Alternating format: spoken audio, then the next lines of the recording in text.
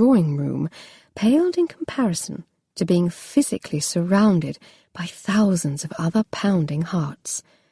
The memory of how strenuously she'd argued against this outing came close to shaming her now. What had she been afraid of? And why wasn't she afraid any more? The overhead sun laughed down on her warmed skin in delight. The wind was almost preternaturally still. Or perhaps it was so many bodies in motion, blocking the breeze like a great human wall. But despite the heat and the noise and the energy from the crowd swelling in her ears, it was glorious. And then, of course, there was Daniel himself. She risked a look in his direction over the tops of her posies. "Did your landlady really give that woman 5 shillings?" she asked, "or did you leave it for her?" He squinted up at the sky, his dark eyes reflecting the sun like molten chocolate. "I left her 20. His lips firmed. "It seems like Mrs. Calvert decided to take a week's extra rent for her own pockets. Then again, I can't begrudge it of her. God knows she probably needs it too." Claire turned that over in her head. Daniel lived on 15 shillings a week for rent. Her pin money alone was £3, doled out by father's secretary the first of each month, to be spent on ribbons and lace and expensive stationery. It made her feel ill to think of the difference in their stations and their lives. Yet despite his meagre finances, he had given away close to an entire £1 last night to a prostitute. He had also bought these flowers and purchased the omnibus fare for all of them. The challenge of sorting him out made her heart simultaneously pulse faster and skip the odd beat. "It's getting even more crowded now. How many souls were there, do you think?" Lucy asked no one in particular. 20,000, I should say, Daniel answered. "Gaw!" Geoffrey exclaimed. "I thought they'd done away with the large public assemblies." "Not if they are organised by the government instead of in opposition to it," Daniel said. "And this isn't anything close to the crowd I saw at Kennington." "You were at Kennington?" Claire asked, fascinated by the thought. She'd never seen a crowd as dense as this one, though she'd certainly read of the mob that had marched to Parliament. He shrugged. "I thought they'd have need of a doctor, but fortunately the crowd did not turn violent." Somehow she didn't quite believe that was the only reason. His presence at Kennington established his political leanings better than any oath, and she realised with a start that she now knew more about Daniel's views on such things than she knew about Mr. Auburn's, though Auburn would arguably soon be in the thick of Parliament's decisions on the matter. Claire glanced out at the ragged crowd, considering his words. Perhaps Daniel was right. Perhaps today's exhibition was meant as a distraction, an approved outlet for the crowd's anger and energy in the form of one Madame Sylvie. "Bread and circuses," she muttered. "Precisely." Daniel shot her a thoughtful glance. What else but a diversion intended to titillate and amuse and, ultimately, silence the people? His brow furrowed. "You are rather perceptive, Miss Westmore." "For the daughter of a viscount." He did not say it, but he almost certainly thought it, because Claire's mind tripped there herself. And could she blame him? It was the men with titles, men who could claim little by way of character or skill beyond an ancestral lineage to someone long dead, who demanded the entire spectrum of political power, and who jealously guarded it against all interlopers. She might be a viscount's daughter, raised in an environment of privilege and wealth, but even she could see such ideology would not work forever. Nor did she think it should. Eventually, the world would change. According to the Times, it was changing now.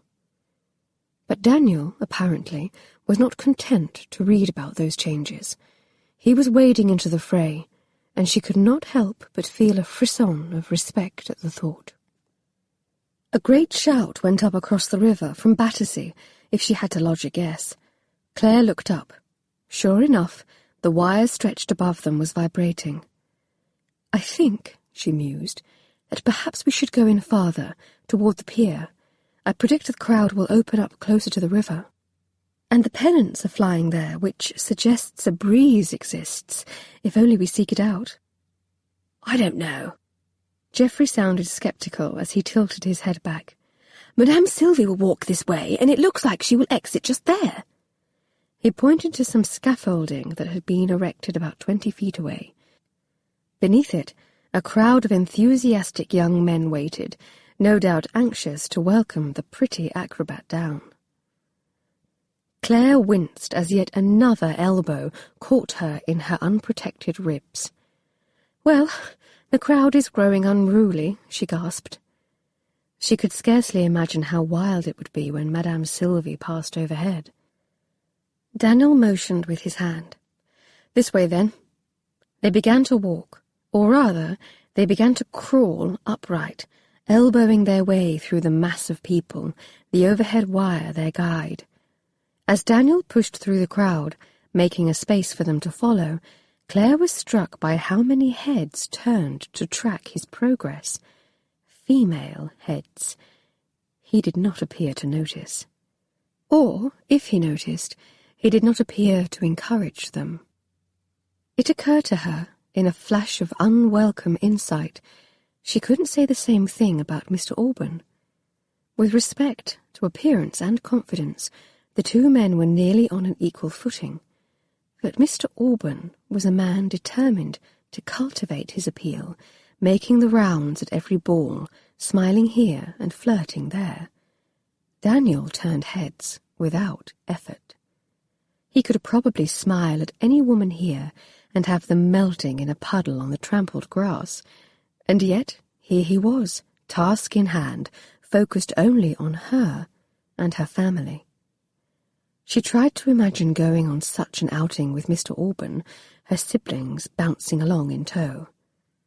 She failed miserably. Finally, they tumbled onto the pier, the breeze better now, though it was stiff and sour in her face. She pushed tendrils of damp hair from her heated face. While the breeze was certainly improved, the mob here proved just as thick as it had been by the front gate. She was left with no choice but to press herself tightly against Daniel's side.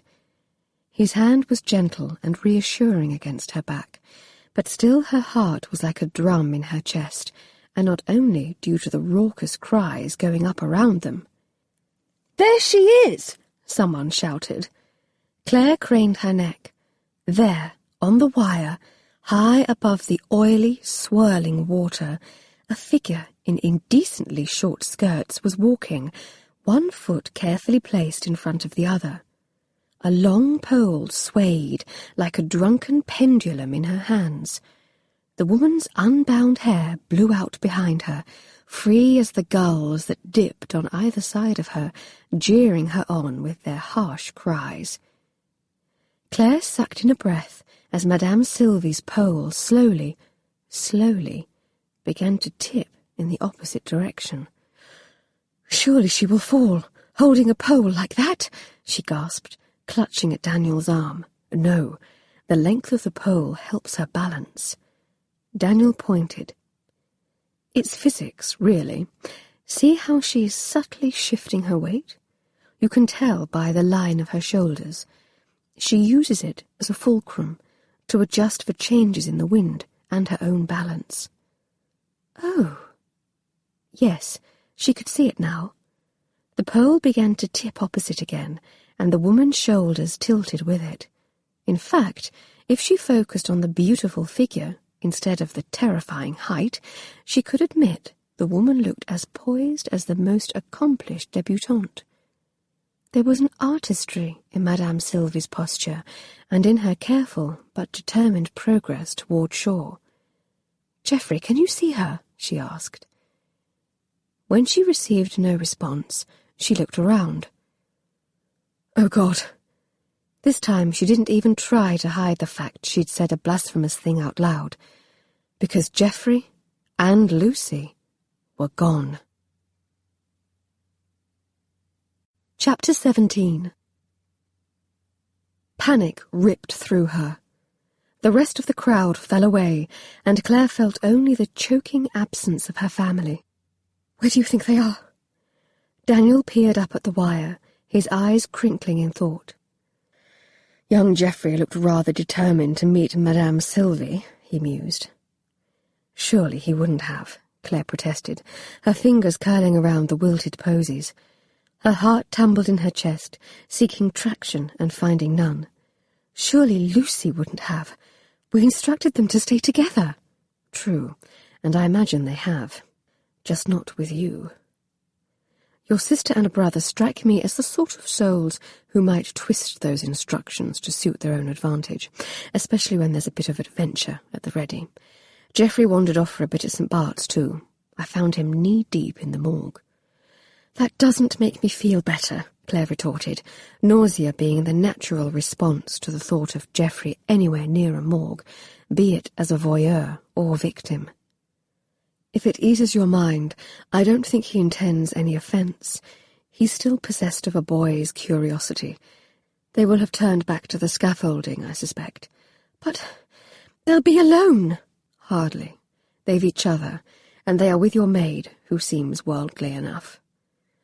Claire emitted a strangled gasp, thinking of the looks the maid Maggie had been dropping toward Daniel all morning, and the way the servant had winked at Geoffrey when she looped her arm through his.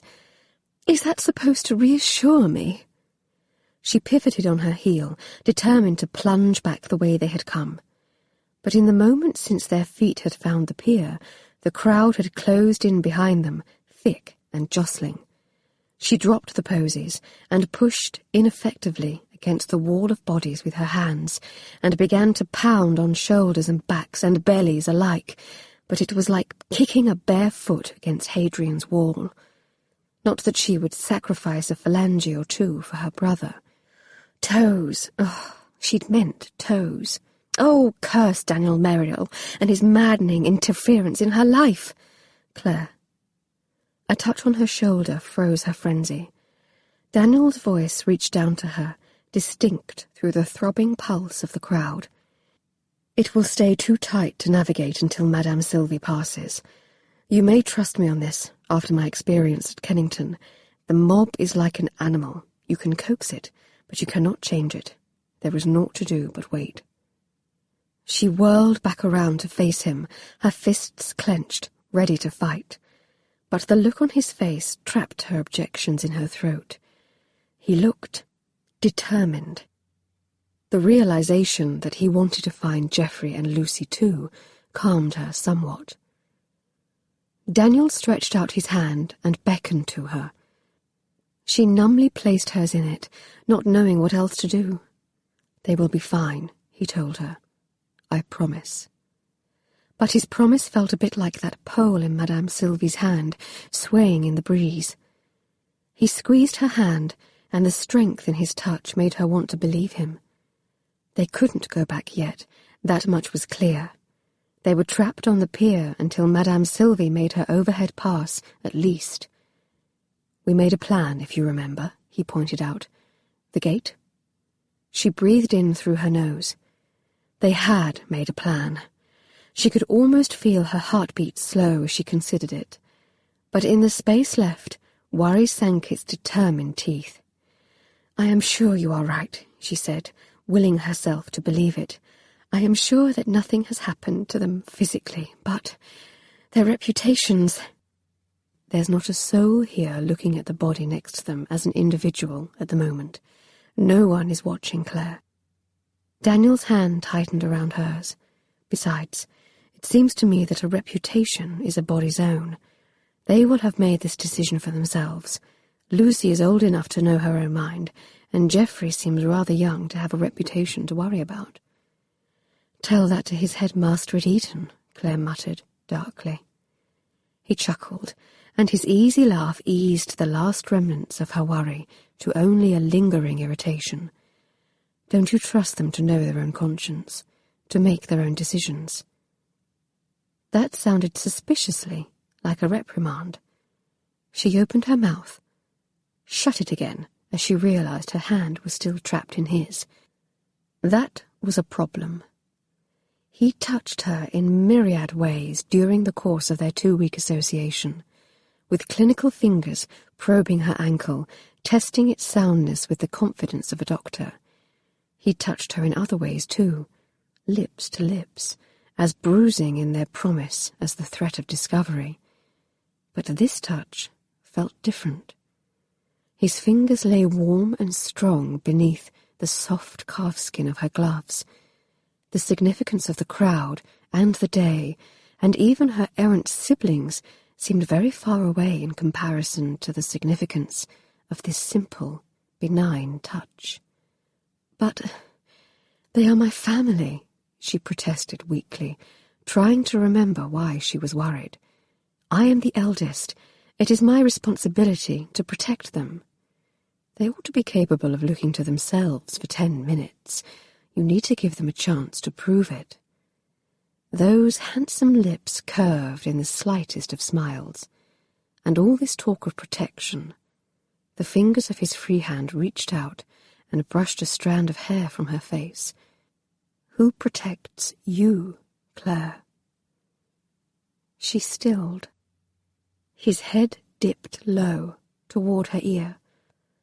"After all, they are in the company of a chaperone. At the risk of pointing out the obvious, you are not." Had she imagined the day was so hot? How to explain the shiver that swam its way up her spine then? She had thought such a public venue would provide a measure of safety, that so many eyes and ears would keep hands in place, and thoughts of kisses and the like tightly harnessed. But Daniel was right. No one was watching them with the slightest bit of interest. They were naught but anonymous leaves floating on currents of noise and energy in this pulsating river of bodies. Anything could happen in a crowd such as this. Anything at all. Her pulse shifted direction, charting a new course. She was out of her element, in over her head, but she was also entranced by the possibilities. Here there were no snide comments from Sophie to deal with, no eager young men to sidestep. To stand in the middle of a mob and not worry whether friends and rivals were analysing your every move was strangely freeing, as though she had been gifted with invisibility and then been invited to explore. The crowd had eyes for no one but the woman on the wire, but Claire found she could no longer look up for fear of missing what came next. Drat it all! Did the man who accompanied her have to be so attractive? There was something about him that could only be described as potent, and it had little to do with the arrangement of his features or the expanse of his shoulders. It was like staring into the sun, and no matter of spectacle, save Madame Sylvie dropping on top of them in a flail of arms and skirts, could have pulled her attention away in that moment. She imagined he would take some advantage now. After all, he'd already proven he had a scoundrel's heart that day in her drawing-room. But he did not move. Perhaps he was more of a gentleman than she had credited him. A cheer went up all around them, signalling Madame Sylvie's imminent approach. Soon the crowd would loosen, and they would return to the scaffolding to scold her siblings. But for now, Claire let herself be jostled by nearby elbows, moved and pinched and prodded by the crowd, until she was pressed tight against Daniel's chest. Fate was pushing her toward him, and it seemed not to matter a whit whether she was determined to fight it or not. The panic she felt earlier over her siblings' misbehaviour shifted to something more dangerous, and the hard thump of her heart confirmed she was about to do something no well-bred girl would do. But she had come here today to make a memory, hadn't she? It seemed the choice was now firmly in her own hands. She pulled her hand free of Daniel's grip and stripped off her gloves she had bought thoughtlessly with her exorbitant pin money at the most expensive shop on Bond Street, and let them drop to the filthy, weathered wood of the Cremorne pier. Later, when she looked back on the moment, reliving it in her head, she'd question her lack of judgment. Later, she would blame her decision on the heat of the day, the press of the crowd, the subdued panic she still felt to have her siblings out of sight and out of reach. Anything to avoid the truth. But now, in this moment, she could see nothing but this man, could feel nothing but her own desire, pushing her further down this forbidden, if temporary, path. She framed Daniel's face with her bare hands and rose on her toes. The wide, face-shading brim of her bonnet proved a moment's distraction, until she sorted out how to tilt her chin up to meet him. Daniel's own hat tumbled to the ground, knocked off by her restless fingers. She pressed her lips against his, almost experimentally, to see if her memory was anything close to accurate. Once again, she was jolted back to that place in her drawing-room, a moment of surprise that an act so simple could be at once so complicated and unforgettable. 3 days ago he'd left her dreadfully aware of what a kiss could do, and she'd thought about it all too frequently. Their first kiss had caught her off guard, delivered, as it had been, in the heat of an argument. But this kiss was her own, taken in the heat of the moment. And unfortunately, it knocked her every bit as far afield. Her knees threatened to buckle at the sweeping invasion of his tongue, but then his arms settled around her waist, drawing her even closer, until her body settled flush against his, belly to hip. She felt an answering tug in intimate places, a softening of her core that made her only want to burrow closer. She felt wicked, daring, safe. Standing in the bright sunshine, surrounded by the roar of the crowd, Claire closed her eyes and simply kissed this man who was so wrong for her. She ran her fingers over the angled planes of his jaw, then reached farther, behind his neck, her fingers tangling in the length of his hair. The locks were damp where they had rested beneath his hat, but higher up the strands flowed like silk across her fingers. She marvelled that a man at once so hard, so capable, should have such soft hair. A shadow passed overhead. The crowd began to turn, and with them Claire's conscience began to turn as well. Dimly, she knew this was wrong. No matter that the kiss could be laid squarely at her own feet this time. He'd made no improper advance, taken no liberty she hadn't offered. She had no one to blame but herself for the molten want coursing through her. She pulled away, breathing hard, though she was gratified to see she had stripped the composure from him as well. Sanity slid fitfully back into place, a final puzzle piece she'd been pretending was missing during the last few minutes. This had not been wise. Anyone could have seen them. But a cautious glance around told her no one was paying them the slightest bit of attention.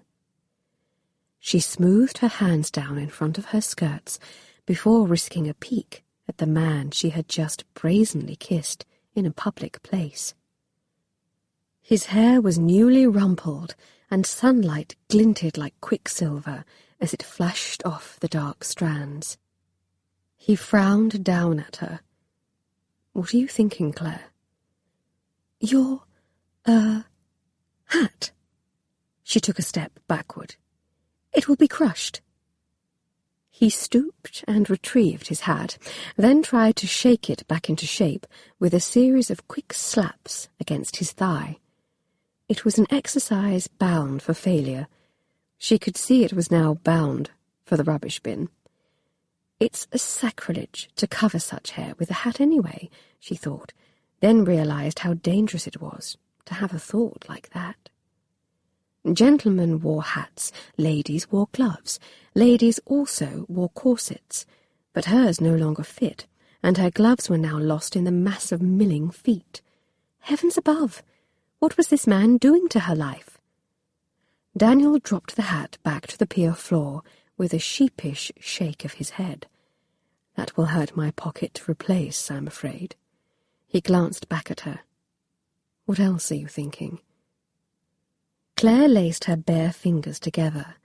The crowd seemed to be loosening, but for the life of her, she couldn't remember why that was a good thing. I'm not thinking of anything. You forget my life's profession. I see every sign, you know. Every symptom you think you hide. He motioned between her eyes. A small furrow appears just here when you are focused on something that bothers you. Claire ducked her head, her cheeks warming. Did she really have a furrow? It seemed a frightful thing for a girl to possess. And it seemed an even more frightful thing for a gentleman to notice. She tried to school her expression to neutrality and turned in the direction of the black iron gate rising above the heads of the thinning mob some 100 yards distant. Oh, yes, now she remembered. Geoffrey and Lucy. It shamed her to have so neatly forgotten her missing siblings, but then Daniel's kiss had a way of stealing her wits along with her breath. We should return now and make sure Geoffrey and Lucy are safe. He fell into step beside her and helped part the remaining crowd with a forward-stretched hand. Your furrow has deepened. She offered a sideways glare. It has not. His grin was sudden and jarring, those perfect teeth flashing as though he could read her mind. Are you meaning to slap me again? Mortification swam through her, whether due more to the memory of her reaction to their first kiss or the inadvisability of their second. It was difficult to be sure. I'm the one who took the advantage this time, she admitted tersely. It scarcely seems fair to reprimand you for that. And what was that, exactly? He asked, his voice warmer even than the insistent beat of the sun. She breathed in, the forbidden taste of him still sharp and poignant on her tongue. But Daniel, very much like the marzipan he had once so injudiciously pressed upon her, posed a hazard to her future, a future she had been raised to expect and was determined to acquire. It was goodbye, she admitted, out of sight of my family, where I could offer it properly. He stopped and pulled her around to face him. That didn't feel like a goodbye. She shook his hand away from her sleeve, her heart thumping inexpertly. She'd let down any number of men, poor Mr. Meeks included. Why, then, did this feel so different?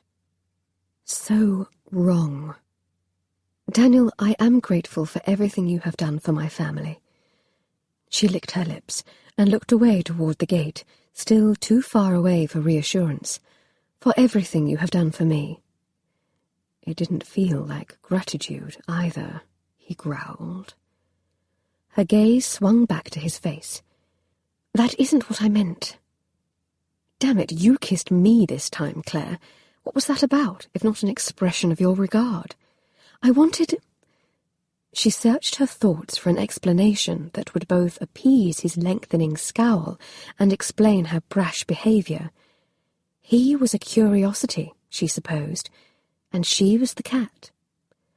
I wanted to know if it would feel the same if I initiated it. Today's kiss was an experiment, then. At her nod, his eyes narrowed. And what were your observations, if I might ask? My observations? Experimentation requires a faithful weighing of facts. He chased his words with a harsh laugh. I should know. I sacrifice a good many hours of sleep at its altar. He raised a brow. I would know your conclusions on this matter. She touched a bare finger to her lips, startled by the notion he was pressing her for a scientific analysis. I suppose it felt the same. She hesitated, knowing she wasn't expressing the experience faithfully. Actually, that isn't true. It felt more. His expression darkened. More than Auburn's kiss, I presume. Irritation pricked at her.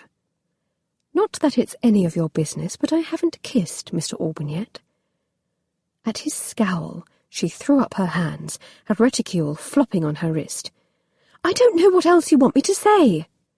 I've experienced precisely 2 kisses in my life, and both of them felt more.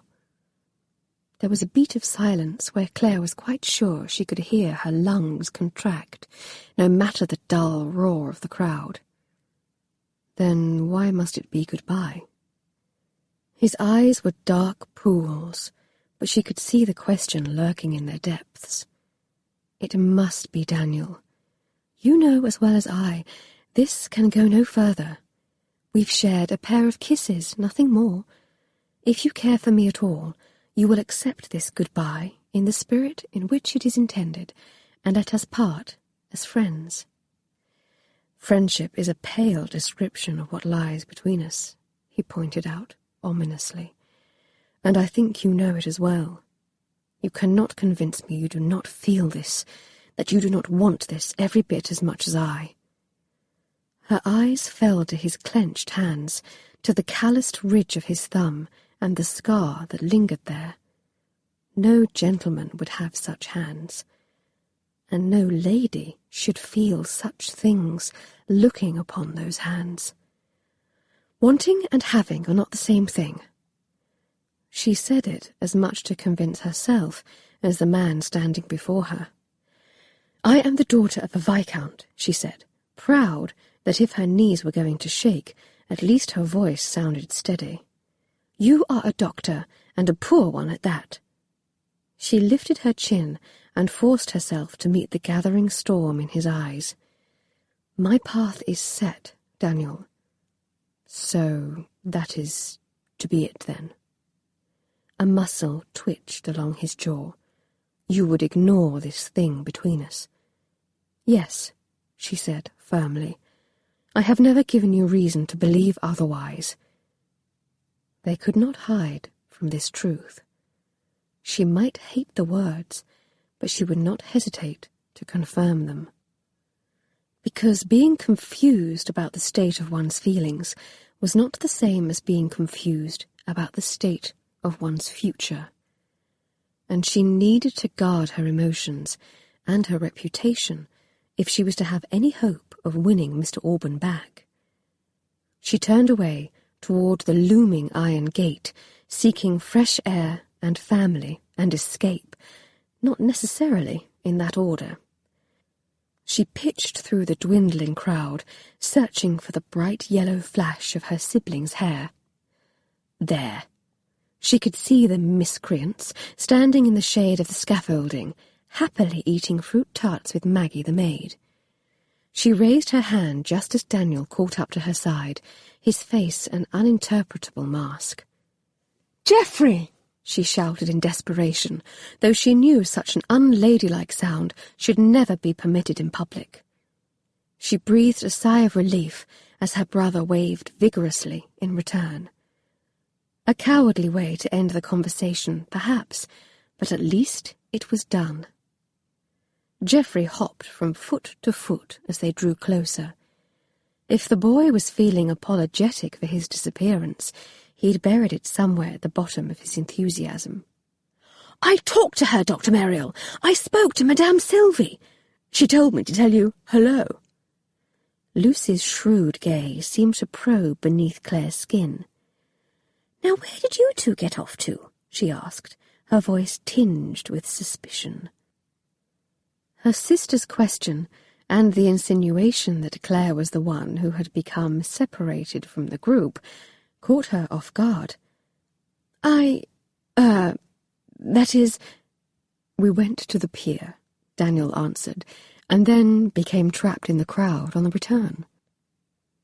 No harm done. Claire forced a close-lipped smile to her lips. Though we should probably thank Dr. Merrill for having the good sense to agree on a meeting place in case we became separated.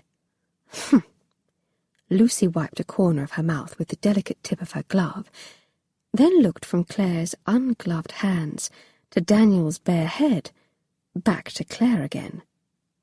"I suppose. I just didn't expect your clothes to become separated as well." Their return to the quiet streets of Grosvenor Square seemed to have different effects on each of them. Lucy and Geoffrey chattered like magpies, carrying a piece of the boisterous day home with them. Claire was quiet, though to Daniel's eye the furrow between her brows had deepened into more of a trough. Daniel himself had plunged into a brooding silence, the sort he usually reserved for scathing rejections from editors of medical journals. "I have never given you reason to believe otherwise," she had told him. Perhaps she hadn't, but she had given him hope, damn her kissable lips, and then crushed it beneath the paper-thin sole of her very fashionable shoe. As the gleaming white walls of Cardwell House rounded into sight, the maid proved the one member of their party who was moved to decisive action. Maggie looped her arm through Daniel's and pulled him against her generous curves. "I've a free afternoon tomorrow, if you'd like to come and call on me." She took no pains to lower her voice. "I know a lovely private spot we could go." Beside them, Claire's slim shoulders stiffened. He wasn't surprised by Maggie's offer. She had been tossing him none too subtle smiles all afternoon. Worse, with Claire's rejection so firmly felt, it was hard to remember why he ought to avoid such an invitation. Still, he was not quite the scoundrel she had once accused him of being, and he would not use one woman for the purpose of inspiring envy in another. He unpried the maid's fingers. "I'm afraid I promised to spend tomorrow afternoon visiting with Lady Osterley." "Isn't tomorrow her musicale?" Claire asked sharply. Daniel gritted his teeth. "I suppose, but I always read to her Saturday afternoons." And he was determined to keep this appointment and try one last time to talk the Dowager Countess out of her folly. Maggie's face fell. "Oh." She chewed on her lower lip, which was rather full and inviting, though he perversely preferred the pair just beyond, which at the moment were firmed in stern disapproval. "Perhaps next week, then," the maid countered. "Dr. Merrill will not be returning next week, Maggie." Claire's eyes met Daniel's over the maid's head. "I believe I've proven my ankle is healed enough now to no longer require a doctor's care. That was always the agreement, wasn't it?" "But we can see him again," Geoffrey's voice rang out, hurt and petulant. "Can't we?" "Geoffrey and I were just saying we ought to take Dr. Merrill to Ascot," Lucy added. "He clearly knows a great deal about horses. Why, with his expertise, I've no doubt we can finally pick a winner this year." Daniel's chest tightened to hear of their plan. Hadn't he known it would come to this? They were trying to sidestep their sister's wishes, and so he would have to be the strong one here and insist on a permanent goodbye. "I am afraid it is impossible. My duties call, and I have neglected them enough as it is." He shook his head. "And you know as well as I, they would not permit someone like me at Ascot." "But you'd be with us," Geoffrey protested, "attending as our guest. They'd never need to know you're not a proper gentleman. At least, They needn't, if you would wear a hat, Lucy added. Daniel tugged a hand through his hair. They would know. Hat or no, the strands were too dark and thick to pass for anything but exotic. His features might be pleasing to most women's eyes, but they were not aristocratic features. Do you want to know why I know something of horses, Geoffrey? At the boy's eager nod, he tossed himself over the edge of this cliff he'd been pretending he could scale. It scarcely mattered any more whether Claire thought well of him or not, after all. And this bit of truth could only hurry along the necessary goodbye. My father was a horse trader, and roamer at that. Geoffrey's eyes widened. Gaw! A gypsy horse trader? Yes.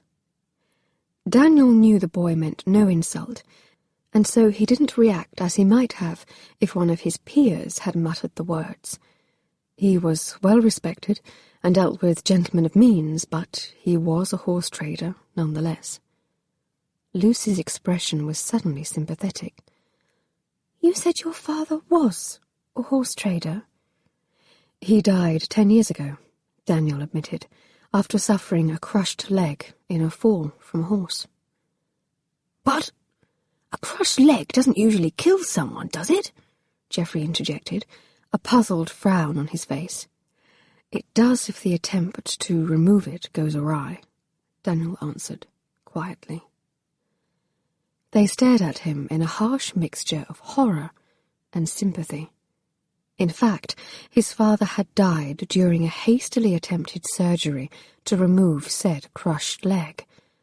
Daniel had only been 18, untrained and unschooled, his fingers shaking with dread as he helped hold his father down beneath the bone saw. But the damned doctor who was called in, if indeed the man had ever been credentialed by a licensing board, had proven too inexperienced and far too slow. In the end, the blood loss and pain had proven too much for his father's aging heart. I blamed myself, of course. If the surgery could have gone faster, or my father had been rendered insensible first. He broke off the thought in mid-sentence. Surprisingly, it was Claire who spoke first. You sound as though you miss him. He wanted to grab hold of the sympathy in her voice and shake it, hard, rattle her bones and show her that she might be the daughter of a viscount, but the same emotions, the same universal needs ran through their veins. Instead, he nodded. I do. His death left me unsettled. He hesitated, but it was a story only partially told, and Geoffrey and Lucy were staring upon him as if they had no idea who he was. Indeed, they hadn't the faintest notion. Though I was supposed to take over my father's business, I decided to study medicine instead. I initially established a practice in Yorkshire, he explained, but I had always wondered if my father might have lived, if there had been a way to safely administer an anaesthetic. And so I came to London 6 months ago, determined to create a device that could deliver drugs like ether and chloroform safely. So you're not just a doctor, Geoffrey exclaimed. You're a gypsy tinker too. Daniel smiled grimly. I suppose that's one way of looking at it. He could not deny his upbringing. His heritage had given him a certain set of skills and an innate understanding of how things worked. Most doctors were incapable of possessing the knowledge of how to assemble a device as complicated as his anaesthetic regulator. He ran a hand over his hair once more, forcing the midnight black strands he'd inherited from his father back into proper place. So you see, I am my father's son. Dressing me in a top hat and sneaking me into Ascot won't change that. Maggie clutched at his arm. Well, I, for one, think you're very handsome for a gypsy. You misunderstand me. He once again disentangled himself from the maid's tenacious grasp. I don't resent my father's physical influence or my place in life. My father taught me to work hard for the respect I intended to earn, and there is no shame in that. But such things are not accepted among the ton. Claire's face had gone pink beneath the shade of her bonnet. Perhaps she'd been comforting herself that if she'd sunk so low, she'd at least committed her sin with a gentleman physician, someone from a respectable stratum of society. No doubt the horror of kissing the son of a gypsy horse trader was only now beginning to sink in. "But no one objected to us coming with you to Chelsea today," Geoffrey protested, though he sounded less sure of himself. "You were able to come to Chelsea with me today because your presence in my world raises far fewer eyebrows than my presence does in yours." Daniel thought back on that moment at Lady Austerley's ball, when he had acknowledged Lord Hastings and was roundly snubbed for the effort. It would be another matter entirely at Ascot, he finished. A small, discontented silence fell across their group as they ground to a halt in front of the townhouse. The dead quiet of the street felt as rough as glass paper to his already bruised ego. It wasn't as though he had ever had any right to entertain the thought this could proceed beyond a heady flirtation or a stolen kiss. She was a viscount's daughter, and he was naught but her doctor. He was supposed to be logical, methodical, practical. His head and his heart should never have been turned by a fashionable, if swollen, ankle. But somehow these heady weeks of seeing her had stripped the sense from him, and he needed to find his way back to sanity now. Daniel glanced at Claire, seeking some small sign of encouragement that he was doing the right thing. But as his eyes met hers, she looked away. Clearly, her goodbyes had already been made. "I won't forget any of you," he told them. "But your sister is correct. This must be goodbye."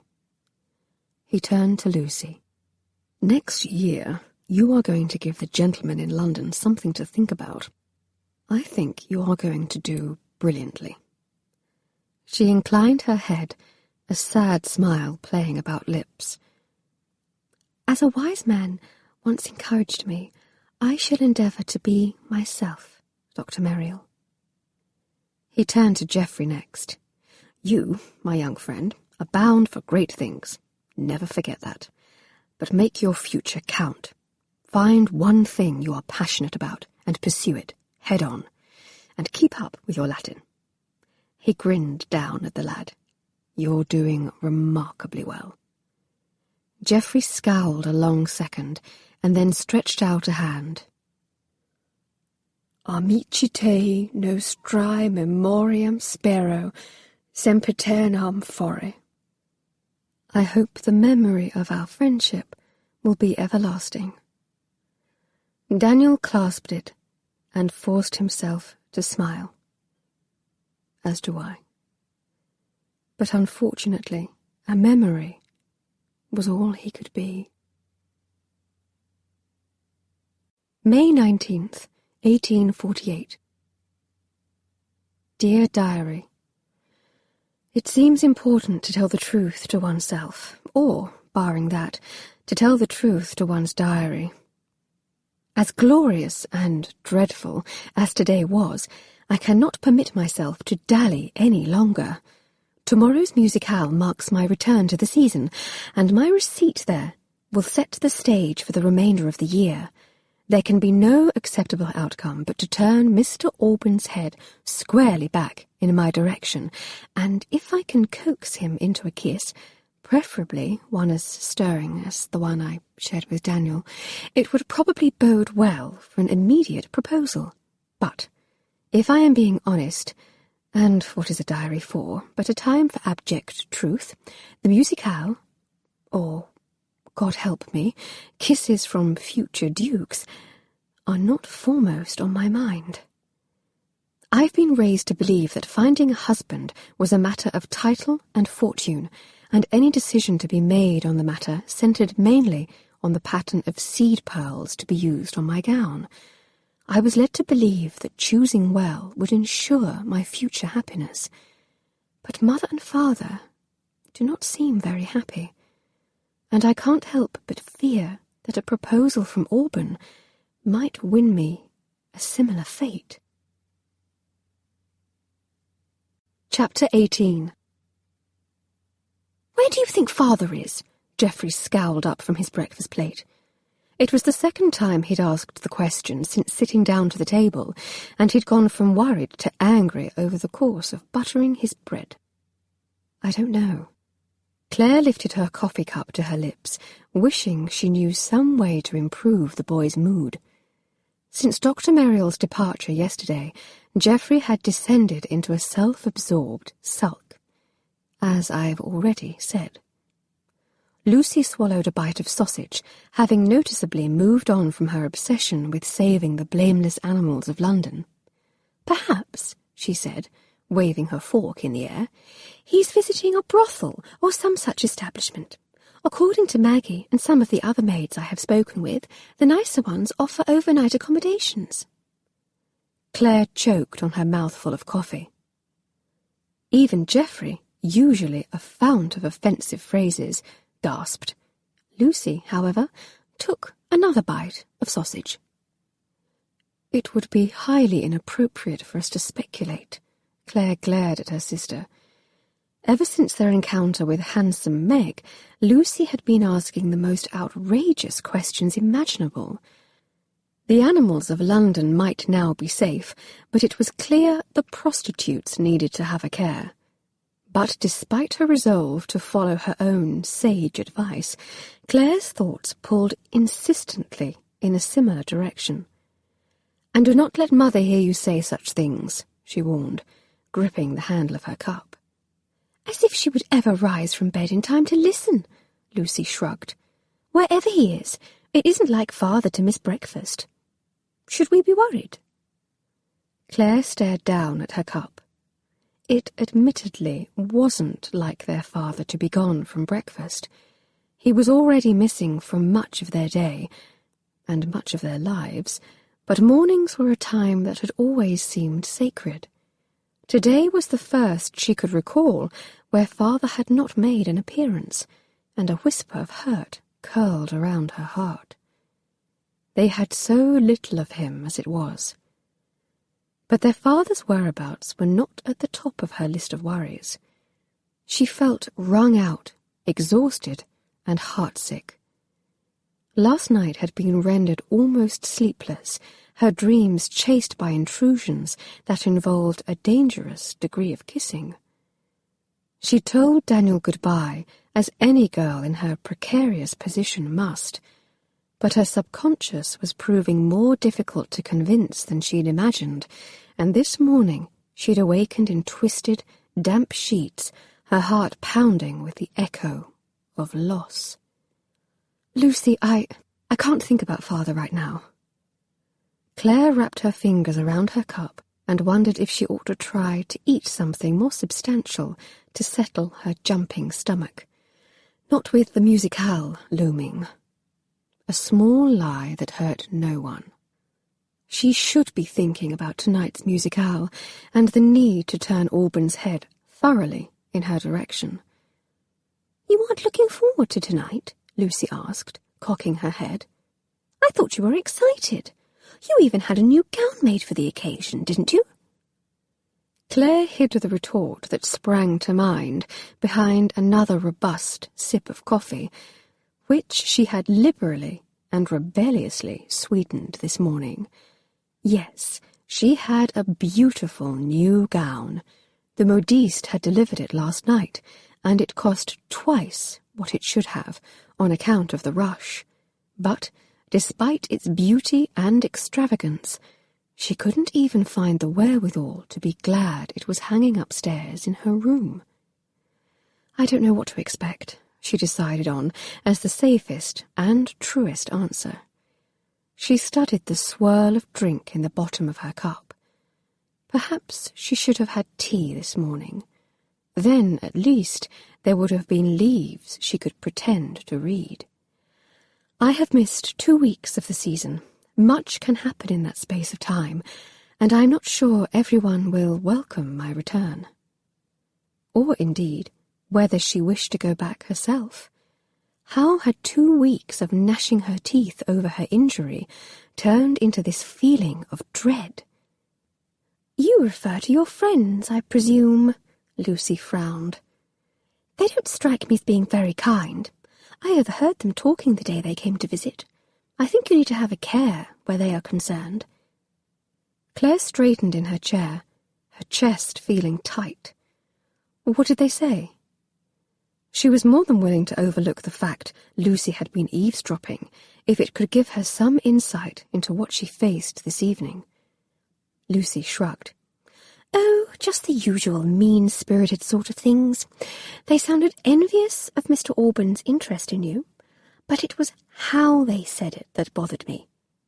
Harpish shrews, if you ask me." Claire tried to relax against the back of her chair, though her muscles still felt coiled tight. This was nothing new, nothing she hadn't already considered. "Thank you for telling me," she said tightly. "It is always helpful to know if people are talking about you, and to sort out if there could be ill feelings behind the gossip. You cannot imagine what a gauntlet it is to walk into a room and have everyone stare at you. You suspect your hair is coming down, or you've something stuck in your teeth." Lucy grimaced. "If you're trying to convince me that next year is something I should look forward to, you might want to change your tactics." Claire hid a smile. It was good to hear her sister had shifted from the idea of if she had a season to when she had one. "It isn't that terrible," she offered in what she hoped was a reassuring tone. Except, of course, it was. She ran her tongue over the slight crookedness of her tooth, recalling the fresh fear she had felt at the start of her first season, and she'd stepped into the ballroom, and 100 heads turned in her direction. She'd felt almost paralyzed, wondering whether her smile would reveal something that might spell her social downfall. She'd survived it, even triumphed of a fashion, once she aligned herself with the likes of Sophie and Rose. But it took a good deal of fortitude to be so aware of what you stood to lose, meanwhile pretending you didn't care a whit. Claire lifted her coffee cup again, then stilled as she realized Geoffrey had quite an odd expression on his face, as if his milk had gone sour. "Don't worry." She smiled reassuringly at him. "You've some years yet, and it isn't nearly as difficult for the gentleman." "I don't care about what may happen to me." He frowned. "But did you mean it? About needing to know if someone was speaking poorly of you?" Claire felt a sudden shift in her pulse. Yes, you cannot plan a competent defense against an unheard and unknown enemy. "And you would want to know if someone said something about our family?"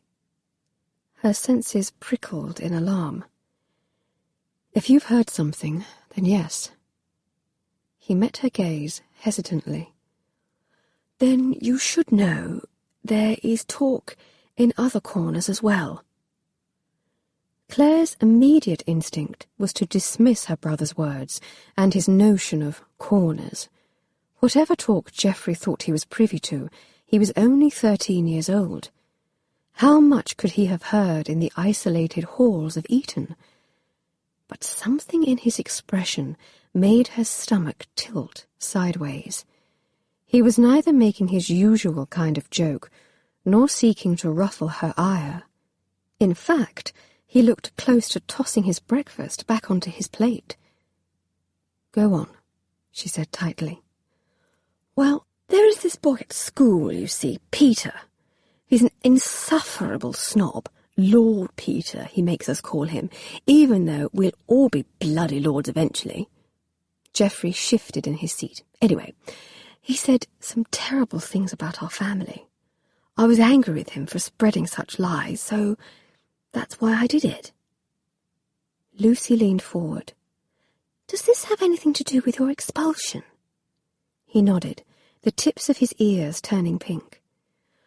I knew I couldn't call him out on it, because that would only make the rumour spread faster, and I just wanted it to go away. I can admit I'm not the most accomplished person when it comes to swords and knives and such. Foreboding rippled through Claire's stomach. Call someone out? Swords and knives? She'd wanted the details of Geoffrey's hijinks, to be sure, but this was far more alarming than she'd imagined. Geoffrey fidgeted with his napkin. So I electrified his doorknob. What? Claire and Lucy exclaimed in perfect, horrified synchrony. His doorknob. I electrified it. He looked up, and something akin to pride shone in his eyes. It was a copper doorknob, you see, a near-perfect conductor. We were studying batteries in science, and so I made a ripping good one, good enough to knock Lord Peter on his knobbish arse. He grimaced. But the headmaster touched the knob first, got knocked on his arse instead, and didn't come around for 10 minutes. He looked at Lucy, his expression sheepish now. That was why I got expelled. But why would you do such a thing? Claire demanded. Geoffrey swallowed. Because the rumours are about you. Me? Claire gripped the delicate handle of her cup. She couldn't make sense of it. After all, it was her family that was the embarrassment here. Lucy, with her mannish shoes, and Geoffrey with his pranks. And Mother's indiscretions. She could scarcely bring herself to think of it. But she had always guarded her own image amongst the ton. She had cultivated her reputation and chosen her friends with the sole purpose of engendering the right sort of gossip. Ever since her first ball of her first season, she had ensured that if anything was to be said of her, it should be of the vein that her taste in fashion was immaculate, and that her heart floated well above the reach of those gentlemen of less exacting pedigrees. You, Geoffrey offered, in quiet confirmation. And Father, or rather, the rumour is that Father isn't your real father. Claire slumped back in her chair, breakfast now forgotten. The room seemed to spin on a broken axis. She'd seen whispers about things far less calamitous inspire the slow social downfalls of any number of girls. But this was not a nameless, faceless bit of malice banded about the retiring room at some obscure ball and easily dispelled with a laugh. Oh no, nothing that simple. This was a rumour generated by a future peer, a classmate of Geoffrey's, and likely the son or brother of someone she knew. And her heart was not slapping against her ribs because of outrage. It was because she couldn't help but wonder if it might be true. Lucy had gone quiet, but she was staring at her, no doubt looking for evidence. There was plenty to be had, because even if the rumour wasn't true, even if someone had conjured this bit of gossip for no reason other than their own sordid entertainment, Claire was the dark-haired daughter, the brown-eyed sibling, a notable anomaly in a tow-headed, blue-eyed family. She was the ambitious Westmore, the athletic child, everything her siblings and her father were not. "Does Father know about this?" she whispered. "He knows why I was expelled, of course. The headmaster was the most explicit in his descriptions. At least, I've escaped any official charges. There are some benefits to being only 13. Geoffrey began to look worried. But I couldn't tell Father why I did such a thing. It can't be true. He hesitated. Can it? Claire wished she could be as confident. Uncharacteristically, she found herself without words, without reassurances. It wasn't even the first time she had considered such a possibility, that she was somehow different than her siblings. But it was the first time she had encountered that question posed by someone else. And worse, it was the first time she had considered it with the recent evidence of her parents' presumed faithlessness in hand. A flurry of activity and the quick shuffling of servants pulled Claire's attention away from such a distasteful thought. She turned in her chair, only to battle a jolt of surprise as Father walked in, looking dishevelled and exhausted. He was wearing the same clothing he'd worn yesterday, albeit far more rumpled than before. "Good morning," he told them, stifling a yawn. Lucy, thank God, managed to keep all mention of brothels to herself. But as Father shuffled to the sideboard and began filling his plate, she leaned in over the table, her blue eyes filled with worry and suspicion. "Do you think it could be true?" she asked, the stark urgency in her voice shaking Claire from her stupor. She shot a worried glance toward their father's hunched shoulders. "Not the bit about the overnight accommodations, but the other." Claire straightened her shoulders. "It isn't true," she said firmly. And even if it was, she couldn't imagine ever asking their mother the question. Truly, there wasn't enough Madeira in the world. Chapter 19. The imported soprano was already running through her scales when Daniel stepped through Lady Osterley's front door. By the sounds of things, the singer was in possession of a set of vocal cords that implied a future danger to even the most stoic of tympanic membranes. The noise followed him up the stairs and into the Dowager Countess's bedroom, an impressive feat given that Lady Osterley's rooms occupied a suite on the 3rd floor. He set his bag down on the bedside table, wondering if a bit of the cotton batting he used for packing wounds could be repurposed for ear protection. He'd never been one for music, the cost of an opera ticket and his evening hours being too dear to waste.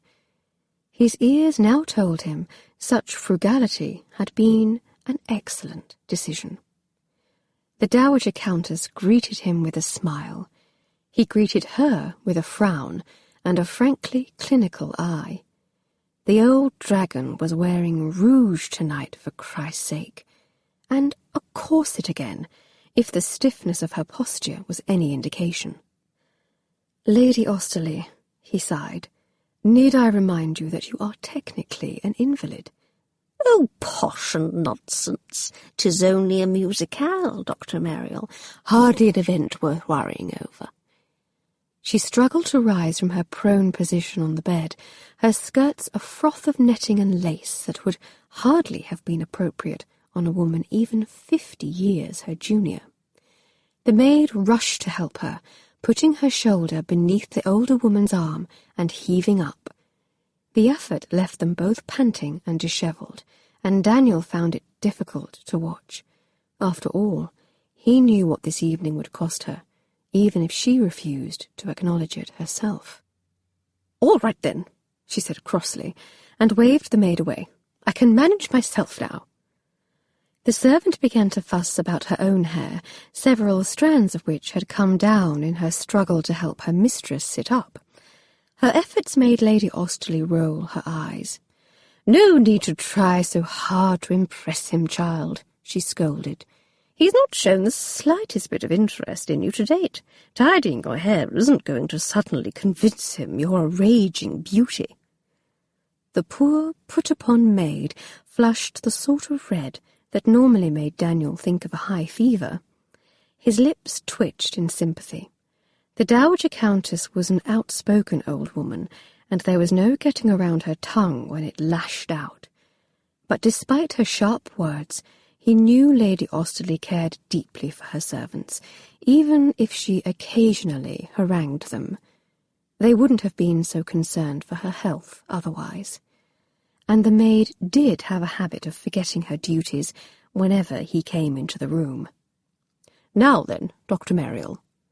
The Countess's eyes held a lively gleam, and she placed a hand on her chest, the gnarled fingers splayed as if in promise. "As always, I appreciate your medical opinion, but I'll only be sitting downstairs, enjoying my guests and listening to a bit of music. And I'm feeling as healthy as a horse tonight." She eyed his bag. "Oh, at least I will be, once I've had the draught you've brought." "Not all horses are healthy." Daniel unsnapped the top of his leather bag. "In fact," he added, "a good many of them are bound for the knackers." He thought of Lucy Westmore's obsession with London's cart horses. Maybe he should toss Lady Austerley into the girl's path. He could think of less worthy crazed quests, and someone needed to take the Dowager Countess on as a project. He glanced toward the door as the soprano began to run through a new scale. A little boredom was clearly a dangerous thing in an old, wealthy, dying woman's hands. The laugh that seized Lady Austerley seemed to squeeze from her chest like air from a bellows, and he glanced back at her sharply. Her sense of humour, grown pinched with age and experience, was one of the reasons he enjoyed visiting with her so much. She not only welcomed such cheek from him, she gave it back, tenfold. But tonight her laugh sounded moist and suspicious, and he knew that if he placed his auscultating device to her chest, he would hear the sounds of congestion typical of a failing heart. Daniel reached into his bag and pulled out a bottle. "This may help with the difficulty you are experiencing drawing a proper breath." He winced as the soprano downstairs hit a particularly offensive note. "I doubt it will help you with that, however." "You've no ear for music, Dr. Meriel," she chided. "This particular soprano was very expensive, and I have it on authority that the cost of the entertainment is all that matters to my guests." She looked sideways at the maid, who was fluttering at the window, closing the drapes. "But in the interest of safety," she whispered behind a cupped hand, "I'll admit I've instructed my housekeeper to put away the crystal." An excellent idea. Daniel poured her a careful dose.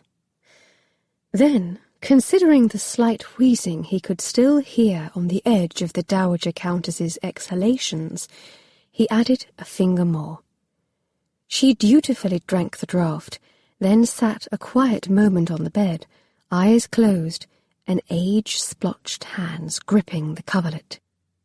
"Now then," she said, "is everything quite ready for my guests downstairs?" The maid drew aside the curtains she had just closed and peered out at the darkening streetscape. "I certainly hope so, my lady. The first carriages are starting to arrive." "Heavens, child, do you think that will make my nerves settle any faster?" She flicked an impatient hand at the servant, though her eyes remained squeezed shut.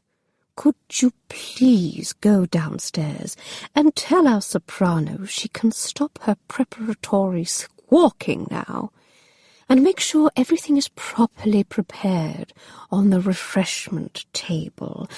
I am worried about the punch." "The punch?" The maid blinked.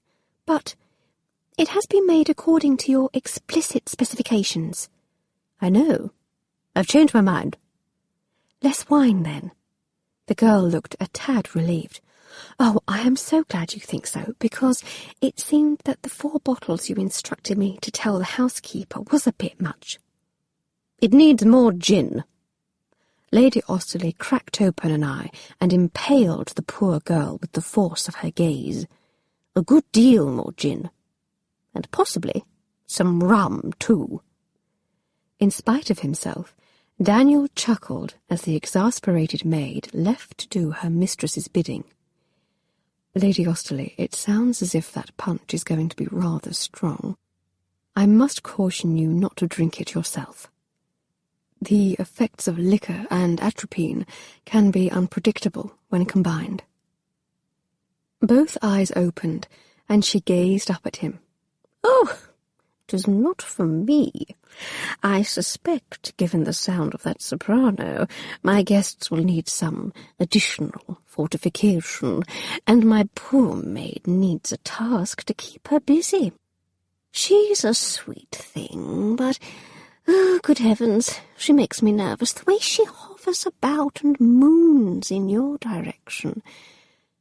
Her hand crept out to brush his, found his fingers, and squeezed.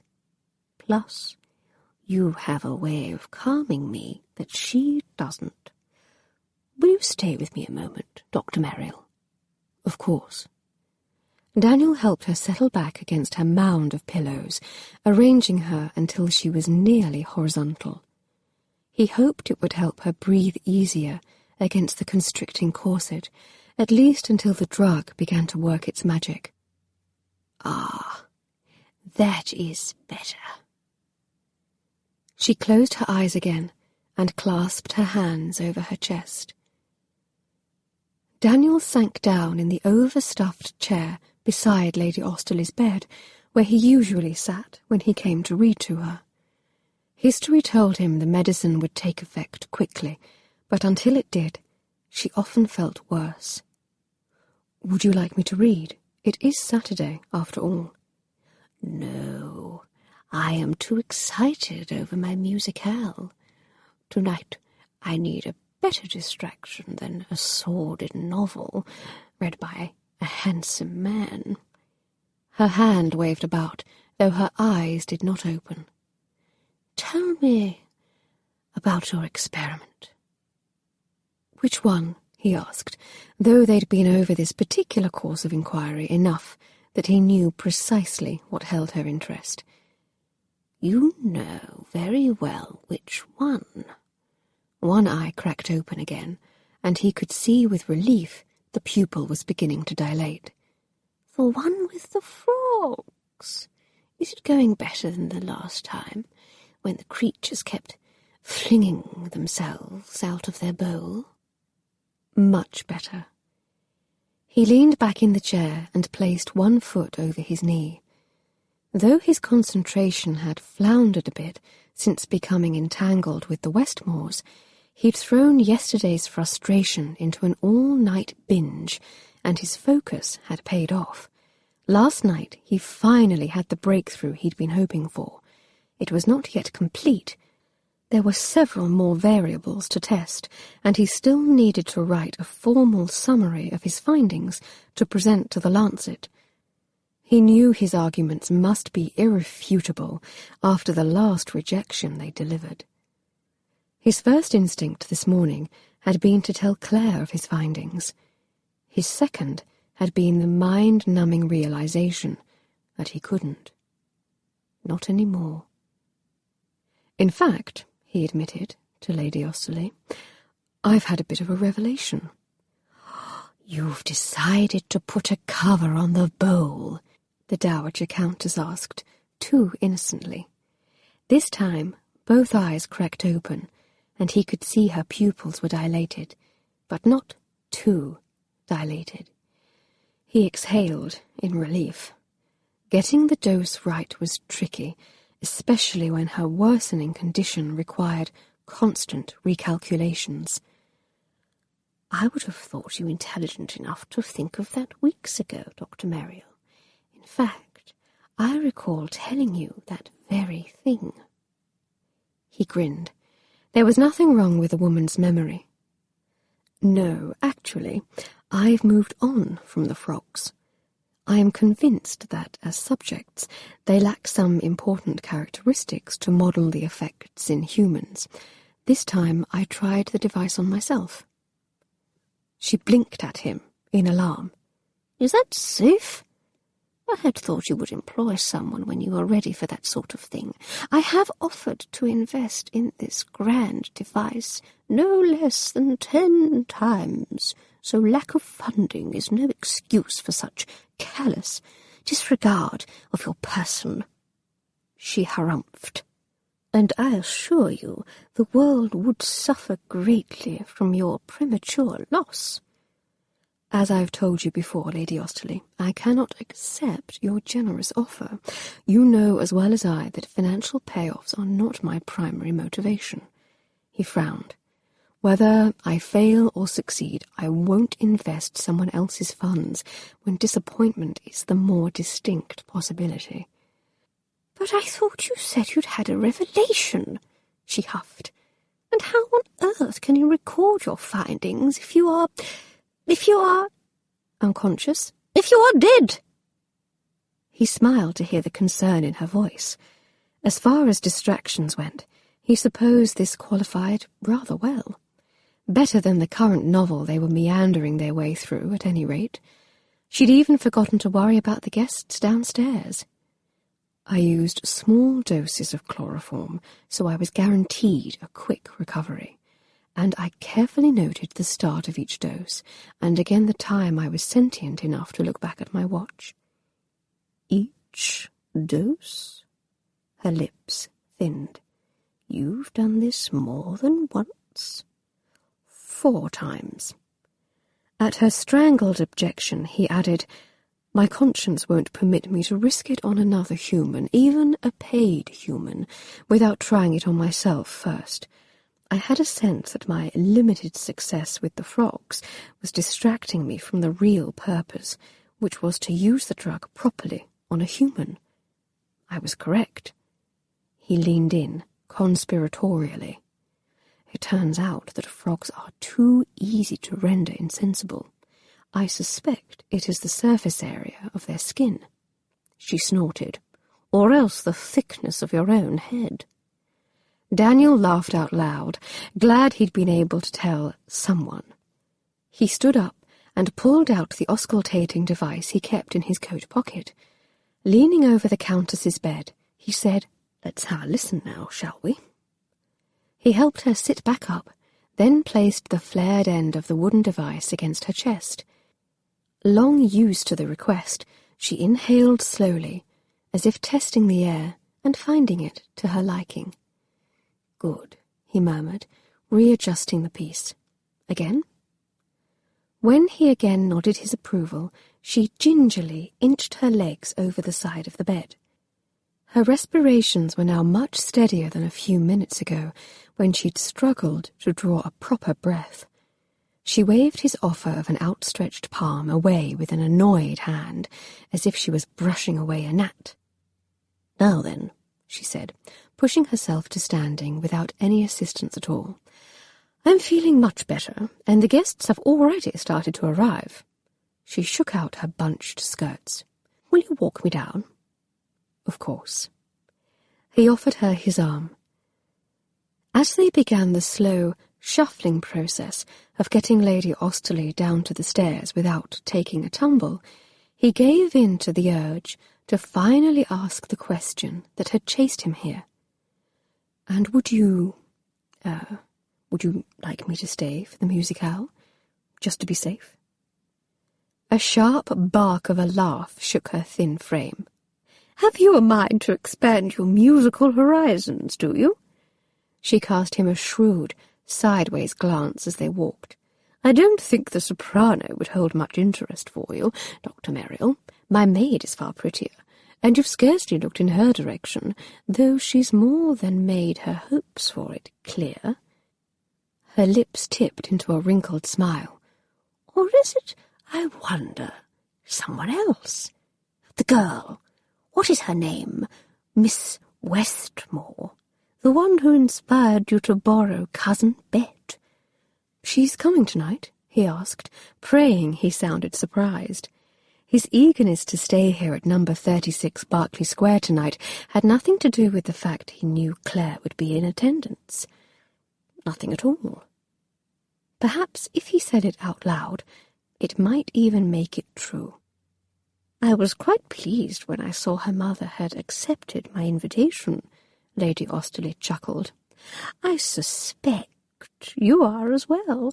Not that I blame you. She's a delectable thing. Though he was supposed to be the steady one, Daniel tripped over his feet at the Countess's words. He had not realized his inner thoughts regarding the inarguably delectable Miss Westmore had been so obvious. "I am only interested in her as a recent physician," he protested. "This is Miss Westmore's first formal event since she sprained her ankle." "Oh, come now," Lady Austerley chided, patting his arm with her free hand. "There is no need for such subterfuge. You've done nothing but talk about this girl for the space of the last 2 weeks. You can't deny you've shown far more interest in this particular patient than any of my maids who've been flinging themselves at your feet." Beneath the weight of the Dowager Countess's smug stare, Daniel felt like fidgeting. Either that or bolting. But his arm stayed curved around Lady Austerley's gnarled hand, and his shoe stayed planted on the Persian stair-runner. He was hard-pressed to deny it. He'd even come prepared, worn his good jacket, and taken the time to shave. At this uncomfortable silence, Lady Austerley leaned in. "And, of course, I would like nothing more than to have you stay, Daniel. But not as my physician, as my friend. This is to be my last event, and I want you to enjoy yourself." "Your last event, I'll admit it's good to hear you've finally decided to take my advice," he teased, but something in her voice plucked at his worries. "But please try to avoid any overexcitement tonight, and stay away from the punch. I've already picked out a Christmas gift for you, and I refuse to accept that your time is to be shorter than that." "Oh, I think you know very well I'd host another occasion if I could, and probably another after that. I am determined to make the most of the time I have left, but my bones feel heavy tonight, as if they've settled into an irrefutable conclusion." She squeezed his arm, and he imagined he could feel the strength draining out of what must have once been a formidable grip. "So I will enjoy tonight, and when it is over, and the punch has all been drunk, I will be grateful for the memory, and count my remaining breaths as gifts I do not expect." A lump rose in Daniel's throat. They had reached the bottom of the stairs now, and the sound of her arriving guests' voices washed over them, the very loud sound of her guests. Had she invited all of London this time? He wanted to bundle her back to her bedroom and tuck her into bed. Instead, he leaned over, kissed the paper-thin surface of one cheek, and turned her over to a waiting footman. He couldn't be so callous to deny a dying woman an opportunity to say goodbye on her own terms, even if those terms involved importing an expensive soprano from France and wasting her last precious breath on social niceties delivered to people who didn't deserve them. No matter Lady Austerley's continued decline, and his own complicity in it, he wanted her last days to be happy. He could well imagine a person with so little time left wanting to make the most of it. If nothing else, his brief time with Claire showed him that. Chapter 20. It should have been the night that marked Claire's triumphant return to her season, her ankle almost fully healed and her future firmly in sight. Instead, with the day's revelation so fresh in her mind, she felt as though she was stumbling into an adder's nest. Had the faces of acquaintances and friends always been such vague masks, their eyes so hot on her skin? Or was it only that she was more aware of the scrutiny now? It's dreadfully warm this evening, isn't it? Her mother fanned herself. Shall we start with a glass of punch? Claire eyed the refreshment table on the far side of the room and shifted her weight, testing the strength of her ankle. It still gave her twinges on occasion. No matter her claims of complete recovery, it had ached dreadfully following yesterday's excursion to see Madame Sylvie. But with no dancing on the schedule tonight, she felt confident enough in its performance for the next few hours. Her emotional performance, however, was another matter entirely. Her palms felt clammy beneath her gloves, and her stomach was already objecting to the noise and mayhem of the milling crowd. No, thank you. She forced herself to smile at her mother, but do go on ahead. As her mother slipped away, Claire scanned the room, scouting for friend and foe alike. An entire herd of butterflies had taken up residence in her stomach. Had it really only been 2 weeks since she'd been here? The room looked completely different. Or perhaps it was more that she felt completely different. Tonight, the chandeliers had been lowered to provide a more intimate setting, and the scent of beeswax candles hung thick in the air. The high-ceilinged ballroom she remembered from her last visit had been repurposed, with row after row of chairs marching their way across the parquet floor. Experience suggested that Sophie and Rose would choose seats near the front, where they could best share the spotlight intended for the evening's entertainment. The question at hand was, where should she sit? At least there was no designated Wallflower line to contend with tonight. Everyone would be seated, and everyone would be watching. Claire finally spied Sophie and Rose holding court over a cluster of fawning gentlemen in one corner of the room. But tonight her feet hesitated to carry her into the thick of it. She could not credit her reluctance for anything but cowardice.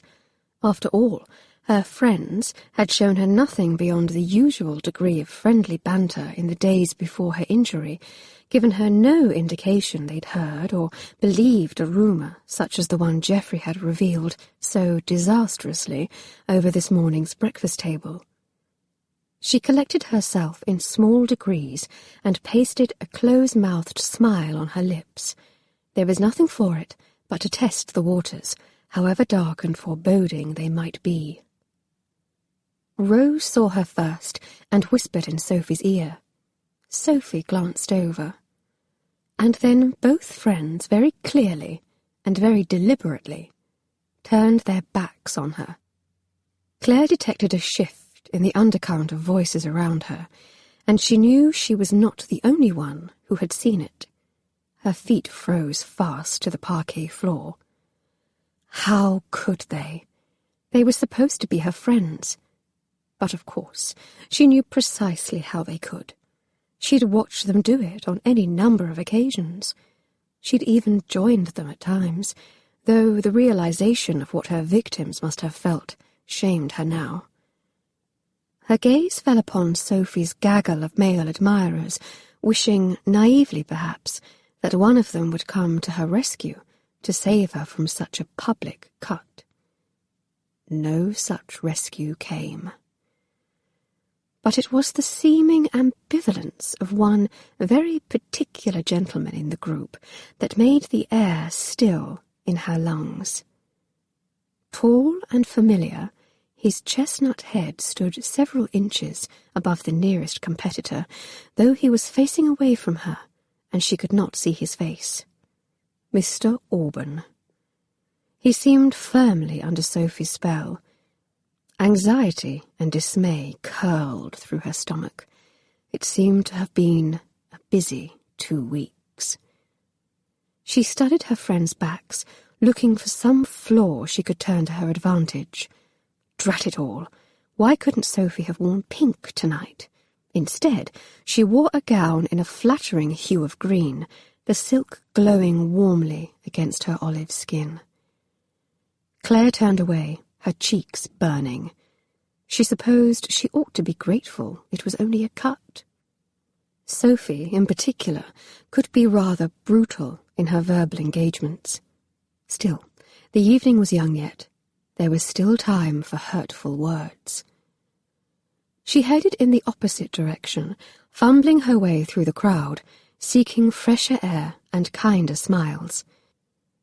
But as she stumbled onto the edge of the ballroom, she nearly tripped over the terrifying visage of Lady Osterley, seated in a chair and holding a vigil over her circus of a musicale. "Running from something, my dear?" The Dowager Countess raised a wrinkled brow. Claire's feet slowed. Tonight, Lady Osterley didn't much resemble the cantankerous patient Daniel so warmly recounted. Her skin was sallow, her eyes sunken into the already deep planes of her face. Her grey hair had been curled and arranged with care, but she could see through the thin strands to the pale, dull skull shining beneath. I was hoping to find you." A white lie that hurt no one, and one that apparently pleased the older woman enough to kindle a smile. Claire sank into a curtsy, but faltered on the nadir, her ankle threatening to twist from under her. Belatedly, she realized she hadn't practiced this particular motion with her still healing ankle. It could have used another week of rest, her conscience whispered as she struggled to rise, but she squashed that traitorous thought. She would not let Daniel Merrill creep into her thoughts tonight, no matter how difficult the exercise. "Thank you for inviting me." "I am pleased you could come, Miss Westmore." The older woman squinted up at her. "You look well recovered." "I am, thank you." After a moment's hesitation, Claire dug into her reticule and pulled out the copy of Cousin Bet she'd brought with her tonight. She'd meant to leave it somewhere inconspicuous, but could now see how cowardly that impulse had been. Daniel had implied the Dowager Countess was lonely, and that she would welcome a visit from friends. Even returning it by penny post with a brief note of thanks would have been kinder. "I wanted to thank you for loaning the book to me." She held the book out, her fingers sweating in her gloves. Dr. Merrill, mentioned it was one of your favourites." She held her breath in horror at her disastrous mistake. Had Lady Osterley caught the slip? But the Countess showed no signs of having registered the use of her personal physician's given name, and Claire comforted herself with the presumption that perhaps the older woman was a little hard of hearing. "It helped me pass the long, lonely days during my recent injury," she added, raising her voice just in case. "I appreciate your kindness more than you know." "It was my pleasure, child." Lady Osterley winced and raised a gnarled hand to one ear. "Although, given the way my soprano is shaping up, you might have been better off keeping it for another half-hour or so. Having something to read during the performance may save your sanity in the end." Claire choked back a surprised laugh. She was beginning to see why Daniel enjoyed this woman. The Dowager Countess smiled up at her. "Tell me, did you enjoy it?" Normally, Claire would have avoided any conversation about books in a venue that might be considered public. But for some reason, tonight she did not hesitate. "I found it interesting," she admitted.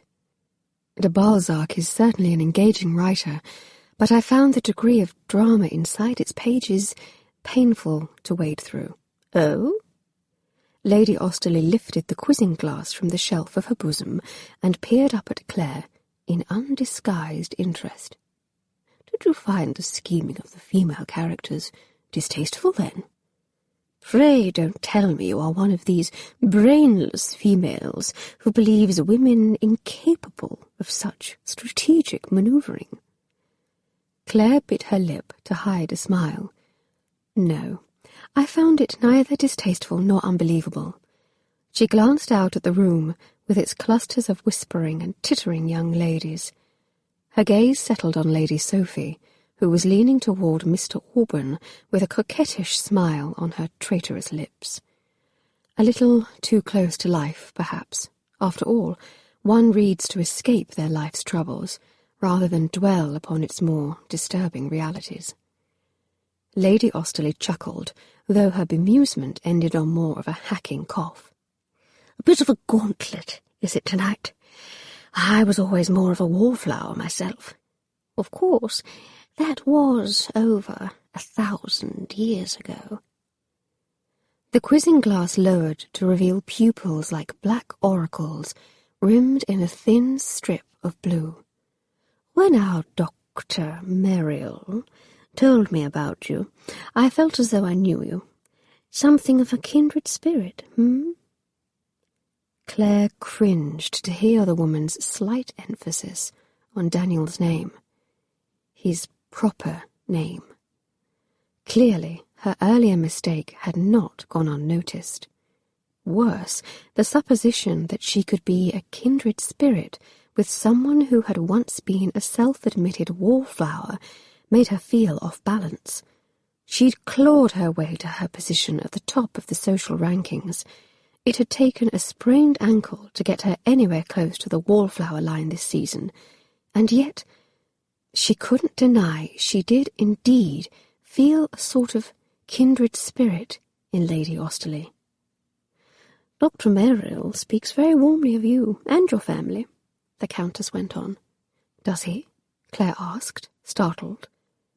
After the way they had parted yesterday, she might have imagined he had some rather choice words to use when speaking of her. He has been kind to my family as well. He is here tonight, you know. Lady Austerley craned her neck. Ah, there he is, helping your mother with the punch. Handsome devil, isn't he? Easy to pick out at a crowd. Claire whirled around just in time to see Daniel extract a glass from her mother's hand. Her eyes took him in like a greedy gulp, no matter that she had been the one to so firmly establish the limits of their continued association.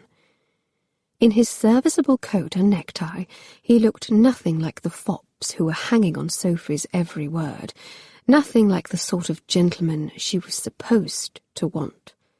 Even Mr. Auburn, who was admittedly a bit grander than most, and who should have claimed her immediate and undivided attention, faded into the background. He's, that is, Claire floundered, searching for words that could describe what he was to her without giving her emotions away. She hadn't considered that he might be here. A naive presumption, perhaps, given that she'd met him in this very room, but hadn't she proven she wasn't thinking clearly where this man was concerned? It seems he's appointed himself guardian of my punch bowl. The older woman sighed. I suspect he's a teetotaler, you know. He always refuses my offer of brandy when he comes to read on Saturday afternoons. He claims he needs to remain clear-headed for his experiments and his patients, though it isn't as if a single glass would fell such a strapping young man. She chuckled. Although I suppose I did order the punch to be made a bit strongly tonight. The punch is laced with spirits? Claire asked, turning back to the Countess. She prayed her mother had limited herself to a glass or two. Is that really a good idea? Lady Austerley rolled her eyes. Not you, too, Miss Westmore. I refuse to let you and Dr. Merrill conspire against my fun. She motioned to the footman who was standing at attention behind her chair. Do go and relieve the doctor of his post, or he will ensure my guests will never have a chance to enjoy the performance tonight.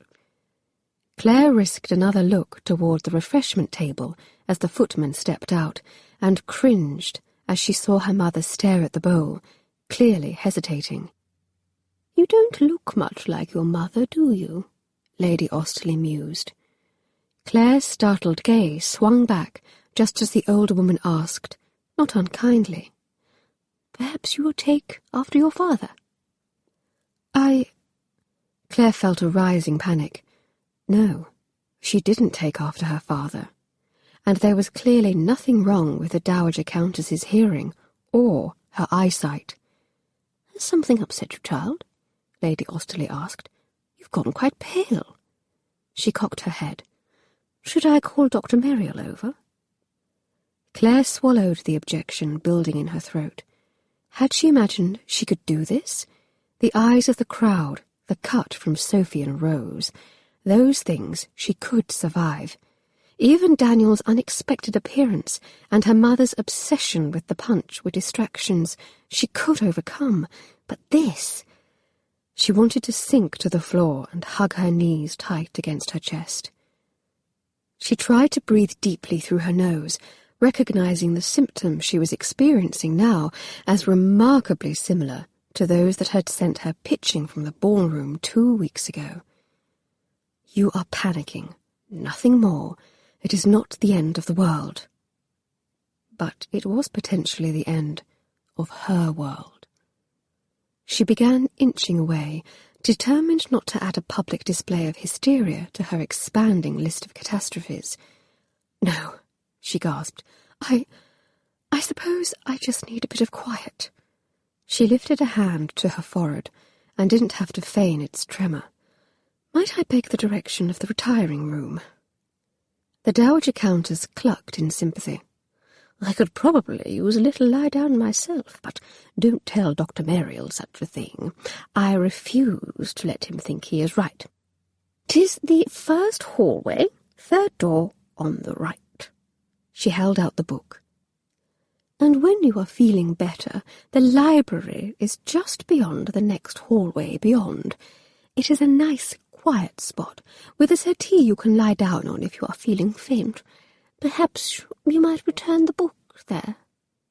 "Of course, I know it well," Claire managed to choke out, clasping the book against her chest, as if it might help steady the slamming beat of her heart. Too late, she realized that perhaps she had confessed too much. Chapter 21. It was too early in the evening for calamities like ripped hems and spilled glasses of punch, and the retiring room was mercifully empty, save a single maid sitting bored in one corner. Claire shook her head at the servant's inquiry of assistance, and aimed instead for a large oval mirror that had been propped on a table. She laid down the book and pulled off her gloves, breathing in the blessed silence in great, needy draughts. But though her physical reaction began to calm, her self-doubts only clamoured louder. The silence in the retiring room and the desire to avoid the dangers lurking outside engendered too much in the way of self-reflection. What had Lady Austerley seen in the contours of her face? What did everyone see in her face? She looked into the mirror with distrust. Yesterday, her life had still seemed her own. Her features, while different from Geoffrey and Lucy's perhaps, had been hers, functional and familiar. It was a face she had once imagined might carry her all the way to a ducal mansion, if only she would remember to hide her teeth behind a half-checked smile. Tonight, it seemed more the face of a stranger staring back at her. She turned her head from left to right, critically examining her skin, her eyes, her hair. She found nothing lacking, nothing that was, except the obviousness of family. Claire breathed in deeply. Who was she? Why didn't she have blonde hair and blue eyes? Why were her features small and delicate, her chin heart-shaped, whereas Geoffrey and Lucy had broad faces and upturned noses, like father? She supposed there might be something of mother in her chin, in the slope of her brow, but of father there was nary a trace. She felt ill to consider the possibilities. Her future, which had once seemed a brilliantly drawn still life, now felt smeared and stained. Outside, she could just hear the opening strains of La Nozze di Figaro. She could probably return to the ballroom and find a proper seat, or else locate her mother and haul her away from the punch bowl. But just as she had almost convinced herself of the need to move, the sound of excited whispers pulled her attention to the doorway. She had barely enough presence of mind to slide her reticule over the cover of the book before Sophie and Rose glided in. The maid rose from her chair. "Do you need assistance, miss?" "Could you run and fetch me a cool cloth for my head?" Sophie purred to the servant, her voice as sweet as treacle. "And please, take your time about it." "A quarter hour at least," Rose added. Claire stayed silent as the maid hurried out. She was still unsure of her former friend's intentions. Perhaps they were simply in need of a quiet moment themselves. But then Sophie moved forward, a cat stalking its wounded prey. "You appear to be spending a good deal of time in the retiring room this evening," she observed, stepping to Claire's left in a puff of perfume-scented air. "We used to laugh about the Wallflowers retreating here, their tails tucked between their legs. Have your opinions on such things changed?" Sophie preened in the mirror, lifting a gloved hand to her dark, perfectly arranged curls. "Or perhaps it is more that you have become a wallflower yourself." Claire's first instinct was to leave. An easy enough solution, and one most young women would have seized, facing the wrath of Sophie's chameleon smile. But she knew a retreat now would only seal her fate. "I have no reason to hide." Sophie raised a dark brow. "Haven't you?" Rose leaned in on Claire's right. "We thought perhaps you were in here because of the rumour." Both girls paused in their preening to stare expectantly at Claire. "Which rumour would that be?" Claire asked through the sudden lurch of her heart. Her mother's indiscretion in the library, her unhealthy obsession with a lowly doctor, her questionable parentage. Truly, there were so many that could apply. Just 2 weeks ago, she'd floated through life in a haze of cautious surety, her life and her future mapped out, her image cultivated beyond reproach. And yet, here she was, cornered in a retiring room by her former best friends, frozen in fear over which terrible, life-altering secret might impale her first. Sophie's lips curved upward. "The rumour about you and Mr. Alban, of course." Claire felt a surge of relief to hear the hinted rumour was not, in fact, one of her more significant unvoiced fears. In fact, it came closer to the sort of whispers that had once compromised her hopes and dreams. "Oh? Is it true he's come to call on you twice this month?" Rose asked. "Yes," Claire admitted, seeing no cause to deny it. Presumably Alban had even mentioned it himself when he'd spoken with them earlier this evening. "And he hasn't spoken to your father about an arrangement yet?" Sophie leaned closer to the mirror and ran a practised finger over an already immaculate brow. "That seems a bit suspicious, don't you think? Most gentlemen would have asked for an audience by now." Claire glanced toward the room's door. The soprano sounded as though she could hit her stride at any moment. She should be out there with everyone else, eyes lifted to the makeshift stage. "The season is still early yet," she said, wanting only to escape this nightmare. "Not so early," Rose pointed out. "We are nearly 4 weeks in now." She tittered into her glove. "Of course, I keep forgetting you've missed 2 of them. So much has happened during your absence, you know." Claire's irritation flared. She wished they'd just get on with whatever this was. She had enough experience with this pair to sense they were leading her down a dark and twisting pathway, at the end of which probably awaited her own personal bogeyman. "Well, do either of you have a proposal in hand yet?" she retorted, though she knew they did not. The Times would have announced any significant betrothals, and she'd been sure to keep up on the news on that front. At their silence, she snatched up her gloves and reticule, keeping the book carefully hidden beneath. She was more than ready to quit the room and this fiasco of a friendship. "I didn't imagine so," she muttered. Sophie placed a firm hand on her arm. "We only tell you this because you are a friend." "Are you my friend?" Claire shook off Sophie's hand. "Because I was given the distinct impression earlier this evening that you cared little enough for that history when you gave me the direct cut." For a moment, Claire felt like cheering at their shocked expressions. After all, the value of the cut was the refusal to speak of it. Most girls suffered the humiliation in silence. By calling them out, she had snatched away a degree of the power they had tried to claim. But then Sophie's lips firmed. "It wouldn't have done to have you join our little group and be hurt by what Mr. Auburn was saying." "How," Claire asked, incredulous now, "would Mr. Auburn saying he had called on me be something that would hurt me?"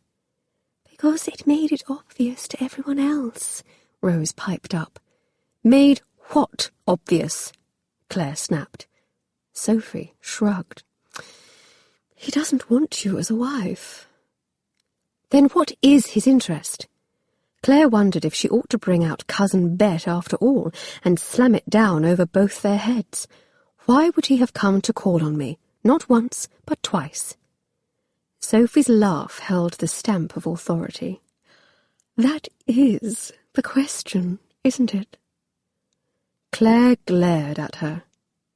Sophie's particular brand of battle specialized in the long, drawn-out siege, and this one had all the makings of a blockade to rival even Carthage. Something dark and feral loosened in her chest as she contemplated Sophie's motives. This was nothing close to a little petty jealousy. Sophie knew she had her sights set on Auburn, and had apparently decided to thwart her. The odd thing was, Claire wasn't even sure she wanted to marry Mr. Auburn anymore. But she wasn't quite sure she didn't want Sophie to have him either. "I am beginning to suspect," she said slowly, "your obsession with this topic has less to do with Auburn's interest in me, and more his lack of interest in you." Sophie smiled, making the fine hairs on the back of Claire's neck prick to attention. "Honestly, Claire, are you really that naive? So sweetly innocent of what is being said about you in halls more hallowed than Eton?" Her eyes sparkled. "Oh, yes, I have known since the start of the season, but it seemed a secret worth keeping until the right time." The floor felt uneven beneath Claire's feet, and the pulse she had worked so hard to calm began to thump in her ears. "Peter is your brother, I presume?" At her friend's triumphant nod, she finally realized the full truth. Sophie had known about this rumor, possibly even started it herself. Worse, Sophie had enthusiastically encouraged her interest in Mr. Auburn, the Ton's most exciting and eligible new bachelor, since the first event of the season, no doubt because the higher Claire aimed, the more entertaining her fall. It was unfathomable, and it was pure, vintage Sophie. "You may as well accept your lot in life, Claire." Her upper lip curled, and Claire recognized the gesture well. It was the smile Sophie used exclusively for cringing wallflowers and sons of marquises, a category in which Claire could see she now fit, thanks to the malicious gossip. "What lot?" she choked out, though in truth she had a fair idea. "Auburn could only be interested in you for less honourable reasons than a betrothal now. Sophie gathered her skirts and motioned for Rose to follow with a sharp tilt of her chin. After all, for a girl with your questionable origins, being offered a position as a wealthy man's mistress might even be considered a boon. Chapter 22. Daniel nearly collided with two young ladies pouring from the retiring-room door.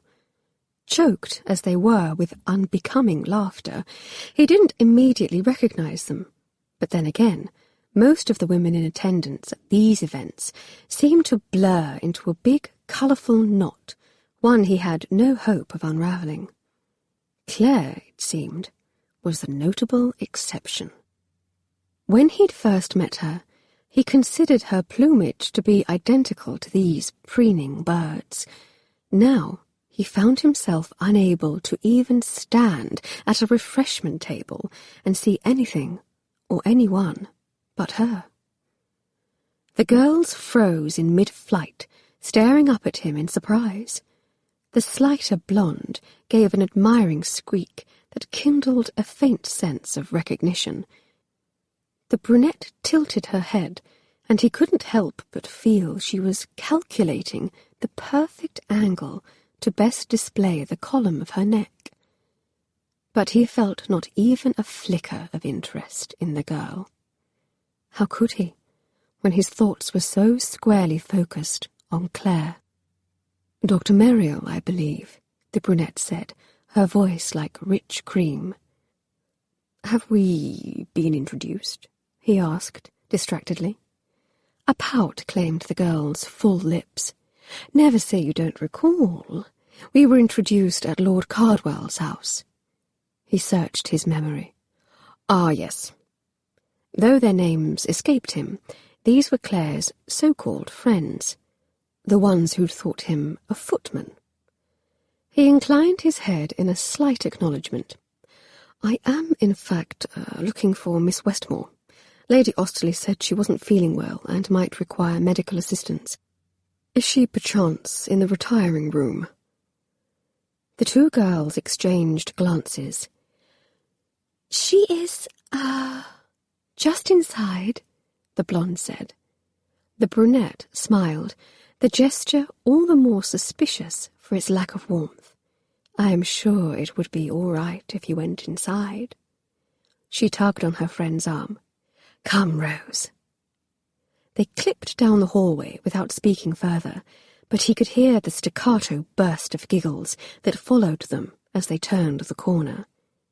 He frowned and took a step toward the retiring-room door. No matter the taller girl's assurance it would be all right, such places were forbidden to the male members of the species. He had a bone-deep certainty Claire's friends had been up to no good, but he was less certain what to do about it. Should he call out to her? Step inside? In the end, his deliberations proved unnecessary. Claire emerged from the room of her own accord, her head down and a book clutched tightly in her hands. She stopped dead still when she saw him, her breath a faint hiccup in her throat. "Dr. Merrill." She looked from right to left down the empty hallway, as if searching for co-conspirators or onlookers, but all souls save themselves were firmly in the hands of the soprano. "What are you doing here?" "Lady Osterley said you seemed ill, and suggested I check on you in the retiring room, and if not there, the library." His gaze fell to the book. "By the look of things, I must presume you've not yet made it to the library." "I am fine." She tried on a smile, but to Daniel's eye it didn't quite fit. "Although how thoughtful of Lady Osterley to tell you not only of my discomposure, but also so specifically where you might find me. I am beginning to suspect the Countess has meddlesome thoughts where we are concerned." He did not disagree, but that did not mean he hadn't seized the opportunity. "I must go." She swept by him, her skirts rustling with the threat of her imminent departure. "There is no need to hurry back," Daniel said, just loud enough to be heard over the muted noise from the distant ballroom. "As you can hear, the music has already started, and the guests' attention will be firmly anchored elsewhere. Nonetheless, Mother will be looking for me. Your mother was with me when Lady Osterley asked me to check in on you. She trusts you will be safe with me." She paused in mid-step, her shoulders stiff with disbelief. "Safe? With you?" Her harsh laugh bounced off the hallway's high ceiling, and the candles seemed to flicker their agreement. She swung around to face him. "Claire," she flinched. "Please," she whispered. "Don't call me that. Not in public." He took a step toward her, and then another, until he was close enough to trail a finger along the ridge of those pale, stiff shoulders, should he want to. No matter the overwhelming urge to touch her, to comfort her, he kept his fingers sensibly harnessed by his side. Now that he was closer, he could see how pale she was, paler, even, than she'd been the night of Lady Osterley's ball, and he'd thought her anemic then. "Is your ankle bothering you again?" She shook her head mutely. He studied her a moment. This girl he could not have, but could neither forget. She was wearing a gown of gold lace that hugged new, softer curves he couldn't help but notice a little too well. She was still slim, still exquisitely wrought. It just didn't hurt his clinical sensibilities to stare at her angles anymore. Outwardly, she seemed composed. Her chin was up, her eyes focused, but by now he knew this woman well enough that her usual physical reaction to emotion or embarrassment was a lovely high colour, and her current pallor bespoke a deeper concern. But even with that evidence, it was the wrinkle between her brows that really gave her away. She was anything but fine. "You look as though you may need a moment to compose yourself," he said, still trying to dissect the source of her discomfort. "Do you wish to return to the retiring room?" She shook her head. "I'd prefer to not be cornered in there again, thank you very much." Ah, so her friends had been up to mischief. Daniel felt a simmering anger toward the two young ladies, though he had little idea what had been said. He could imagine, though, recalling the barbed undercurrents of conversation he'd heard during the ball 2 weeks ago. Still, Claire had a spine of steel, no matter that she sometimes covered it with witless giggles and expensive gowns. Surely she could withstand a bit of mean-spirited banter from her friends. The library, then? He gestured to the second hallway, a journey he well remembered from the night of Lady Osterley's ball. "It has a door with a lock, if I recall." She looked pensively in the direction he indicated. "And you do have a book," he pointed out. "You do not have to worry about your friends returning to bother you. I will wait here for you, and stand guard in the hallway until you feel well enough to return to the musicale." She shook her head. "I would not force you to miss the music, Daniel." He chuckled as the soprano reached for, and just missed, a high C note. "I assure you, it is a price I am willing to pay." The groove between her brows deepened. "Why must you always be so kind?" she whispered, her voice barely audible. "So perfect." Daniel winced. "I am neither of those things." He knew full well it was neither kindness nor perfection that engendered these protective feelings when he was around her. Kindness was a mild emotion, and a perfect gentleman would limit himself to its banality and acknowledge this simmering attraction between them for the danger it was. The hazel eyes that haunted his dreams lifted to meet his, hanging on a beat of hesitation. "What if—" "I don't want you to wait in the hallway." Ah, so this was it. "Is it to be goodbye, then?" he asked softly. Again. She swayed in place, and Daniel reflexively stretched out a hand to steady her arm. At that single touch, need arced through him, and every good intention he possessed disintegrated in a cloud of greedy want. "What if I don't wish you to say goodbye either?" she said softly. Daniel sucked in a surprised breath. If not goodbye, what was she asking for? But he couldn't bring himself to ask her to redefine the question, because she was turning away from him and taking a first hesitant step toward the waiting library. "Claire," he began, "I don't think—" But any objection he might have summoned became silenced by her second step. He followed her, of course. He didn't just follow, he bloody well chased her, his heart jumping with an eagerness that ought to have scared them both. And as they stepped through the open library door, he barely had enough sense to kick it closed and turn the key before she threw herself in his arms. Chapter 23. Claire pressed her face against the cheap wool of Daniel's coat and simply breathed.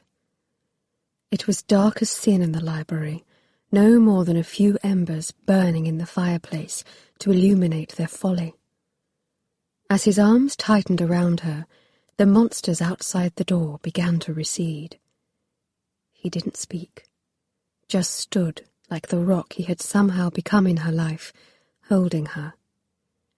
His fingers cupped the back of her head, and she shuddered into the gratifying feel of his hands. No doubt he was loosening a legion of hairpins, destroying the efforts of her maid. She found she didn't care. She blindly lifted her chin, seeking something. And then his lips met hers, warm and reassuring and, astonishingly, lacking any immediate demand. It was a far different kind of kiss than the others they had shared, and she nearly sagged in relief at how right it felt. How long they stood that way, she couldn't have said. 10 seconds, 10 minutes, gently giving, sweetly taking. But all too soon something shifted in her womb, unfurling like a flag on the wind. She was consumed by a restless stirring, a want she could not define. She squeezed her eyes shut and told herself she probably would have flung herself at poor Mr. Meeks if he'd appeared out of nowhere and smiled at her in such an understanding fashion. But it wasn't the uninspiring Mr. Meeks with his arms around her, in a darkened library, out of sight of anyone who might object. It was Daniel. And her initial desire for comfort was rapidly shifting to something far more potent. With the alteration in her awareness came an alteration in the kiss itself. As if by mutual decree, it became more demanding. She felt as though she couldn't catch her breath, as if his lips had somehow stolen the air from her very lungs. Something unyielding pressed between them. Dimly, she became aware she was still clutching the book. She flung it and her reticule to the floor, then fisted her freed hands in his coat, pulling him closer still, and then finally she was assured of the hard, delicious press of his body against hers. She parted her lips at the feel of him, and his tongue dove in, dancing against hers in a sensual sweep. There was a rhythm to his movements, a wicked promise, and she felt herself tipping greedily toward a place where things like ducal mansions and titles and gossip didn't matter. She bit his lip hard, and he pulled away with a guttural oath that stirred her nearly as much as the kiss. The knowledge that she could strip his composure formed its own sort of pleasure. Emboldened, she ran an incautious hand down the front of his waistcoat, past the hard, flat abdomen that no gentleman of the ton should possess, and cupped her hand around him. His indrawn hiss of breath told her she had surprised him, but perhaps no more than she was surprising herself. 2 weeks ago, in this very library, she had cringed at the idea of her mother seeking comfort in the arms of someone she should not. Tonight, she was well proving herself her mother's daughter. His hands shot downward to grip her wrists. For Christ's sake! His voice was hoarse, broken. He pulled her fingers away, bruising the vulnerable skin of her wrists. I am beginning to question whether you are thinking clearly enough tonight to be trusted with me. She stilled. But don't you want me? I want you more than the air I breathe. His fingers loosened, but the loss of his touch somehow felt more painful than his grip. But as you pointed out just yesterday, wanting and having are not the same thing. Claire's eyes were adjusting now to the meagre light. She could see his jaw was an objectionable, hard line. She reached a hand up to trace the edge of it, and the feel of his skin through the delicate fabric of her glove seemed as unyielding as his words. She was surrounded by the scent of him, soap and starch, and that undefinable scent she could not name, but that was so firmly associated with him. There was a roaring in her ears, and she could focus on nothing beyond the immediacy of these feelings. She had no idea who she truly was in this moment, what mysteries of birth floated in her veins, no idea if tomorrow she would wake to regret this, or if she was doomed to wake again in lonely, tangled sheets, wanting more of this man. She felt as though she was groping her way along a darkened, unfamiliar corridor, with nothing but a guttering match to guide her. "What did you follow me for, if not this?" she asked. She knew he wanted her as well. She'd held the proof in her hand, had felt the wild leap of his pulse in that most intimate part of his body, as her fingers had circled him so boldly. "I followed you to make sure you were going to be all right." Her eyes narrowed, lowered. No matter the room's shadows, it was not so dark she could not see the impressive tent of his trousers. She knew an uncharacteristic and unladylike flash of relief that she could not deny it. "Your body suggests otherwise." He shifted uncomfortably. "Your heart needs comfort tonight, Claire, not ruin. I am enough of a gentleman to offer you one without the other." Claire felt knocked off balance by the absurdity of it. He was nothing close to a proper gentleman, and they both knew it. And yet, she was quite sure none of the polished dandies locked outside the door would have turned down what she offered. She stepped forward, intending to kiss him again, test his mettle, change his mind. But his hand snaked out to grasp her arms, just above where her elbow-length gloves ended. His grip tightened, a cautious warning. "Remember the man you tempt, Claire, the son of a Roma horse-trader, a man who will never enjoy a seat in the House of Lords." She felt her anger stir at his unholy restraint. Couldn't he just hold her tonight? Kiss her again? "Just yesterday you tried to convince me it didn't matter that I was the daughter of a viscount," she said, her voice shaking. "Is this a game to you now? A punishment for my refusal of you then?" A game would be far more pleasurable, don't you think? He released her, then tugged a hand through his hair, as if he could somehow extract the truth from his roots. The damned thing is, you were right. You lay your head on a Mayfair feather bed every night, while I spend my evenings alone, hunched over my desk in a goddamned hovel on Aldersgate Street. You live in a gilded cage.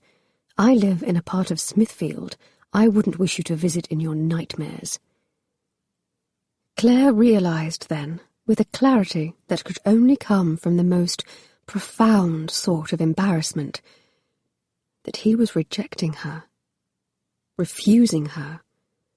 It was a scalding realisation. Her cheeks burned as she considered how she had just touched him. "I see," she said, bitterly. Daniel muttered an incoherent oath. "No, damn your eyes, I can see you don't see." He pulled her once again into the makeshift shelter of his arms. "I'll not have you thinking your touch or your regard mean so little to me. I care for you, Claire." She could feel his chin resting against the top of her head, and the shudder of breath releasing from his lungs. Probably too much. "Then why?" she asked miserably into his coat. "Or rather, why not?" "Because I don't only want a moment." He pulled back and glared down at her, looking for all the world as though he could not decide whether to ravish her or shake her. "As tempted as I am, I refuse to do something I would be forced to disavow come morning. I cannot in good conscience take what you have offered, and then turn you over to your bloody future duke. If a night, a moment, is all you have to give, there is too much at stake here for both of us." In the dim light, his explanation felt almost too intimate to bear. She felt numb, but not so numb that his words couldn't kindle some irritation. After all, he had no capital in this fight. She was the one teetering on the edge of ruin, so desperate for the comfort to be found in his arms, she'd been blind to the fact that if nothing else, she at least still had a choice. Pride, though, was a sticky thing. "I can well see how my own reputation would be in tatters if you were not the gentleman you've proven yourself to be," she said, shaking now with the knowledge of just how close she had come to that very disaster. Because while Daniel's was the face she saw in her dreams, she could still not quite envision it as the face she saw in her future. "But you are a man, impervious to ruin by design. What is at stake for you?" He scoffed, a rueful sound she felt beneath her very skin. "Do you think an instructor's salary at a charity hospital pays so well? My experiments, be they successes or failures, are paid out of my own pockets, and I depend on my reputation as a physician to find outside clients in order to secure more funding. But if any hint of impropriety leaks out, I promise you, no one will trust me with their families." He swallowed. "With their daughters." His words stirred her muted conscience. Until this moment, she had been pursuing only her own admittedly selfish needs, and she suddenly felt ashamed by the oversight. But he was not yet through tormenting her. A decision like this could not be undone. "Think of your dowry," he said, his tone softening now. "The almost certain loss of it if you marry a man outside your family's approval. Think of your future, your children's futures." She did, and took a step away. "You are saying it is impossible, that no one would be that brave." "Not impossible." Daniel hesitated. When she'd first touched him so boldly, he'd experienced an understandable surge of lustful anger. He'd wondered whether she, too, saw him as nothing more than a handsome face, someone who might fulfill her needs without the attachment of emotions or strings. But that initial anger was fading. She was hurting, confused. He needed to be honest with her and push his own misgivings to one side. But would the truth tempt her or terrify her? "I've seen the example in my own parents," he admitted. "You know my father was a horse trader." "Yes," came her confused whisper. "But I do not see—" "My mother's family was landed gentry, and her father objected to her choice, so they went to Gretna." Despite Claire's indrawn breath, he ploughed on, committed to this course. Her family refused to see her any more, refused even to acknowledge me as their grandson. She was denied her dowry of £500, cut off, isolated, but she never regretted marrying my father. She was happy while she lived. She died when I was 10, in childbirth, the babe along with her. Her eyes flew wide in the dim light. "That doesn't sound very happy." "I suppose it depends on your perspective."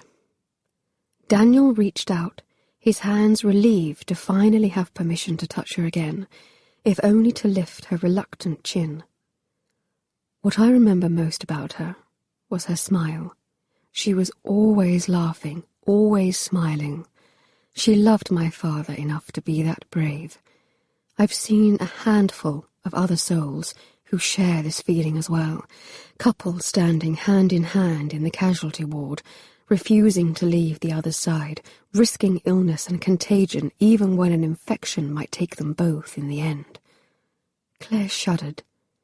"That sounds dreadful."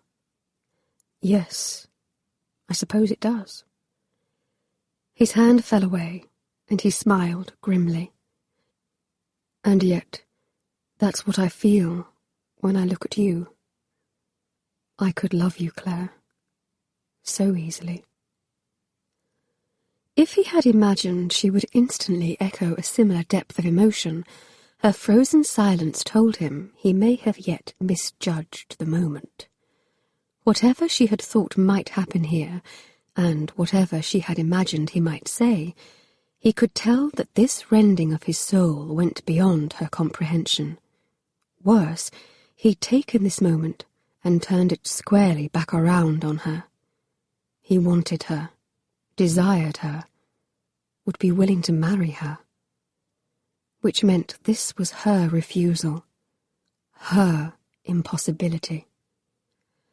"My dowry is not £500, Daniel." She exhaled slowly, then shook her head. "'Tis 5,000, and what you're asking for, what you are suggesting—" "I can't," she whispered. Daniel unclenched his fists. "I know," he said, hoping it came out more kindly than it felt. He had seen it in the wild flare of her eyes, the unconscious step back she'd taken when he'd spoken of her dowry and her future. He should be grateful for that clap of awareness. He was a bounder and a fool, and if nothing else, she was proving intelligent enough to recognize the danger he posed. He never should have followed her in here. The thought of what had almost happened, the taste of her kiss, the feel of her slim hand as it had wrapped around his body, made him feel ashamed. Not of her. No matter that first flash of anger, he knew she was too innocent to know the path she'd been tripping blithely down. She'd been curious, perhaps, but far too injured tonight to know her own mind. He, on the other hand, had been too greedy, too blinded by hope and lust to see where she intended to go. He should have seen the disaster unfolding and flung them both out of its barreling, unrepentant path. Instead, he'd been caught off guard, bracing for impact several seconds too late. At least tonight, He had redeemed the spot in heaven he'd endangered by kissing her to begin with. Probably an ivory pedestal with a seat of nails reserved for martyrs, fools, and virgins. Not that he believed in a celestial version of heaven at the moment, or put much stock in virginity. In fact, that was the real problem here. If she had been a lonely widow, perhaps they could have somehow found an accord, found a way to help and love each other. But Claire was a well-bred innocent, and her future was a diamond-paved path stretching before her. He was not well-bred, and his intentions were the furthest thing from innocent. He could offer her nothing but a bleak promise of happiness. Ergo. He stepped toward the library door, turned the key, pulled it open, and looked from right to left. The hallway was empty, and he knew a moment's relief that fate would finally be kind. Beyond the open door he could still hear the god-awful soprano warbling to the crowd. There was time yet, time to slip back unnoticed, untouched. He turned back and met Claire's troubled gaze, illuminated by the slant of light from the hallway. His eyes lingered on the deep wrinkle between her brows, and a dark regret brewed in his gut to know he was responsible for placing it there. "And that is why you are going to leave this room now. Alone. No danger to your future. No harm done." He could see her grappling with the decision, saw the exact moment she came to the correct one. He watched the change steal over her, the positioning of her bones for what was to come. She straightened her shoulders and walked toward the open door. He watched her go, those gold skirts twitching about her ankles. As she stepped into the light of the hallway, he could see her colour had returned in spades. Whatever demons had chased her into his arms had been temporarily banished, at least. She did not look back. And why would she? Her future lay before her, and he was always meant to be left behind. Chapter 24. Claire spent several unsettled minutes pacing outside the ballroom door, only finding the courage to step back into the thick, bright lights when the soprano ended her reign of terror. She felt shattered by Daniel's confession, rearranged by her awareness of it. She was returning to the musicale a changed person, and Sophie's waiting claws seemed a kinder punishment somehow than the look on Daniel's face when she had walked away. He'd spoken of love, of marriage.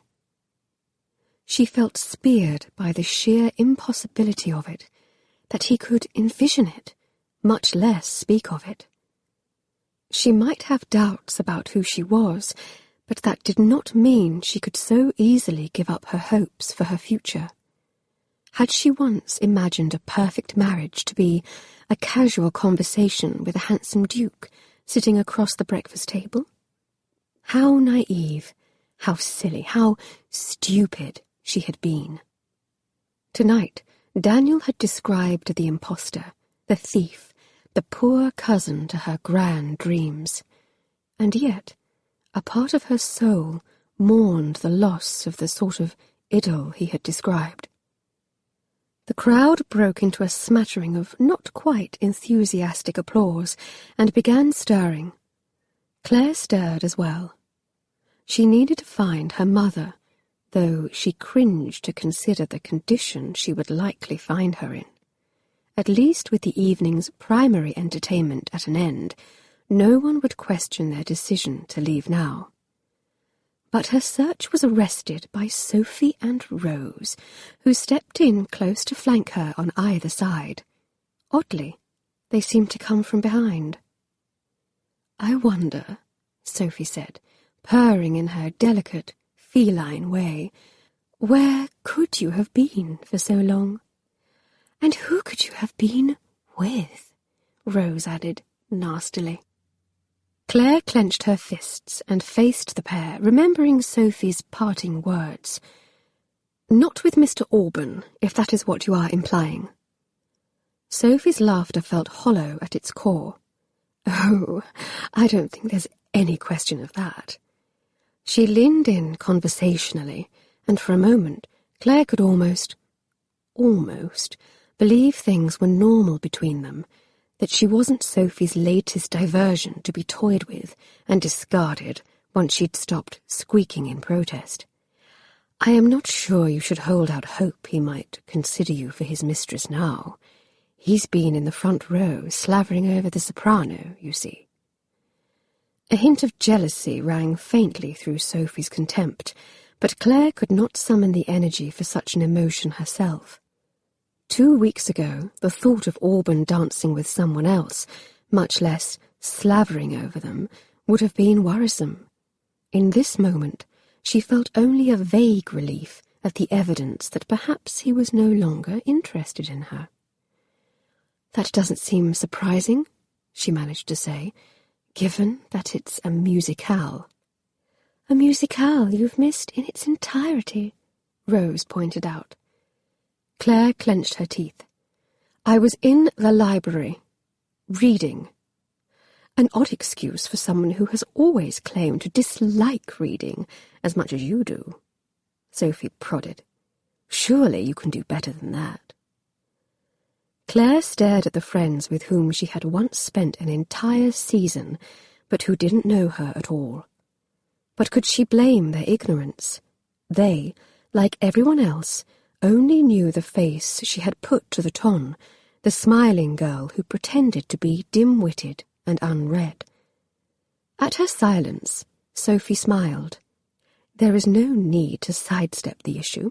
We know Dr. Merrill was looking for you. In fact, we helped deliver him to your arms."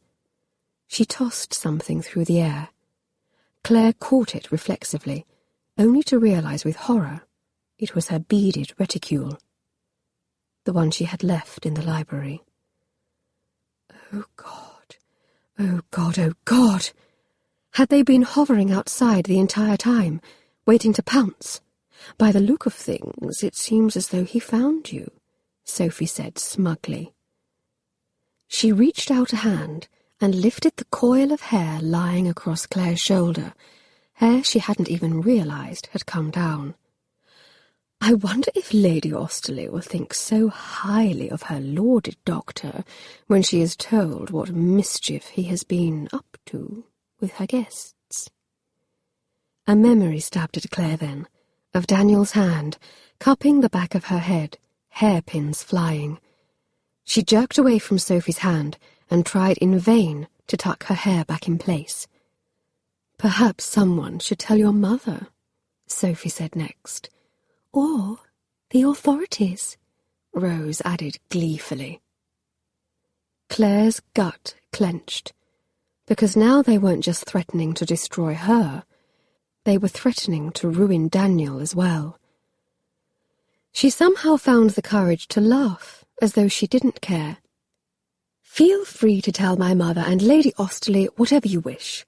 Dr. Merrill is naught but my family's physician, and he was only checking on my ankle's progress tonight, with both of their blessings." "Progress?" Sophie scoffed. "Is that what you would call it?" Claire schooled her smile into the sort of sneer Sophie herself would have been proud to claim. She had learned a great deal during her first season as she had stood in the shadow cast by her friend's brilliance, and this moment called for her finest performance. "It occurs to me that neither of you have such a handy excuse as a sprained ankle to have sought him out in the library. Perchance you harbour such an interest in Dr. Merrill's activities because you fancy him yourself." She tapped a gloved finger against her lips, as if thinking of the most delicious secret imaginable. "I wonder what your parents would think. and what your many besotted admirers would imagine if they knew how you followed him about. But we don't follow him about, Rose protested. All that matters is whether they believe you might. Claire paused, letting the tension settle between them. That is the thing about rumours, after all. They do not have to be true, as long as someone believes them. Rose grew even paler than usual. You wouldn't dare. Wouldn't I? Claire stepped closer, enjoying the turnabout more than she should. She had never lied so well, but the beauty of this performance lay not in the details of the lie, but in pieces she could claim as truth. To my recollection, you were both quite besotted with him that day in my drawing-room. No one would believe such a thing, not coming from someone like you, Sophie sneered. Your reputation is not what it was last season. No, it wasn't. They'd made sure of it, hadn't they? You think no one would believe the rumours I would spin.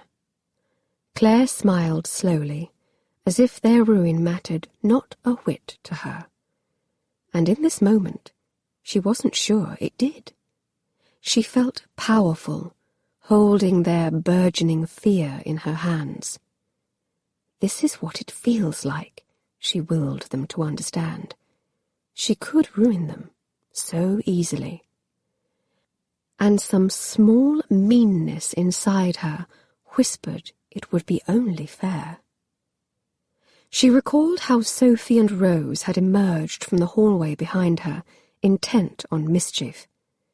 They'd missed the spotlight and the music in order to do their worst, but in their desire to ruin her, they had neglected an important fact, and Claire found she was not above exploiting it. She turned Sophie's classic smile back on her now. Have you considered that your absence from the musicale has likely been noticed by most of the guests in attendance? Sophie frowned, but Claire was not yet through. I, at least, have a medical reason to see Dr. Merrill. Lady Osterley and my mother even asked him to check in on me. But you both lack such an excuse, and your obsession with the man suggests perhaps some personal interest. She offered a soft, calculated laugh. Although I suppose I can understand why. Dr. Merrill is quite handsome enough to tempt even the most well-born of ladies to seek a bit of higher learning in a library. But the thing you fail to realize is that he's nothing but the son of a gypsy horse trader. She let her false smile stretch wider, not even caring if her crooked tooth showed. I am appalled you would set your sights so low, simply out of sordid curiosity. She steeled herself for the expected denials, waited, too, for her own regrets to settle. It didn't feel good to demean Daniel in such a way, but surely it was all justified if only his reputation as a proper and trustworthy physician could be preserved. She'd felt the passion in his voice when he'd spoken of his experiments. His work was important, not only for him, but for the world. If she'd destroyed that tonight with her carelessness, she'd never forgive herself. But the expected protests never came, and Claire became aware that perhaps her former friend's wide, worry-filled eyes were not even focused on her. She turned slowly to see Daniel standing not 10 feet away. Gone was the easy laugh that had so often greeted her in the drawing-room. Gone, too, was the stark look of need that had chased her from the library not 10 minutes ago. In that moment, he looked a handsome stranger, the chiselled planes of his jaw edged by some mysterious sculptor's hands. There was no doubt he'd seen her, and not only the physical pieces of her person. She'd just given him a glimpse into her soul, shown him what she was capable of. She could be every bit as brutal as Sophie. She'd proven it, on any number of past occasions, through her withheld objections to their cruelty, if not her outright agreement with their antics. I am not like them, her conscience wanted to scream, but of course she was. The scramble of slippers on the floor behind her told her Sophie and Rose were executing a hasty retreat. She exhaled in relief. She had silenced them, for now, called their bluff, won Daniel a temporary reprieve from the mean-spirited gossip they had planned to distribute amidst the crowd like alms to the poor. But at what cost to them both? She opened her mouth, prepared to apologize to him now that their audience had flown, unsure of how much he had heard. But before she could, he turned from her. Oh, God! What had she done? And more to the point, what else could she have done? She watched him walk away, the rigid line of his shoulders conveying a message more powerful than any words. She held herself in check as the distance between them widened, her hands clenched in her skirts. It was the only way to keep from sinking to the floor and weeping in frustration as his departure became utterly clear. "Is everything all right?" Claire looked up, and her heart shrank in her chest. "Oh," she gasped, "Mr. Auburn." She looked around wildly. The crowd was thinning, drifting, leaving. It occurred to her that perhaps the future Duke of Harrington had come to drive the point home, to finish what Sophie and Rose had started, but were now too frightened to finish. An attack dog, summoned to do their bidding. He'd certainly seemed held captive by their smiles earlier this evening, when he'd refused to save her from their cut. "I am just... She clapped a gloved hand over her quivering, blabbering mouth. And then tears started to fall in earnest. "Come now," he said, his voice gruff. "You'll have them saying I made you cry next." Next? Claire peered up at him through tear-clogged eyes. The handsome jaw she had once admired from across the space of a waltz hardened. "Your friends have been stirring mischief, I'm afraid.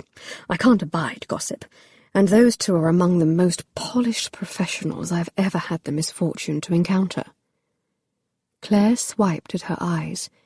"You mean you don't believe them?" He reached inside his coat, pulled out a handkerchief, and handed it to her. "It is more that I am sorry others do. I did not realize my interest would be so obvious, or that their response would be so vicious." Interest? Obvious? If he believed them, which she couldn't help but notice he'd neither confirmed nor refuted, how could either of those things still be reasonably true?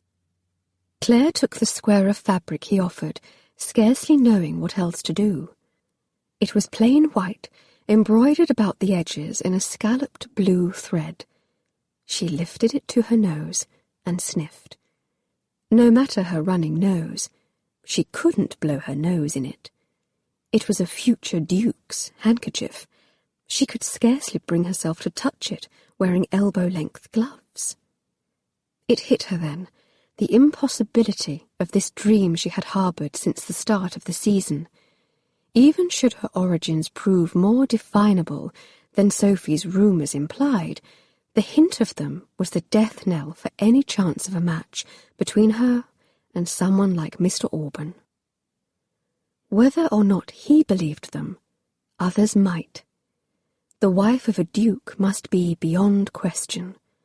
She couldn't, in good conscience, marry him, knowing she would be naught but a liability around Auburn's handsome, titled neck. But if she was honest, that was not the only reason for this impossibility. The handkerchief he'd given her smelled of bay rum and leather, echoes of a life of privilege. They were scents she should be dreaming of, but which gave her no shivers at all. In contrast, her glove, the one she had earlier clapped to her mouth, had smelled of soap and starch and Daniel, and she wanted only to raise it to her nose again. She held the handkerchief back out. "Mr. Alban, I appreciate your kindness, but I am afraid, in the matter of your stated interest, I cannot—" "Claire!" Her mother's screech prematurely struck down that thought. Claire turned to see her mother staggering toward her. She was dragging Mr. Meeks by the arm, and with a last, final lurch, deposited the bewildered man squarely in between Claire and Alban. "Have you heard the glorious news, Mr. Alban?" she wheezed. "Mr. Meeks has asked for my daughter's hand in marriage. Her father and I have every hope for a splendid match." Alban looked between Claire and her mother. No, I had not heard." Claire glared at her mother. "That was last season," she hissed, her cheeks as hot as a branding iron. Was her mother so drunk she'd forgotten? But no, Mother didn't look as she had on either of the two prior occasions when Claire had seen her in her cups. In fact, she looked steadier and more determined than she had in months. "But she, did not accept, by my recollection." Poor Meeks looked as though he wanted to shrink into the floor. Clearly, he'd not been privy to her mother's script. He mopped the top of his balding head with his hand, then darted a nervous glance toward Claire's mother. "Perhaps I should ask again?" Mother flapped her hands with enthusiasm, as if it was now just a matter of drawing up the contract. Yes, of course. Come along, Mr. Alban, and let us leave them to their very important discussion." "No." Claire snarled the word. Everyone froze, looking at her.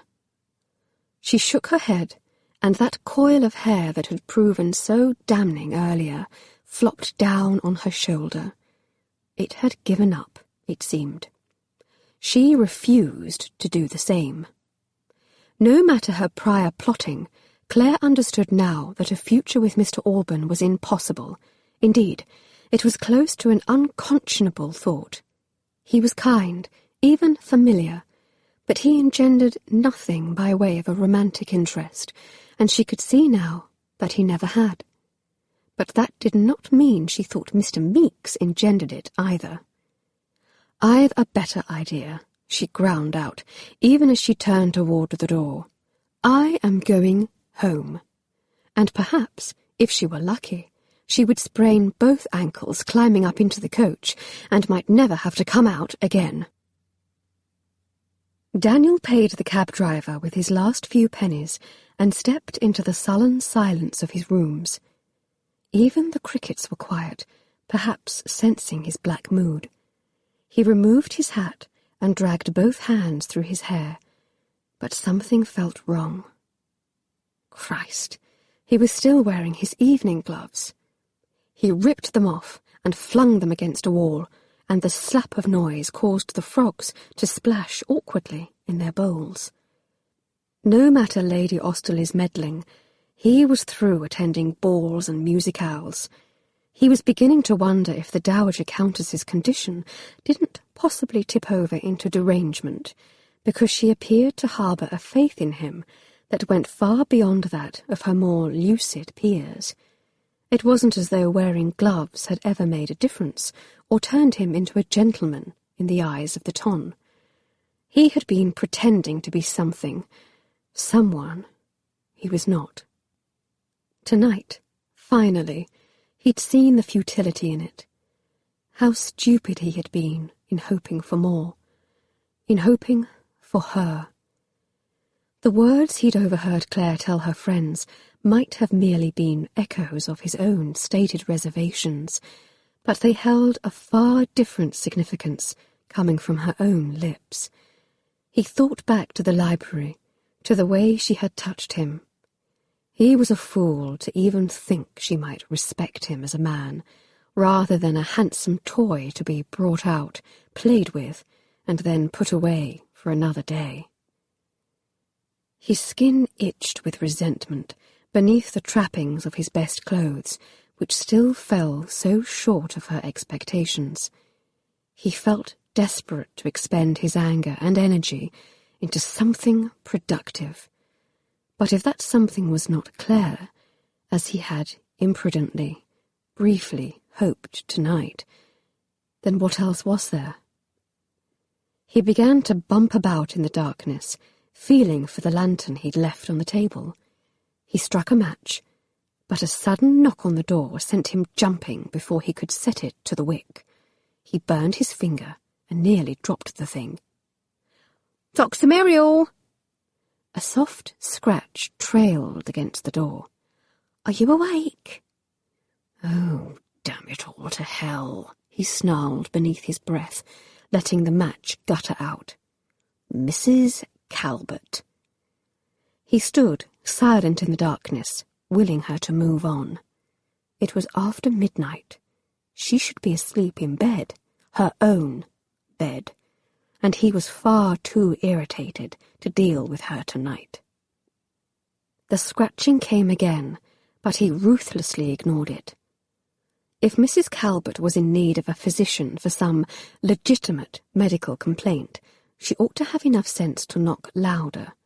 And if she was in need of something else, she was going to have to bloody well knock on another tenant's door. Finally, the shuffling outside his door ceased, and he dared to light the lamp.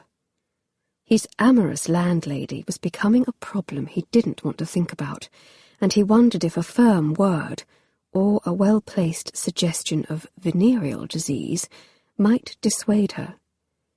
He placed the lamp on the table, and the light fell over an array of papers, scribbled notes, and haphazardly organized thoughts.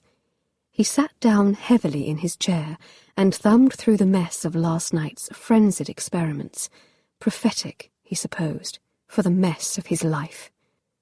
There was hope there, to be sure. But there was also regret, missed starts and wasted potential. He tossed the notes aside. Ah, God, Claire. He lowered his head into his hands. What a muck of an evening it had been. Was it possible to want someone so much when the wanting itself had the power to destroy them both? He'd been raised to believe love was possible, important even. He'd found it by chance and lost it tonight by design. In his heart, he understood it was the right thing for Claire. But that didn't mean he was bound to enjoy the process. The anesthetic regulator lay on its side, mocking him. He reached out and picked up the brass mask, running a finger along its velvet lining. Too finely made for frogs, but then it had been fashioned to use on humans.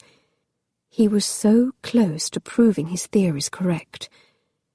And yet tonight he'd neglected to finish the experiment, choosing to go to a bloody musicale instead, not at the request of a dying countess, but because of the mere hope of encountering a pair of hazel eyes and damnably kissable lips. More fool he. He turned the mask over in his hand, remembering the excitement he'd felt describing his findings to Lady Osterley. What in the hell was he doing, gallivanting about London, stealing kisses from a woman who thought herself far above him? 6 months ago he'd left behind a dependable practice, people he cared about.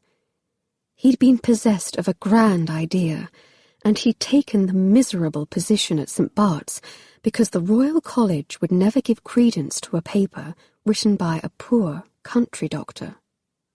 He'd sacrificed everything to see this through, and now he needed to complete his damned experiment.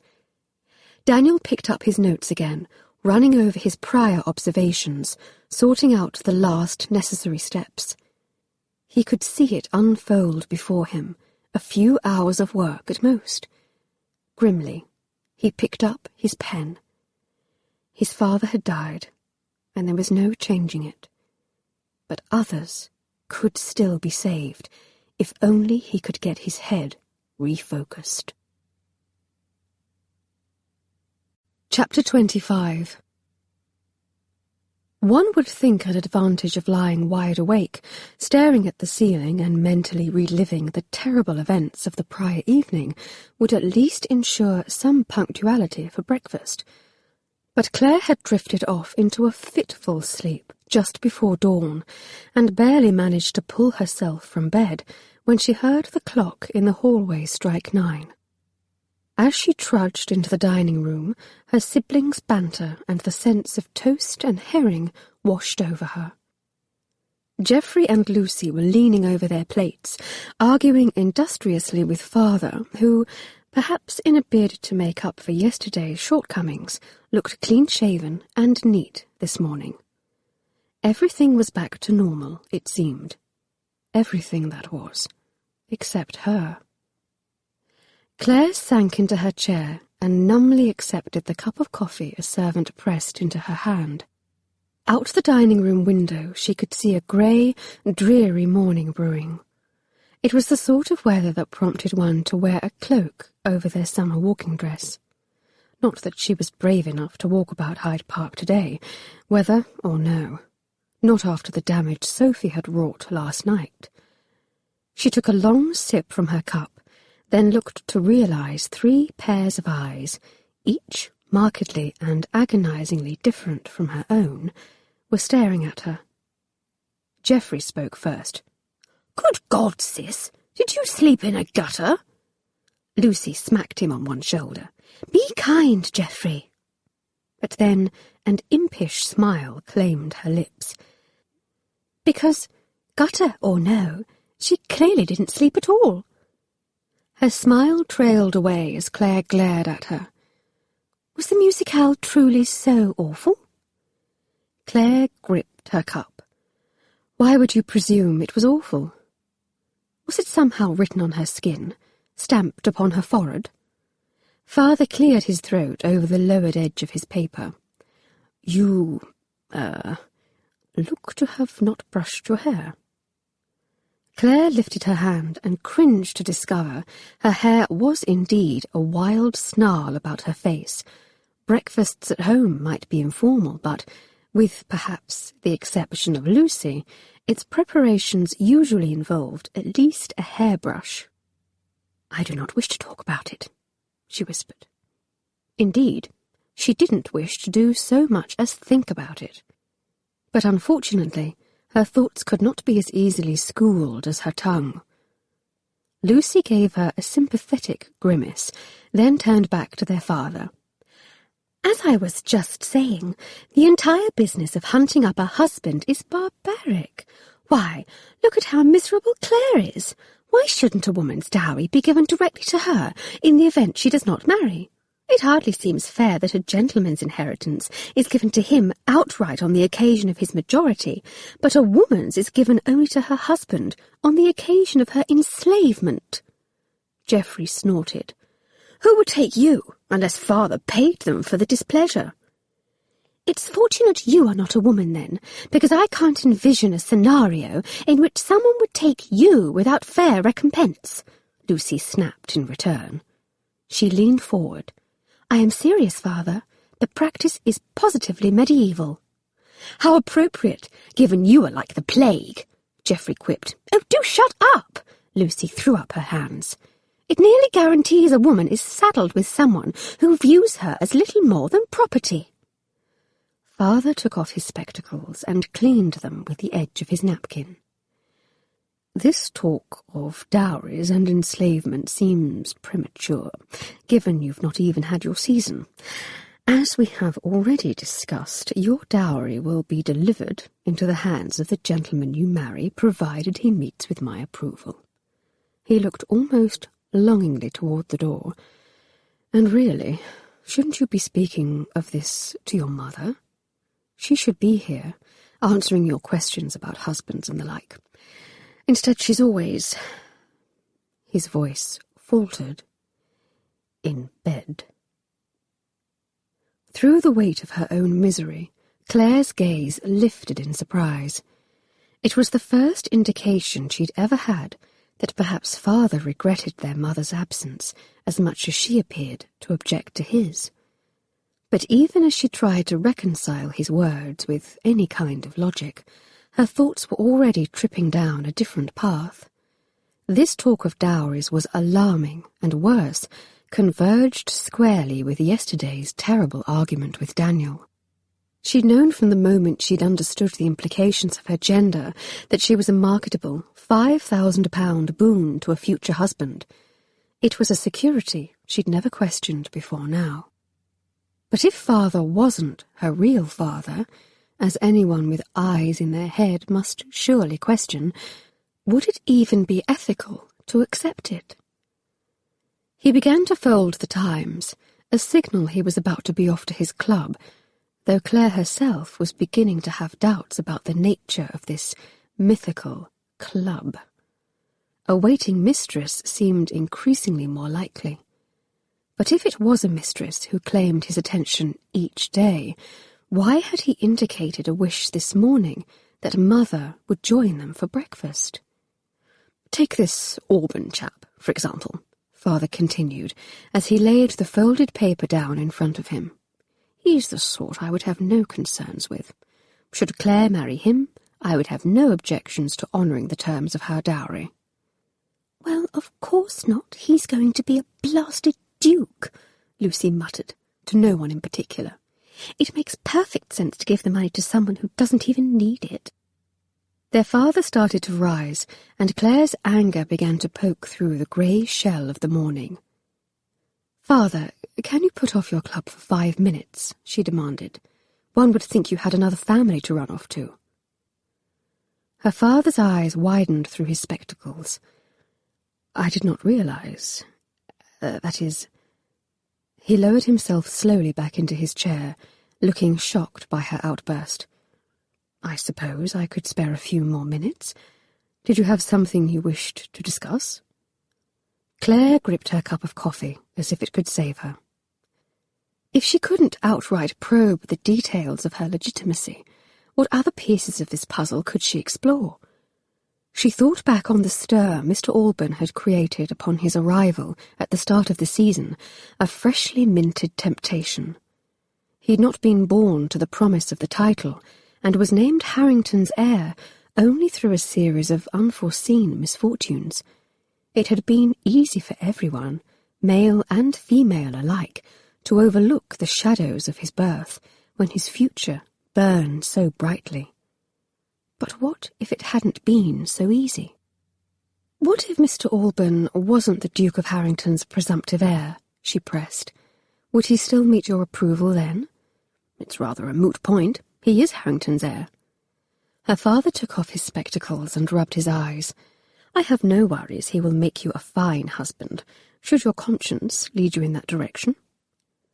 Claire lifted her chin.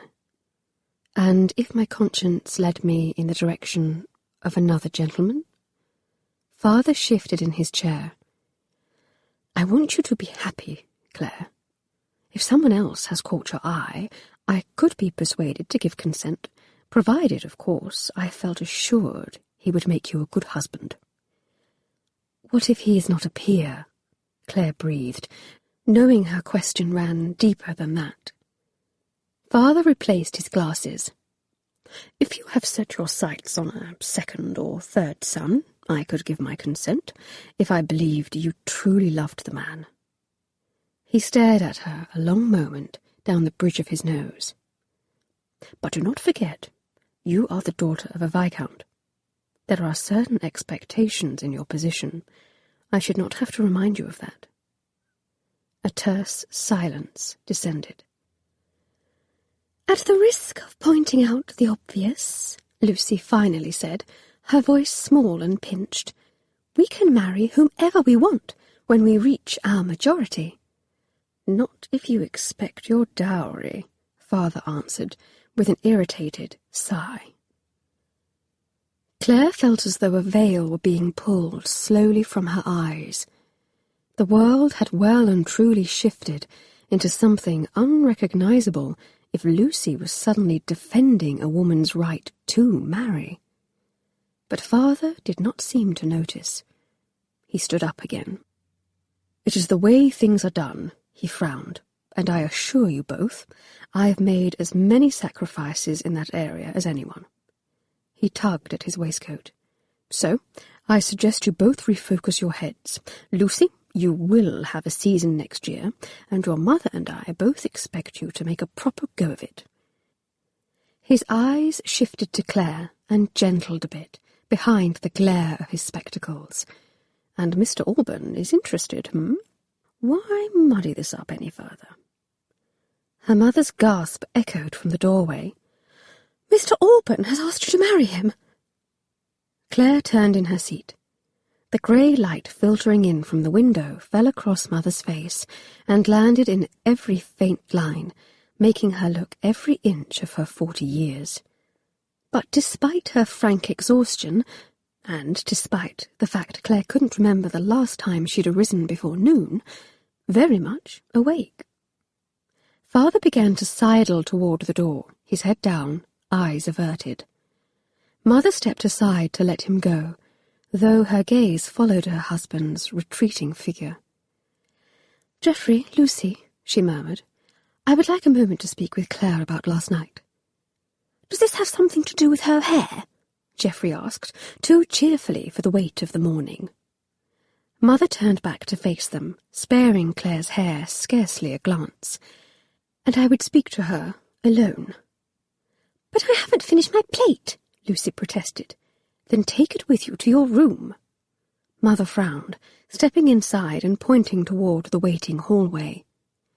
Her siblings scrambled to their feet. Lucy tossed Claire a worried look as she made her exit, clutching her plate. Claire watched them go broodingly, mentally shoring herself up for a lecture on her behaviour last night. As Mother dismissed the servants and closed the dining-room door behind them, unease rippled through Claire. The silence was far too grave for just after 9 o'clock in the morning. Worse, Mother said not a word about the coffee in Claire's hand. "I must speak to you about last night." Her mother sat down heavily in the chair beside Claire, the words sounding methodical. "Yes, I believe you mentioned that," she answered coolly. "I can admit I've been a bit distracted this season." Her mother's eyes drifted hazily toward the picture window, as though she were trying to recall the words she wished to say. "Too distracted, unfortunately, to realize Mr. Alban's growing interest in you. I should have paid more mind, should have watched you more carefully. But now that the damage is done, I must insist you do nothing to further encourage his interests. Mr. Meeks is a far better choice." Claire's chair seemed to twitch beneath her. "Not this again. I do not wish to marry Meeks, as I've already said." She was growing irritated by her mother's lack of logic on the matter. In truth, she harboured no wish to marry Alban either, but shouldn't her mother be thrilled her daughter might set her sights on a duke? "Why are you so insistent on this match with Meeks? It has always felt as though you were pushing me toward him, when I have never expressed an interest in the gentleman beyond polite regard." Her mother's gaze swung back to Claire, pleading now. "I felt he was suitable." "Suitable," Claire said harshly, shocked by her mother's simplistic view of the process. "Surely there are more important things about finding a husband than his suitability. What about respect, mutual interests, affection?" Her mind tripped further, thanks to Daniel's confession last night. What about love? "You must trust me on this." Her mother's lips firmed. "I had hoped you would quickly find a good match your first season, but you seem determined to stretch it out. Can't you see how dangerous that is? It is important to see you settled as soon as possible, and a suitable husband is better than a disastrous mistake." Claire slowly drew her hands away from her cup of coffee. There was a troubling undercurrent to her mother's anxiety on the topic. "None the less," she said slowly, her fingers bunching in her skirts, "I will not marry Mr. Meeks." "Someone else, then?" Her mother's voice hitched. "Anyone but Mr. Alban." Claire dwelled on that an uncomfortable moment. This was not only about making the best match possible, then. There was no sane world in which her mother would look at the handsome, winning heir to the Duke of Harrington and think he was an unsuitable choice, unless it was morally wrong. Years of childhood musings, the recent rumours, and mother's strange behaviour distilled down to a single, gasping suspicion. "What is Alban to me?" Claire hesitated, afraid of her mother's answer, and yet increasingly sure her life and her future depended on ferreting out the truth. "And what is he to you?" To her credit, this time her mother did not look away toward the temptation of the nearby window. "Alban is your uncle." Claire's cheeks burned with embarrassment, but not, unfortunately, disbelief.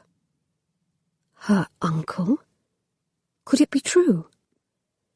She conjured an image of him in her mind, focusing on the familiar slope of his nose, the colour of his eyes, arguably more similar to her own features than her own siblings. "I never thought to have to tell you," her mother continued, her voice sounding far less rehearsed now, "really, to tell anyone, but it is clear my selfishness has put you in danger." "How?"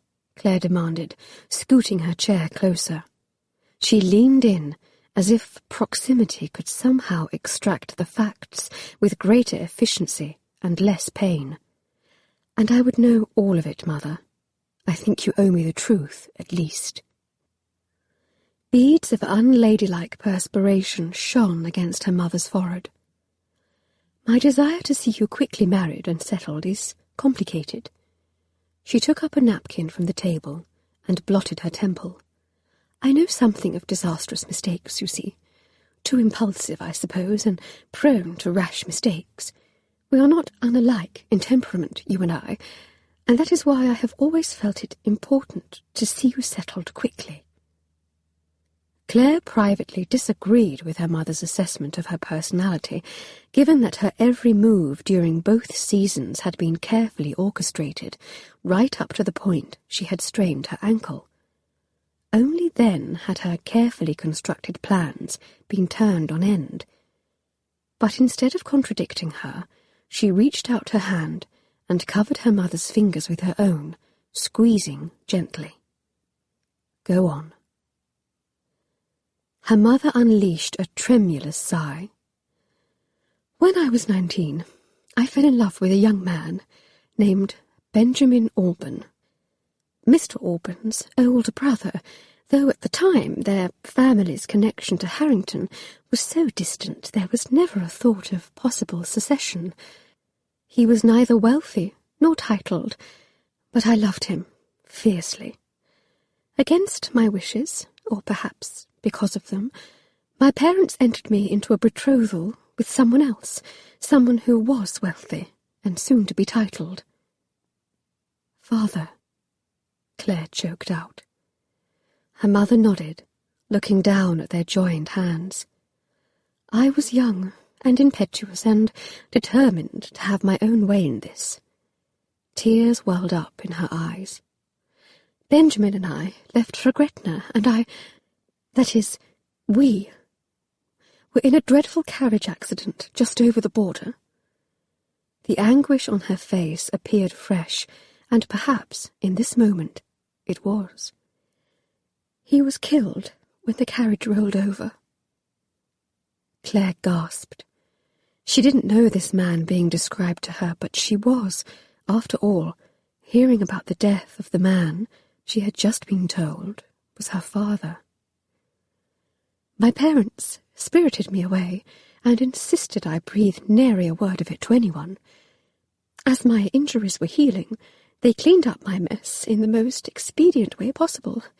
Within a few weeks, I found myself married to your father by special license. But you didn't want to marry father, Claire said, her heart pounding. Her mind flew inexplicably to Lucy's claims of enslavement. You could have refused, after all. Could I have? Her mother's smile seemed breakable. I was too numb to protest, injured and hurting, possibly not even in my right mind. Finally, there came a hesitation in the story tumbling out of her. And you were born 7 months later. Claire was stunned, not only from the shock of it, but her mother's confession that she had done something so unlikely, so brave, and she could see quite clearly now that the pieces had been fit into place, that her mother had done it for her.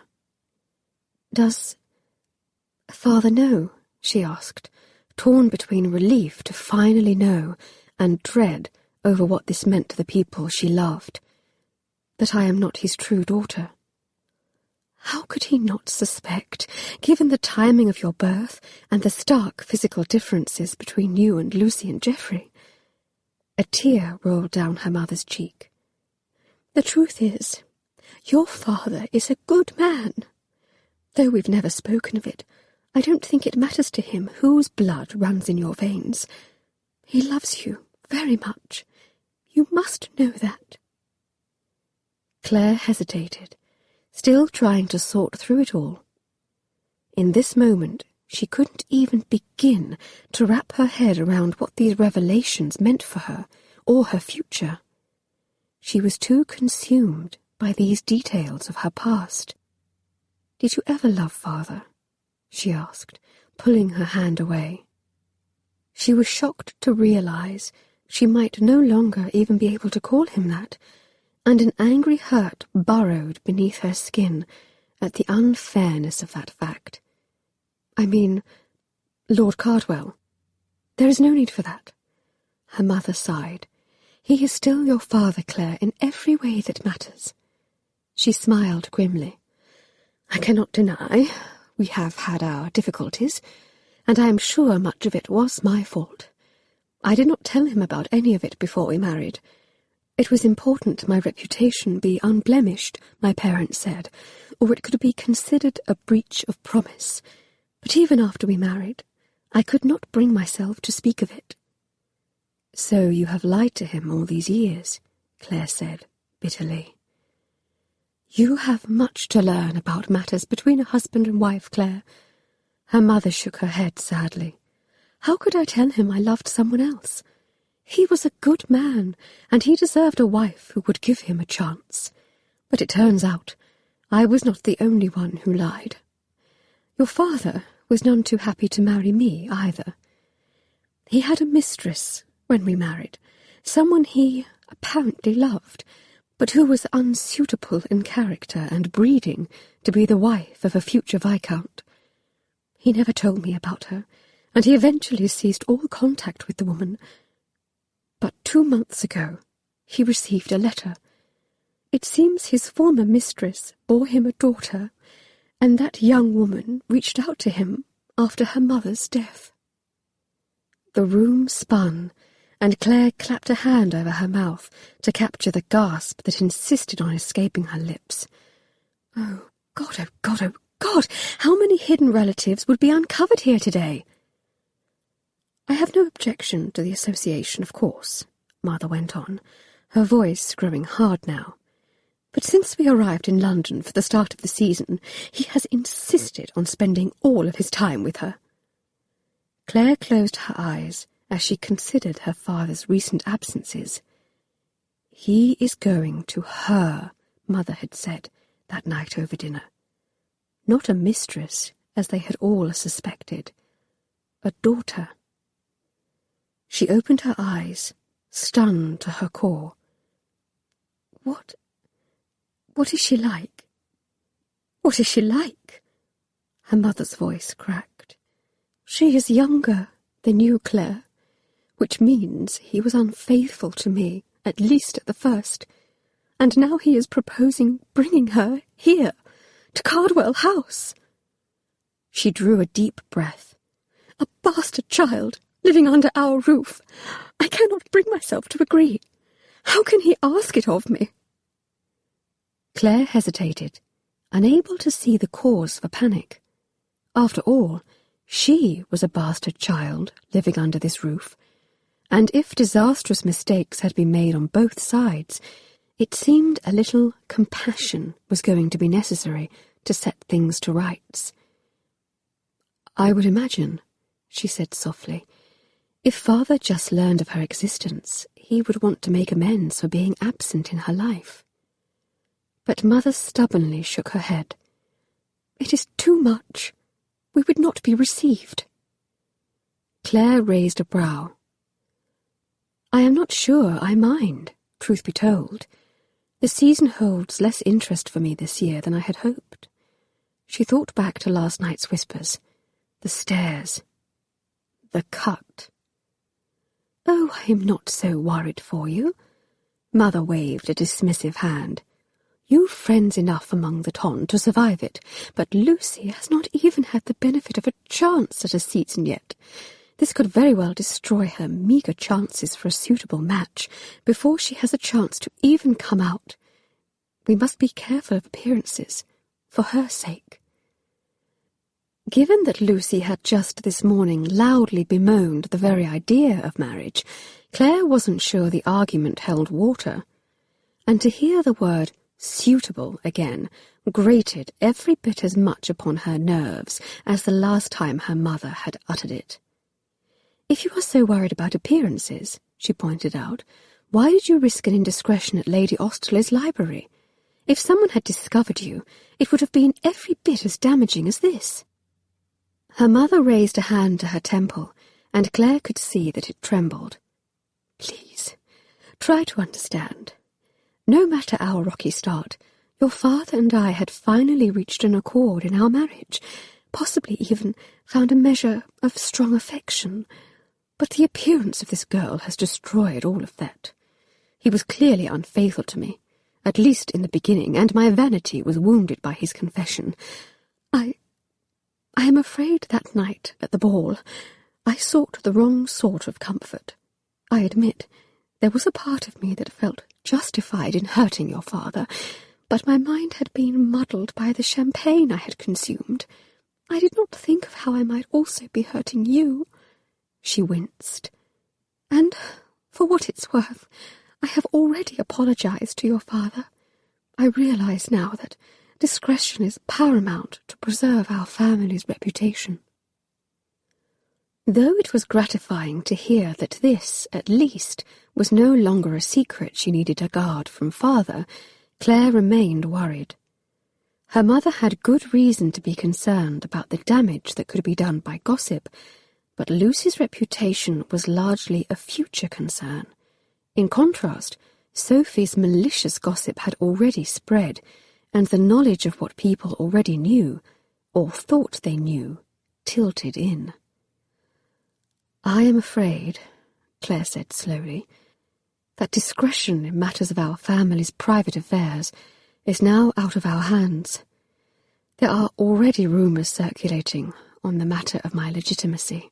She swallowed, or rather, my illegitimacy.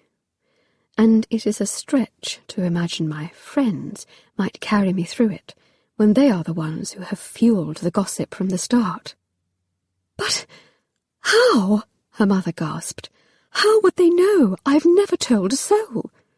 "I don't know," Claire admitted. "But Lady Sophie is at the centre of it, and she did her worst last night, I am afraid."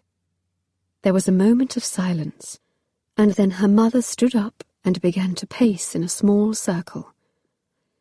"Then you are truly out of time, Claire. Can't you see?" She threw up her hands. "You must seize the opportunities you have before they disappear. Mr. Meeks will have you, I think, even with the rumours." Claire shook her head, more sure of this than anything else. I can understand wanting to see me settled, but how could you think to force me to the same unhappy circumstance of a marriage that you and father have had? How could you force me to repeat your mistakes?" She rose slowly, straightening to her full height. "I do not want to merely reach an accord in my own marriage, Mother. I do not want to settle for the worst and hope for something tolerable. How could you encourage me to marry a man I do not love, when that very thing has caused so many problems in your own life?" Her mother stopped her pacing and frowned. "Do you love someone, then?" For Claire, the pieces settled into place, a perfect, terrifying fit. She didn't know if she loved Daniel, but she at least knew that what she felt for him was different. Perhaps not yet different enough to toss her on a coach to Gretna, perhaps not yet even enough to give up the promise of £5,000 a year, but different enough to at least say no to the easy answer Mr. Meeks presented. In suffering this fall from grace, it occurred to Claire that she now had a choice. She had been thrown to the bottom of this well, but she was gamely treading water, refusing to drown. Surely fate was by now wrung out with trying, and failing to shove her under. She needn't marry anyone she didn't wish, her future and her dowry be damned. Moreover, she had a new sister, one whose blood was not of her own, but one who deserved to know the love of a father. "I cannot yet say if what I feel is love." Claire took a deep breath. "But I intend to find out." "But who is it?" her mother pressed, looking stricken. "Is it someone I know?" But Claire only shook her head. Her mother wasn't the only one who could keep secrets. "I am not yet ready to say, but if I were asked my opinion on the matter of this girl, the one who has caused so much discord between you and father, I would say let father bring the young woman here. Let her know her family." There was already one bastard child living under the roof of Cardwell House. What was one more in the grand scheme of things? May 21st, 1848. Dear Diary, Dicere quae puduit, scribere iusit amor. What I am ashamed to say, love compels me to write. It sounds like something Daniel would say, and I cannot tell whether the fact brings me more comfort or distress. The difficulty is that I am not entirely certain I understand what love is. It is clear my parents have not provided the example, and in truth, I cannot think of a single member of the ton whose marriage does. Last night, Daniel told me I was someone he believed he could come to love, and I was too afraid to accept the gift of such regard. But if love is a puzzle I need to unravel, I suspect simply scratching down words in my diary is not going to suffice. Chapter 26. As Claire knocked on what seemed like her 100th Smithfield door, it occurred to her that evening was beginning to settle in with Ernest. The thought sent a frisson of fear through her.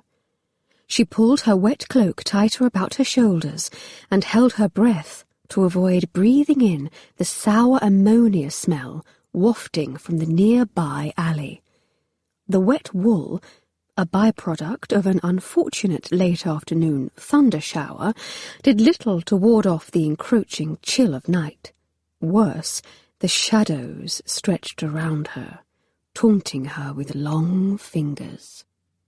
She'd naively imagined that when Daniel said he lived in Smithfield, she had a navigable point of reference, but the rookeries of Aldersgate Street were a complicated tangle of tenement houses and side streets that apparently escaped the notice of London's cartographers. Her walking map, purchased on Bond Street and no doubt intended for wealthy foreign tourists, held little sway amidst these twisted alleys, if indeed she still had it to consult. But it had unfortunately disappeared, along with her reticule, neatly nipped within the first quarter hour of her arrival in Smithfield.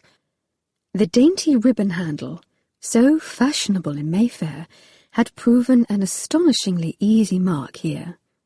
Gone, too, was the 15 shillings the bag had held, insurance for a return hackney should she be unsuccessful in finding Daniel, which was looking more and more like a distinct possibility.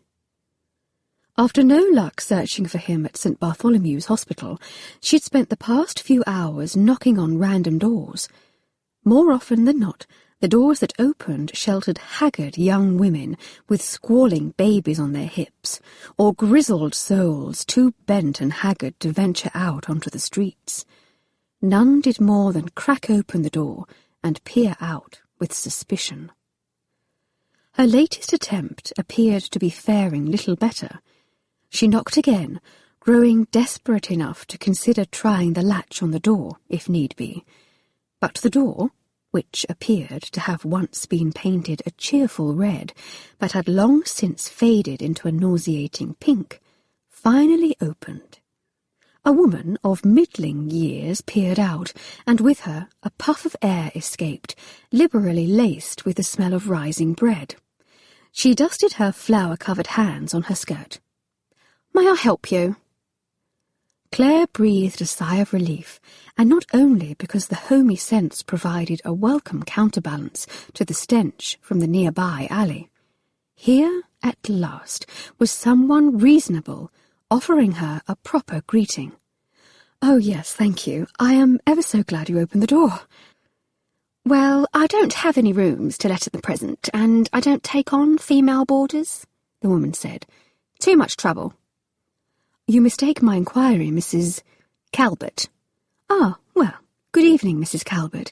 I am looking for someone who told me he rents a room in this area. His name is Dr. Daniel Merrill, and he told me he lives on Aldersgate Street. I've tried nearly every other door with no luck." Claire smiled in what she hoped was a trustworthy fashion. "Does he perchance live here?" The woman's gaze narrowed, skating over Claire's sodden cloak to her bedraggled hem, hovering a moment on her muddied silk slippers. She frowned. "What business does someone like you have with Dr. Merrill?" Claire's smile faltered. "It is a private matter." "Well, the charity ward is 3 blocks east." The door began to inch closed.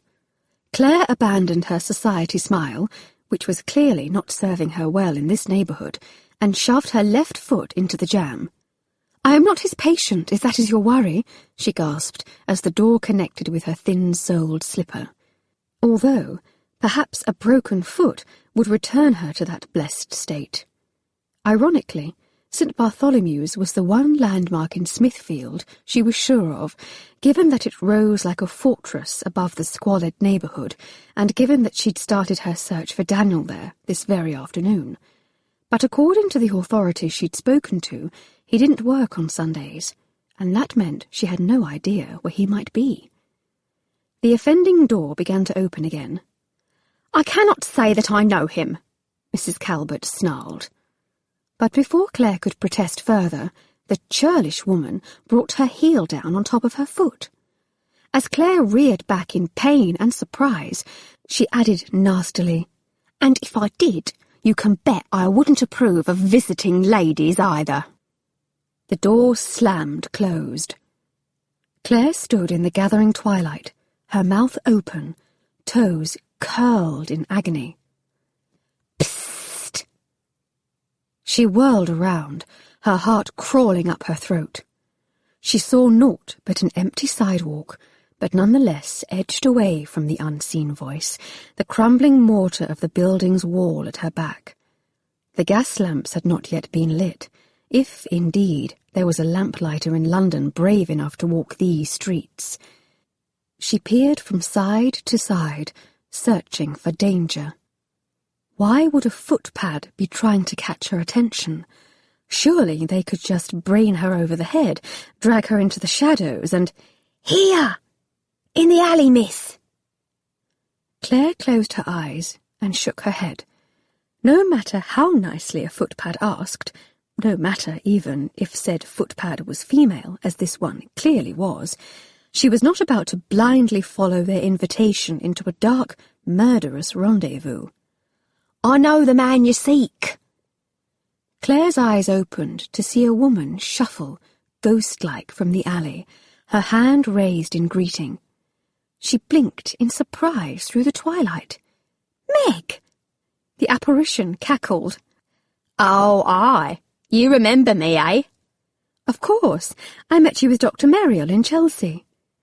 Claire smiled nervously, though she still kept close to the wall, as if it might offer her some security against the unknown dangers of Smithfield, which apparently included slamming doors and ghosts in alleys. "Handsome, Meg, isn't it?" Meg smiled, revealing a large gap where a tooth ought to have gone.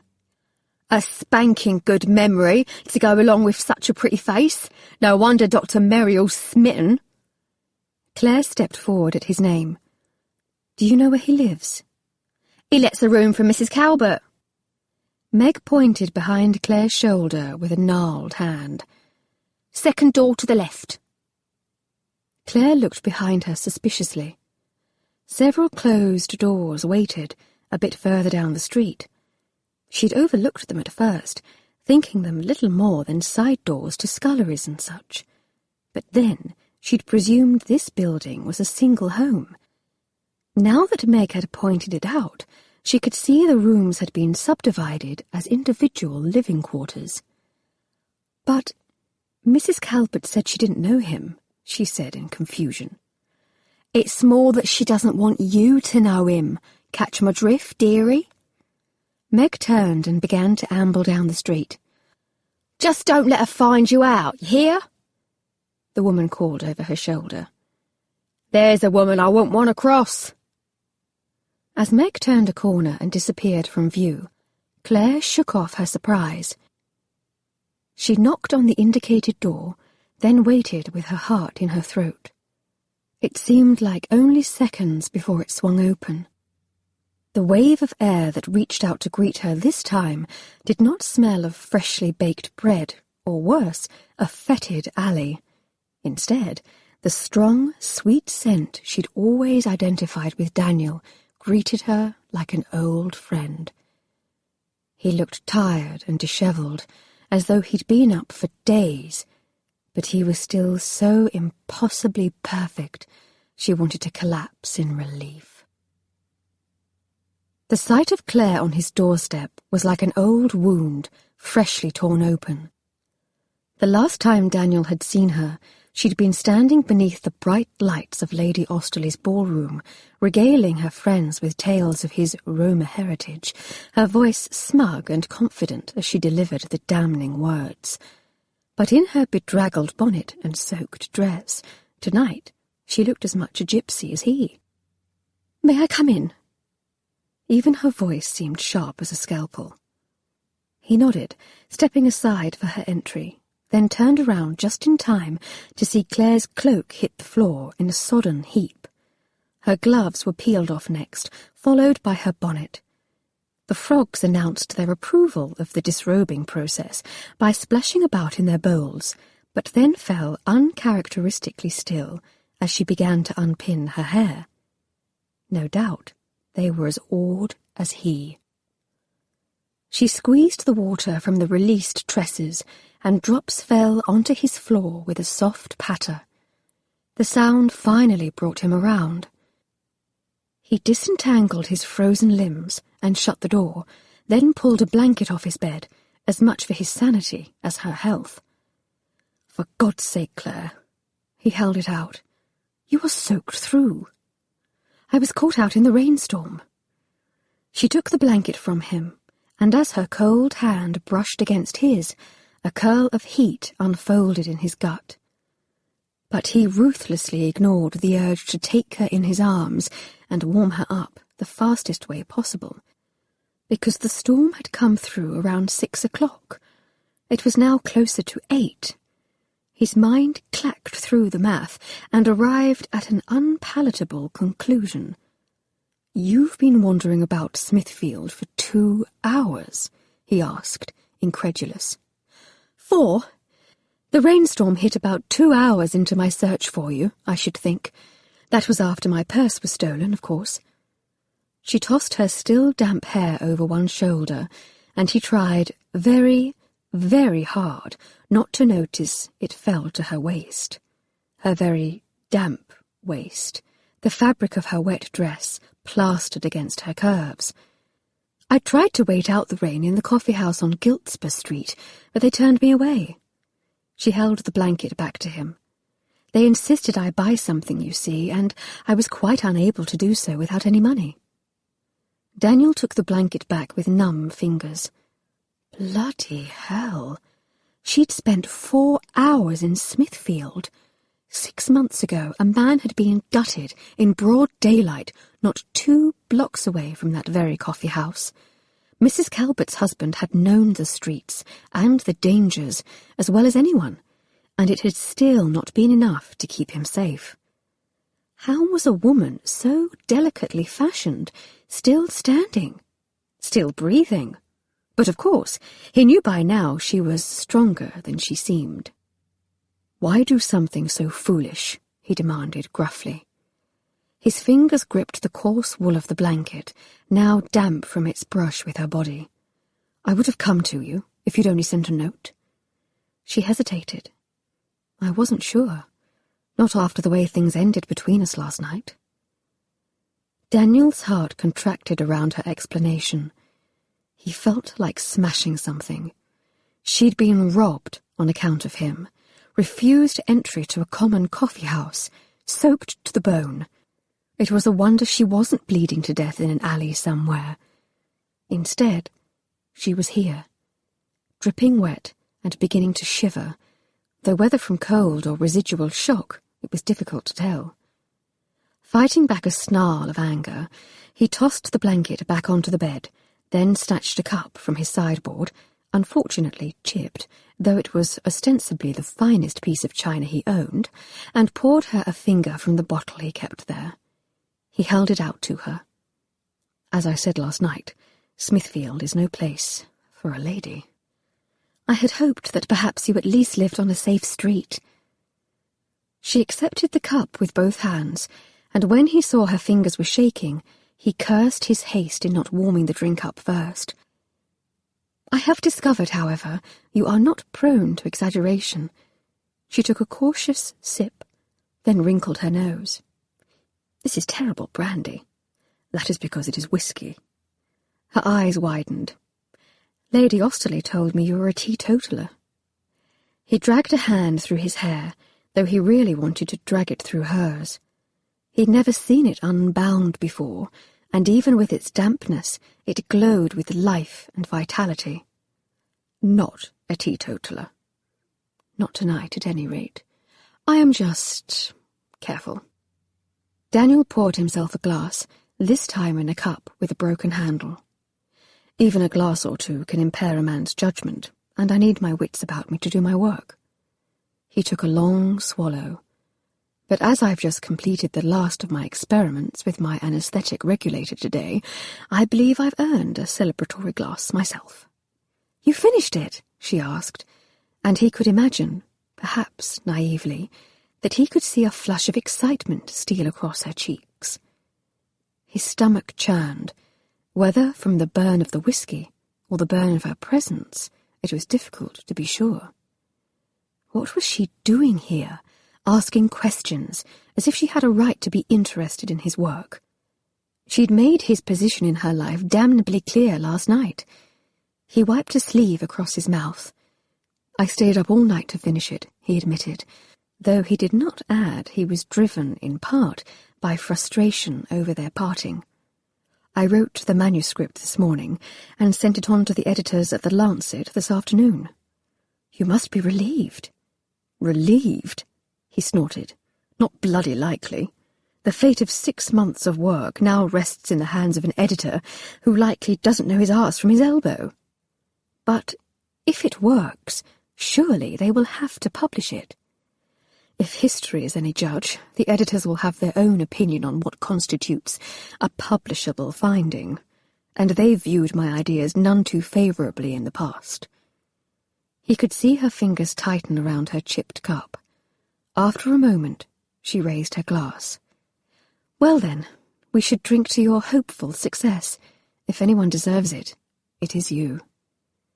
He raised his own glass, though he harboured doubts about his ability to swallow it properly after such a pretty speech. "To success," he echoed, then tossed it back. The whisky slid down his throat like fire. He savoured the burn. If nothing else, it was a reminder that he was not dreaming, an important fact to remember, given that he was drinking a fine Scottish whisky in the presence of one very forbidden Miss Claire Westmore. She set her cup down and then circled his dining table. Her fingers trailed over the bowl with the frogs, then lingered over the chaotic profusion of papers that still littered the table's surface. "This is where you work in the evenings?" "Yes. I am sorry for the, mess," he offered, lacking a better description for the tangle of papers and pests. "I use amphibians in my experiments." He stepped closer and reached out to straighten his notes. "I was not expecting you." Damn it, why was he apologising? This was his flat, his frogs. She had not been invited, and the condition of his things did not sit in weight of her approval. "No, I imagine not. Not after last night." She sighed, and the sound seemed to echo through him like a cold wind. "I know you are angry. I can see it in the way you look at me." He stayed silent, not to be cruel, but because he didn't know how to answer her. Her fingers brushed against the regulator, where it lay on its side in an inconspicuous heap. By appearances, it looked little more than a jumble of parts, he knew, the sort of thing a blacksmith might put together on a lark or a dare. Somehow, though, she seemed to know. "Do you mind if I touch it?" Her innocent question took his thoughts in a decidedly not innocent direction. If she'd asked that exact question last night, they might have had a different ending to the evening. Instead, he'd reacted to protect her and ended up embarrassing them both. He shoved such an incongruent thought from his head and tried to focus on the present. He wasn't sure what she wanted, but at the moment it didn't seem to be a return to last night's argument. He'd never shown his work to anyone before, aside from writing the details of its performance down on paper, and he wasn't sure he wanted to show it to her now. But all it took was her hesitant smile, and as if on the cusp of a dream, he lifted the regulator and placed it in her hands. "The chloroform rests here." He pointed to the machine's tin body. "As it evaporates, it mixes with air and creates a vaporous mixture that can be inhaled." "I'm not familiar with chloroform, although I've read about the uses of ether in surgery in the Times," she said, turning it over and inspecting the tubing. "The article I read claimed it was dangerous. Is this safe to use?" "Chloroform and ether can be dangerous, especially in the hands of someone lacking the proper experience," he admitted, thinking of the handful of anaesthetic deaths he had observed at the hands of ether just in his 6 months at St. Bart's. One advantage of chloroform over ether seems to be its more agreeable effects on the body. A Scottish physician published a pamphlet on it last November, and when I read it, I was seized with the idea for a regulator that might deliver the vapour of the drug more safely. I left my practice in Yorkshire to come to London and work on it. She turned it over in her hands, and he could tell she was studying how the pieces fit together. "It is a miraculous invention," she said simply. A tremor of what might have been pride arced through him. Not only pride in himself, or even in his hard-fought accomplishment. Pride in her innate curiosity, her ability to see things others did not. Not miraculous, he said, shaking his head. A simple concept, really. Chloroform vapour is heavier than air, and I simply took advantage of the fact to collect it in a precise manner. I can envision its use in surgeries, midwifery, even extracting a tooth could be done far more safely. His pulse sped up, as it always did when he considered how the future of medicine could be shaped by such a device. The possibilities are limitless. Her eyes reached out to him, probing. The potential income as well. Daniel stiffened. I do not intend to patent this invention, Claire. Fate is blind in its brutality. The lower classes are already discriminated against in every other aspect of their lives. I would not invent a means of relief for their suffering, only to deny it to them by selling it at auction to the highest bidder. She caught her lower lip between her teeth, worrying it a moment. But even if you do not patent it, surely there is some income that might be anticipated, however small. Daniel shook his head. Did she see this as some future financial security for him, then? A potential replacement for the loss of her dowry, should she be foolish enough to be actually considering his mention of marriage? Hope flared wildly in his chest, but in the end he mercilessly tamped it down. Even if given a choice to do it over, he wouldn't. He might cut off his right arm to keep her, but he could not sell others' souls in the hopes of acquiring hers. The paper I submitted to the Lancet explains how to make it, how to replicate it, details, diagrams, everything. I always intended it to be accessible to everyone. He shook his head. There will be no money for me in this discovery. Her gaze scraped against his skin. This is what drives you, isn't it? She whispered. 'Tis not money, or even fame. It's the potential in this discovery, the desire to help those who need it. She paused. Men like your father. Yes. He ground his teeth together. If the physician who'd treated my father had access to a safer anesthetic and a precise way to deliver it, perhaps the outcome would have been different. Daniel held his breath, waiting for her reaction. For some reason he didn't care to examine, her opinion mattered to him. A terrifyingly good deal. Would you show me how it all works? She asked, holding it out. And he knew that he was done for. Chapter 27. Claire surprised herself by the audacity of her question. On the table, crickets jeered at her from a pail. It seemed as though they were laughing at her. The question remained, would he? She'd wanted only to see him this evening, to apologize for last night, and to tell him of the astonishing revelations of the morning, and, if she were honest with herself, to rest a quiet moment in the comfort of his arms. But the residual wariness in his eyes when she'd stepped across his threshold had held back the more pertinent questions that wanted to tumble from her. Somehow, this one had dared to take their place. All right. He began to work on his necktie. She watched, her breath in her throat, as he pulled it free from his collar in a long, sensual slide.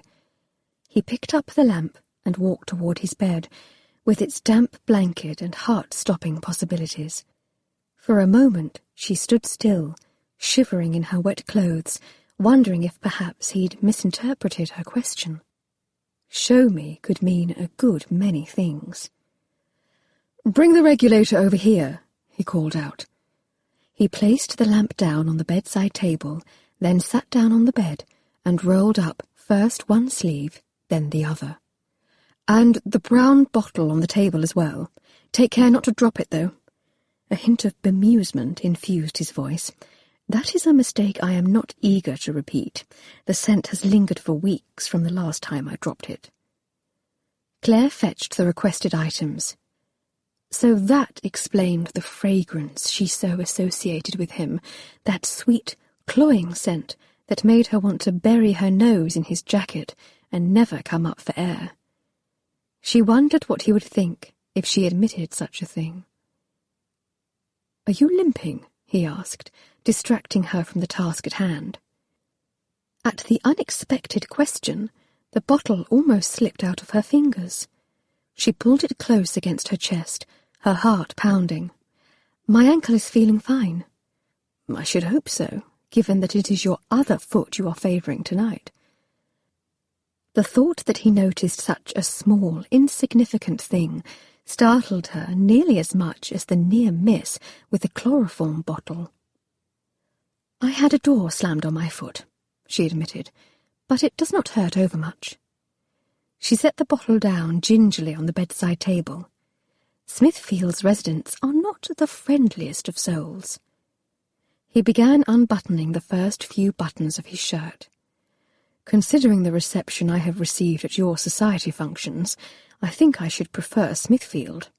Aside from Lady Austerley, the citizens of Mayfair haven't exactly flung their doors open in welcome for me, either."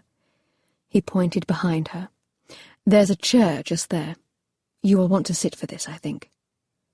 She took the indicated seat and watched as he pulled the stopper from the bottle and poured a small amount of chloroform into the tin's port. The sweet, cloying scent grew stronger, and she held her breath. As if he could sense her unease, he smiled at her. "There is no need to worry here. Outside the device, the mixture of air is too strong for the chloroform to have much of an effect." His smile turned grim as he replaced the stopper. "There are several stages to the effects of anesthesia, and I want you to be prepared." "You mean you don't just fall asleep?" "No. It renders the body unconscious, but not asleep. You can wake a sleeping person, but a patient under the effects of chloroform cannot be roused."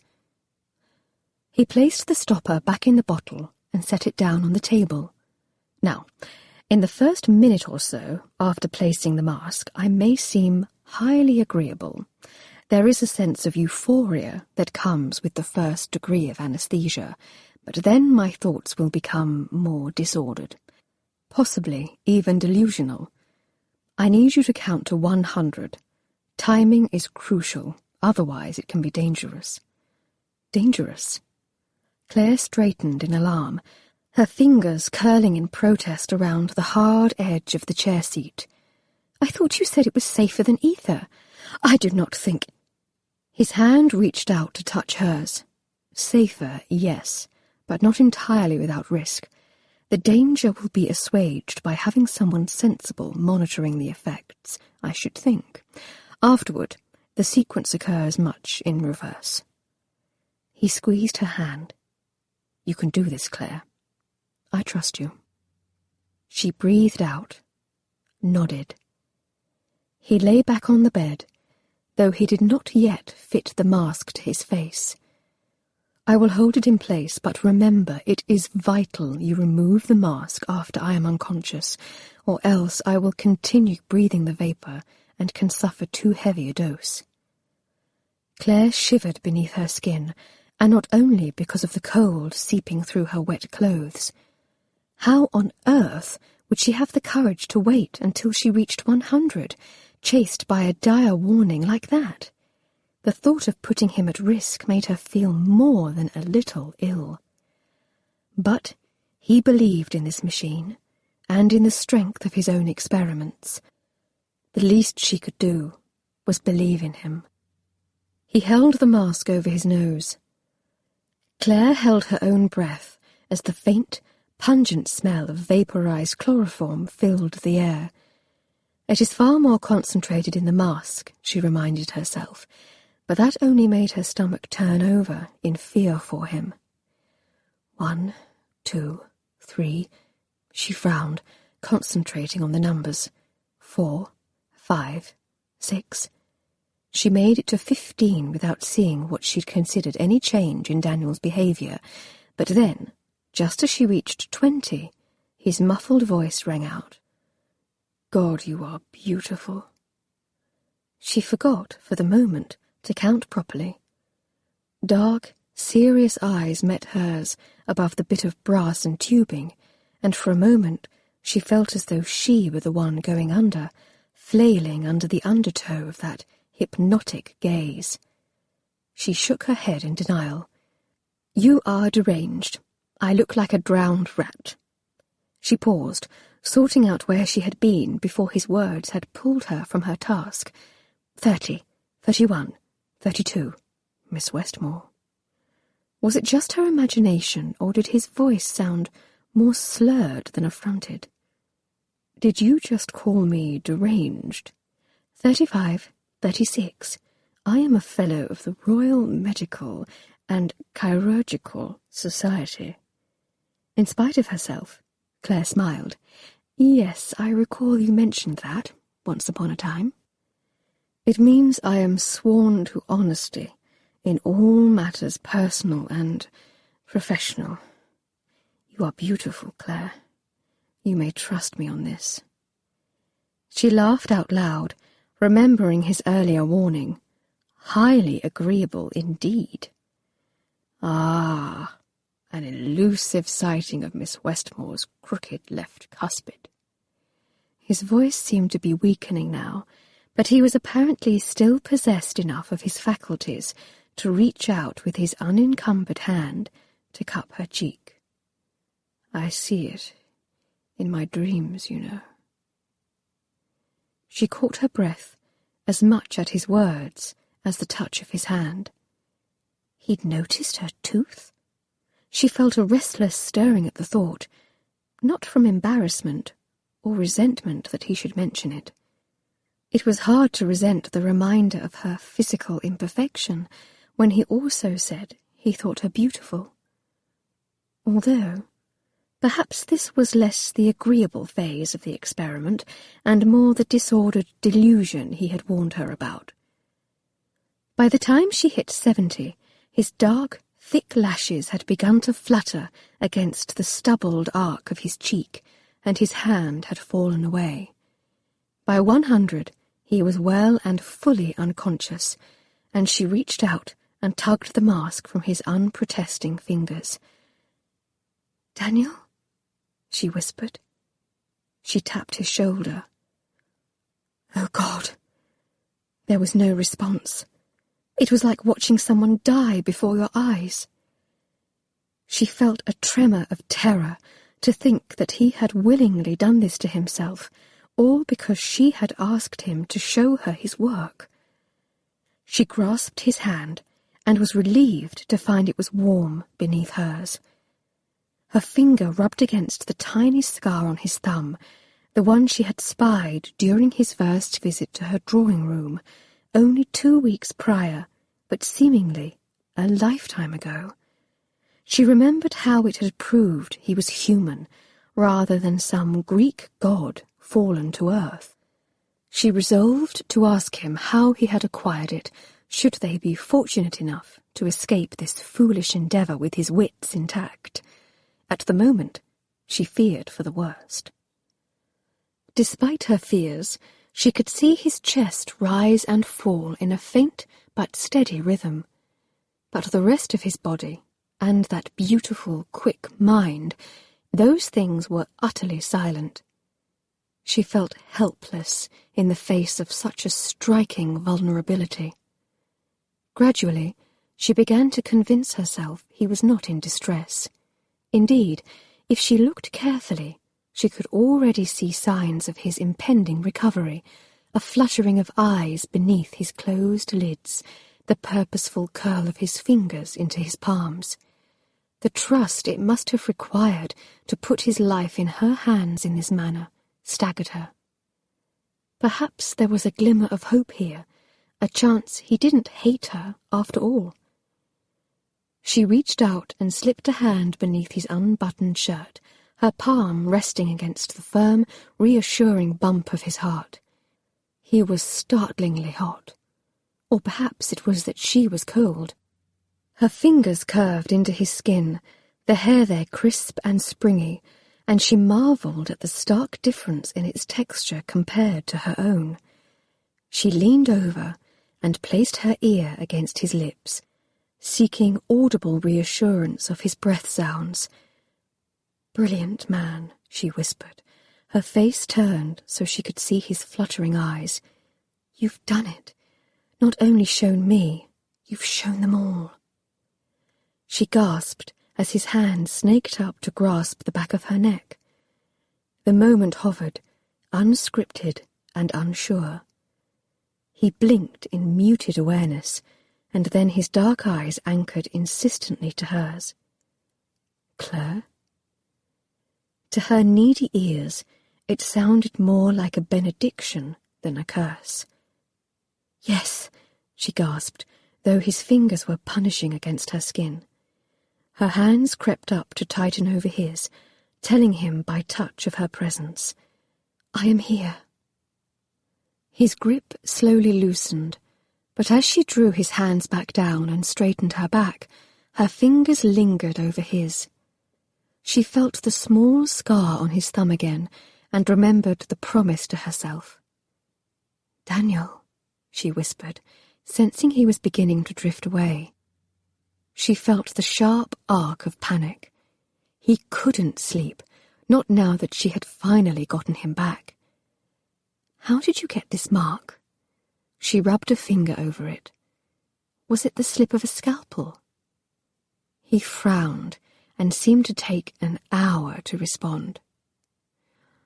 "Have you been inspecting my thumbs while I was unconscious, Miss Westmore? I thought it would be less objectionable than stealing a kiss from a man who was incapable of protest. Less enjoyable, though." His head lolled toward her. "I'll have you know I prize my thumb's privacy." Claire stifled a laugh, relieved he appeared to be regaining the capacity for banter. "Perhaps your thumb wants me to know." "Very well, then." His smile was weak, but gratifyingly real. "Hook knife," he croaked. It was a somewhat less heroic injury than she'd imagined. "Tell me how it happened," she pressed gently, sensing it was somehow important to keep him talking. "I was 9, he said, his voice fainter now. "Father showed me how to trim a horse's hoof. The horse objected. Ergo." A giggle escaped her lips. She had to imagine he was well on his way to a full recovery if he was lucid enough to quote Latin. "He always wanted me to be a horseman like him." His eyes swayed drunkenly over her face. "I didn't have the heart for it, though. I kept wanting to fix the ones bound for the knackers." She squeezed his hand, wishing she had known him as that 9-year-old trying to please his father. But it would have been impossible to know that boy. It ought to be impossible for her to know the man. Without the miracle of a turned ankle, she would not be here now. "I cannot imagine he would not be immensely proud of who you have become," she told him solemnly, all amusement falling away. She knew she was proud of him, and more than a little in awe of his accomplishment. She remembered the words he had once tossed in her face during the heat of their first argument. "I promise you there are more rewarding and scintillating aspects to my life than wrapping the ankles of spoiled, fashionable young ladies." He'd not been lying. He'd not even been exaggerating. He drew a deep, shuddering breath, as though trying to purify the residual chloroform vapor from his lungs. For a minute or so he lay quiet, as though resting again in the arms of the drug. But then he cracked open an eye. I am not dreaming, then. You are still here. She hid a smile. Yes. Both eyes opened. Why? He turned his head slowly toward her, as though his body had not yet caught up with the recovery of his thoughts. Why did you even come here tonight? Claire bit her lip. No longer delusional, then. He had returned to lucidity, and apparently mistrust, with remarkable speed. I came to talk to you, she admitted. What of your future duke? He asked, his voice hoarse. Claire looked down at her hands. How quickly they came to the heart of it. Perhaps chloroform was a sort of truth serum. She imagined she could use a bit of it now. Auburn is not my duke, Daniel. He never was. She hesitated, but he deserved the truth, and the version he knew still held too many hidden layers. She lifted her chin and met his impenetrable gaze. He is my uncle, if you must know. I am illegitimate, and rumours to that effect are already spreading, thanks to Lady Sophie.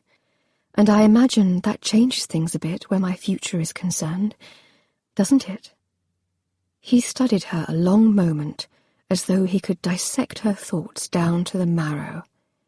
Or perhaps he was trying to gather his chloroform-scattered thoughts. Christ, Claire. He scrubbed a hand over his unkempt jaw. Is that the only reason you came to me? His voice sounded raw.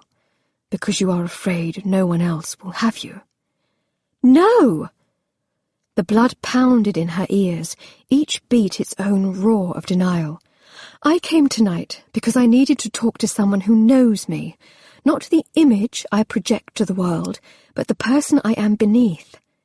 She leaned forward on the chair, searching for the truth she suspected was still somehow buried in these brimming emotions.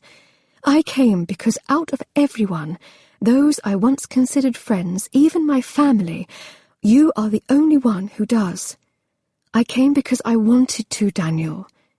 She swallowed. Because I wanted you.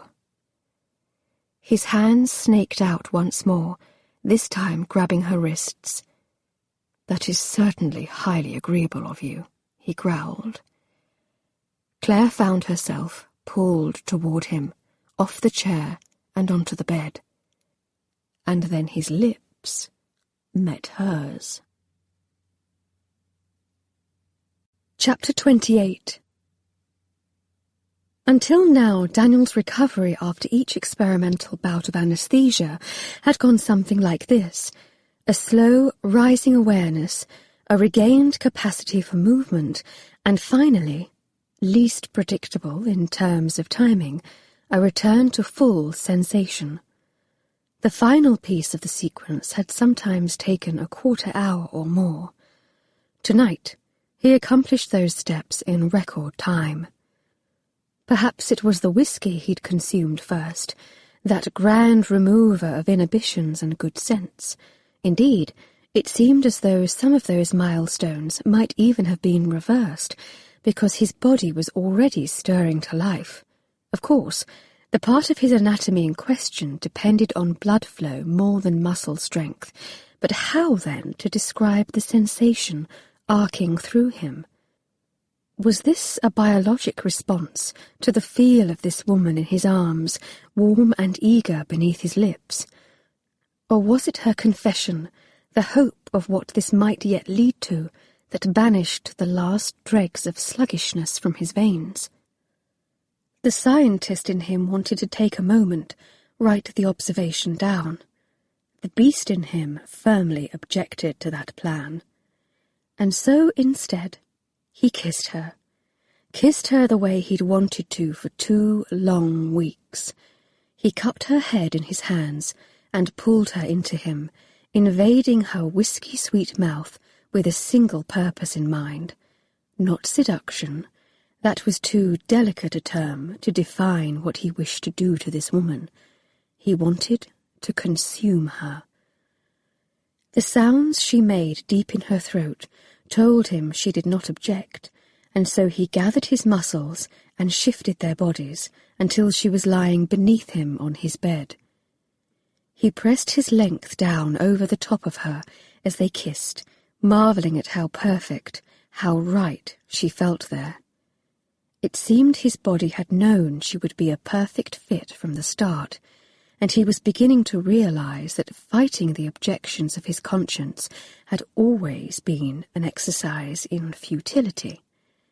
She tipped her head back and gasped his name, until he could think of nothing but sinking his teeth into the skin of her beautiful neck and claiming her as his own.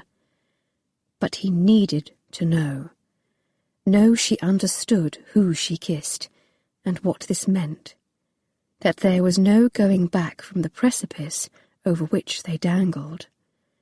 And so, though his body raised a strenuous objection, he somehow summoned the strength of will to end the kiss and raise himself off her. "Claire," he said, his voice hoarse and barely recognizable to his own ears, "are you sure you want this?" He stared down at her beautiful, flushed face. "That you want me?" "Yes," she gasped, arching up to meet him. The friction between their bodies made the breath hiss out between his teeth. He wanted her with a desperation that terrified him, but he was not so addled with lust that he couldn't see those wants were selfish at best.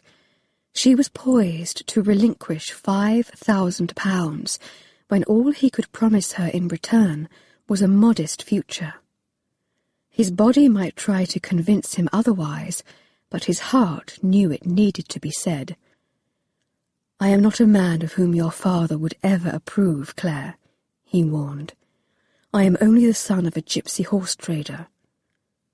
He summoned his memory of her words from last night, the ones that had cut to the quick. "I am appalled you would set your sights so low." She stilled. "Daniel, I am so sorry you heard that." "Why?" he said, pushing himself more completely off of her and shifting to one side. "You only spoke the truth, after all." "But I would not have you believe it is a truth that matters to me. I am not proud of my behaviour last night. I only said those things to dissuade Sophie from spreading further lies about you. She needed to feel there was greater danger in the lie I would spread about her." Her voice gentled to a whisper. "I know these things about you, and still my heart is pointing me toward you. It is my choice." She linked her hands behind his neck, pulling him down into her. "I want you, Daniel." Her voice reached into his ear, darkly seductive. "The man you are." They were the words he had wanted, needed to hear.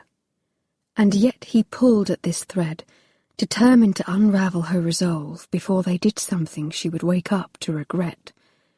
"I will never be more than a doctor," he reminded her, though the gathering incoherence of his thoughts meant he was hard-pressed to remember why this was a problem. "A brilliant doctor," she corrected. She reached toward him, and her teeth nipped against the column of his throat, as though she was willing to take whatever pieces of him he denied her. Christ, but he was helpless against her. He'd never had a horse in this race for resistance. He dipped his head down and ran his tongue in hot swirls against the inviting length of her neck. "There is also the small matter that I am Roma," he whispered against the wicked heat of her skin. "You would be turned away from drawing-rooms everywhere." She squirmed beneath him. "I do not care as long as you do not stop." He kissed her again, more tenderly this time. Unclenching his hands, he smoothed the damp hair away from her face. "I will follow your lead then, and not stop unless you tell me to." He waited, and when no protest seemed imminent, He trailed his palm up her abdomen, registering again the damp clothing that still lay between them. That, at least, was a problem that could be fixed. His fingers set to work on the mother-of-pearl buttons of her bodice. "Praise Hippocrates," he breathed, as the fabric obligingly parted to reveal the transparent chemise beneath. "You are not wearing a corset tonight." She shuddered, though whether due to the air on her chilled skin or his irreverent observation, he couldn't tell. "You once mentioned they promoted an unhealthy posture. I thought you didn't listen to me," he said, lowering his head to press a kiss to the erotic curve of one clavicle, lingering a moment in the hollow of space it created. "I always listen," she sighed into his touch. "I just don't always agree." But she was agreeing to this.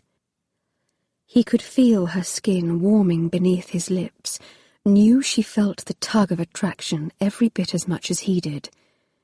It was in the small, encouraging sound she made as he slipped the thin straps of her chemise from her shoulders and pushed the fabric down to her navel, the way she gasped in pleasure as he blew lightly across the pebbled skin of her bared breasts.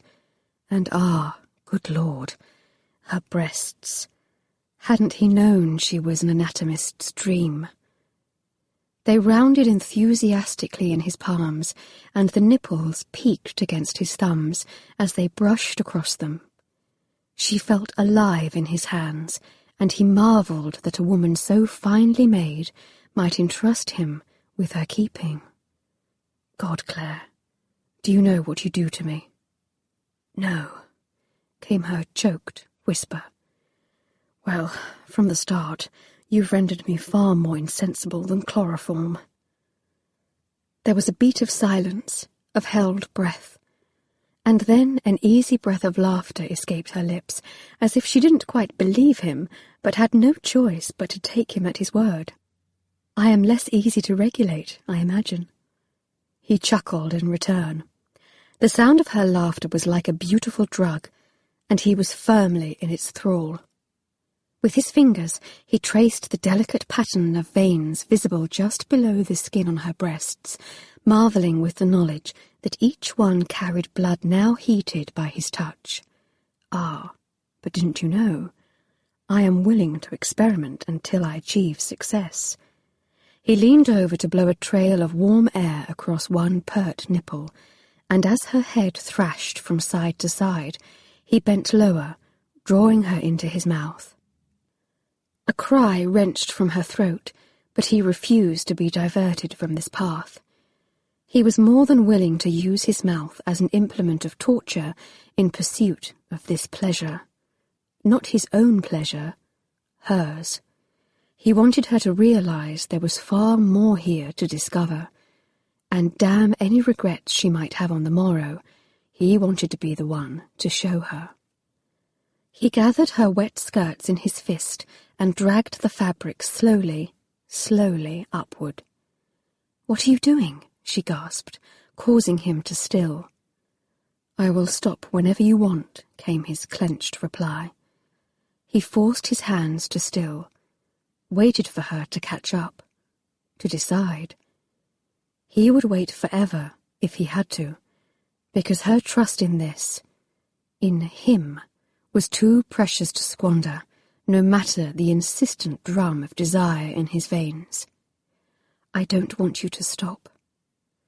She squirmed beneath him, her hands busy about her waist. "I want them off." And then she was reaching behind her, and the heavy mass of damp fabric was being unfastened, shifted, removed. His breath caught in his throat as the clocked silk stockings that stalked his dreams slid into view, and then, above them, he was treated to the pale perfection of her thighs. Time seemed to still. Or perhaps it was more that she did, treating him to this first intimate glimpse of her. Christ, but she made him feel inarticulate. There was no word, in the English or the Latin, that could be applied. He smoothed a hand across the damp cotton of her bunched chemise until his fingers met soft skin. God, but her bones intrigued him. They always had, even when she'd sat straight-backed and hostile, sniping at him from the Wallflower line. But they had never tempted him more than now, the hidden lines of her laid out, quivering in weight of his personal discovery. He lifted her leg and pressed a kiss to the delicate curve of her stocking-clad ankle, her instep, her toes, at last giving in to this urge that seemed to have possessed him since the first time he'd seen that clocked silk. He took his time, gauging her reaction, even as his teeth clenched from the strain of holding back. "You still do not wish me to stop?" "No," she breathed. "I want you to hurry." He focused his attentions now on the pale skin just above where those stockings ended, brushing his cheek across her inner thigh, deliberately scraping his day's growth of beard at this most sensitive point. "Why should we hurry?" he asked, pressing his mouth there next. She tasted sweet, of flowers and vanilla, and the merest hint of salt. "Perhaps I am content to linger here a while." He felt her fingers tangling in his hair, trying to pull him back to her. "Because I may die if you don't kiss me, or I may kill you. Either way is bound to be a problem." He shook free of her hold, and then brushed a hand reverently across the dark curls that guarded her entrance. "Kiss you, He swept a finger against her labia, the folds delicate and pink as the inside of a shell. Her body stiffened, not in denial, but in welcome, and he knew a startling jolt of possessiveness that he was the one to whom she was giving this gift. He carefully explored her with a finger, making her nearly buck up from the bed. "Daniel," she gasped. "Shh, love." She was unbearably responsive, ready. He wanted to shuck his clothing and abandon the leisurely pace he had chosen, but she was inexperienced, innocent. She might not understand what came next, but she was trusting him to show her. His experience as a physician told him this first joining would be painful for her, and he wanted her to enjoy this part of it, if nothing else. And so carefully, deliberately, he lowered his mouth to her and gave in to the beast. "Oh God, oh God, oh God! Surely no gentleman would do such a thing. Surely no lady would enjoy such a thing, and surely she would rather die than stop." She felt pulled under by the overwhelming feel of him. Not only the sensation of his mouth, there at her core, which was vivid enough. She could still feel him elsewhere, everywhere, the scrape of his chin where it had ravaged the sensitive skin of her cheek, the vivid warmth of his mouth where it had fit against hers. Even his hands had left a lingering trail of sensation, her toes still tingling from his attentions. She felt as if no part of her had gone unscathed, as though he'd seen through every layer, every secret, and had methodically, expertly, stripped her bare. And she was greedy enough to want more. His mouth was a thing of torment, but it was a torment so sweet she could do nothing but give herself up to it. His tongue found a place along her seam that made her hips lift from the bed and her breath wind tighter and tighter. She felt a coiling deep inside, a place at once impossible to reach and impossible to ignore. And then, without warning, her body pitched forward, flying, falling. It was like nothing she had ever felt. Pleasure was far too bland a word for it. She felt unravelled, the breath spinning ruthlessly out of her, the world receding to a distant point. and then it was gone, rolling away like ripples on water. She lay a long moment, too stunned to move. How did one recover from a surprise like that, the realization your body held such secrets? Perhaps the sensible thing would be to gather the scattered pieces of the armor that had once held her together. But in this boneless state of wonder, she couldn't even think of where to begin. Dimly, she became aware that Daniel had somehow shed his own clothes and come to lie down next to her, his arms gathering her close, her back to his bare chest. He buried his face against her neck, and she felt his own strained breathing, in and out. What was that? She found the courage to ask. The scientific name for it is orgasm. His breath lay hot against her neck, and she closed her eyes, reveling in the feel of it. But the French have a far better name for it. They call it la petite mort. The small death. An apt description. She drew a shaky breath. I never imagined. And she'd certainly never read about it in the Times.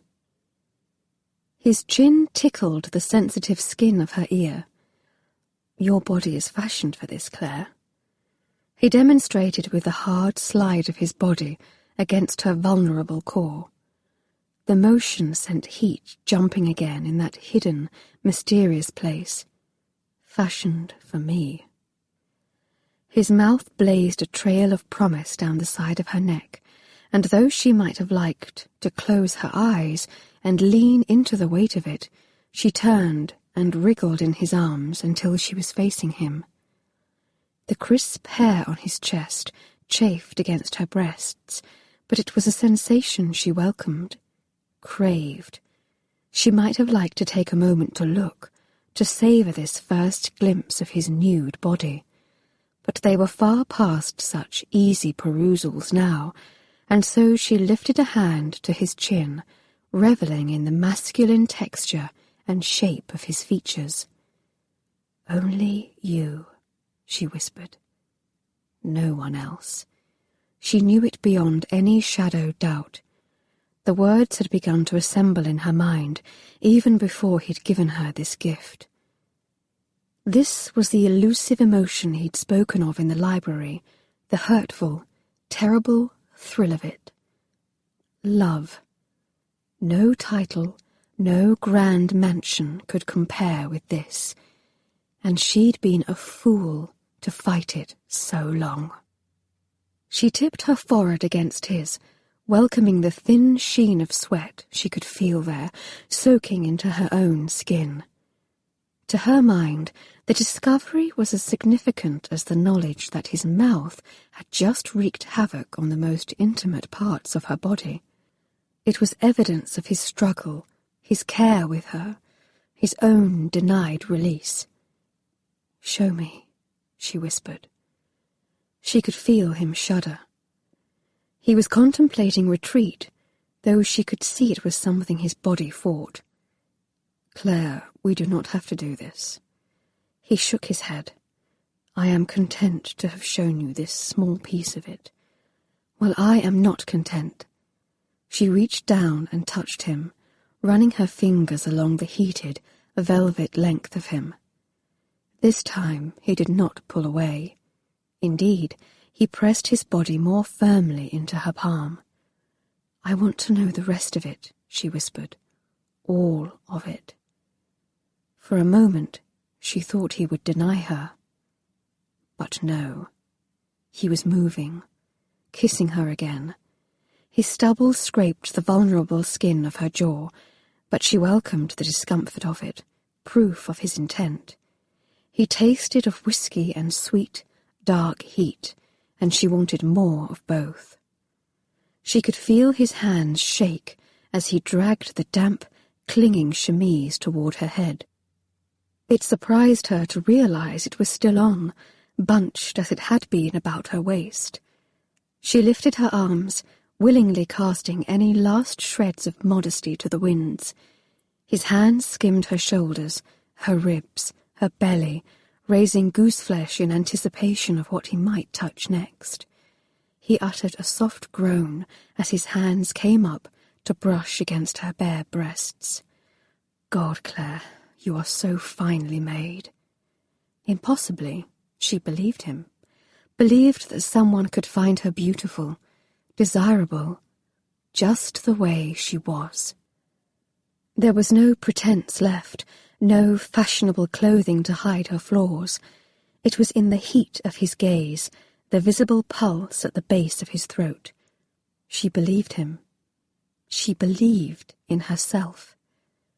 She reached a hand down to unhook her stocking from her garter, wanting only to be skin on skin with this man who had stolen her heart with his infinite patience, his quick mind, his refusal to be someone he wasn't. But his hand stilled her progress. No, leave them on, he said hoarsely. Give me this, and I'll show you anything you want. He followed the command with a kiss, open-mouthed and eager, his body pressing down into hers until she gasped from the sweet friction of it. The scent of his heated skin, sharply masculine, salt and sweat, only ravaged her senses more. She lifted her stocking-clad legs over his hips and pressed up to meet him. His breathing had turned ragged now, and that sheen of sweat had transformed into droplets beading on his perfect forehead. Last opportunity for sanity, he growled. Do you want me to stop?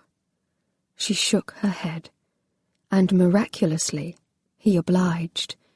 The pain was fleeting, a nuisance that pulled her from the moment for the briefest of seconds, and then he was filling her completely, holding himself still above her, protecting her from his weight.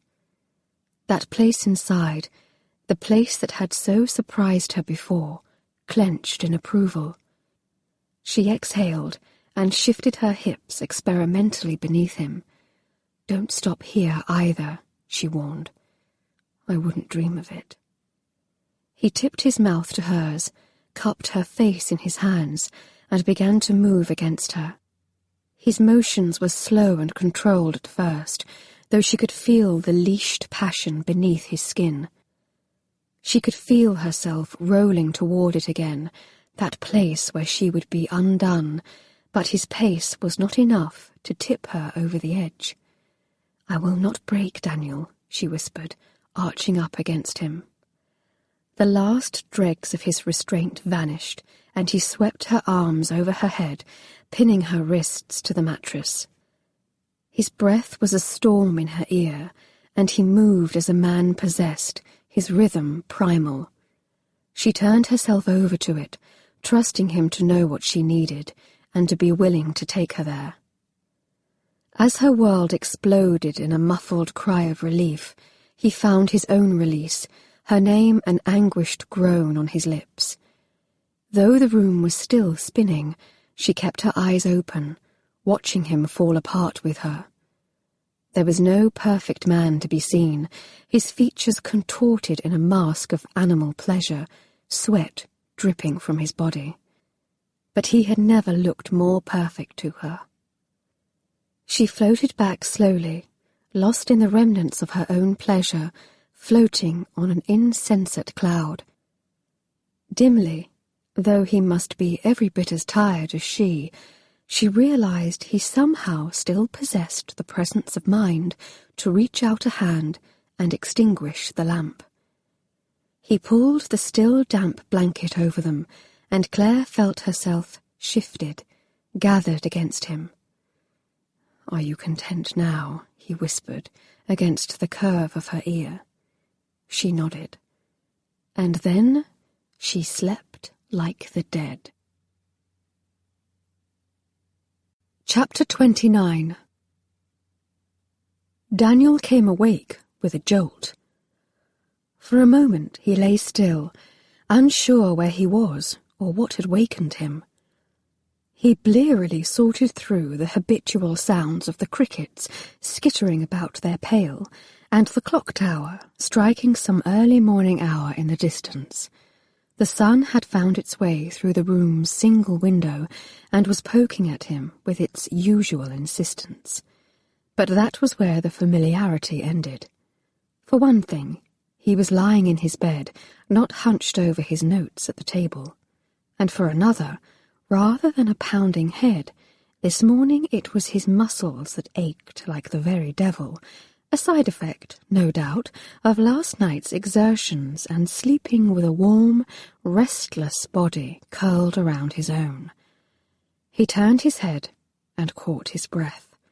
Claire lay on her stomach, her bare skin dappled with beads of light. The blanket had slipped down, and he could see the elegant curve of a shoulder, the lovely bump of her vertebrae.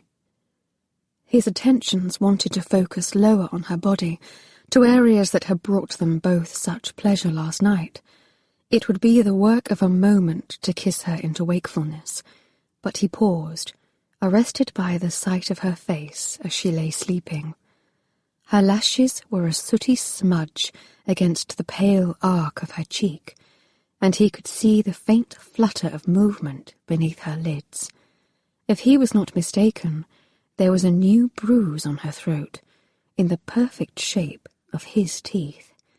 He reached out a hand and smoothed a gentle finger over it, feeling both regretful and possessive of the mark. But his perusal was interrupted by a sharp rapping at the door, and he suppressed a groan as he realized what, precisely, had awakened him. "Dr. Merrill, are you awake?" Mrs. Calvert's wheedling voice reached through the wood. "I've an urgent message for you."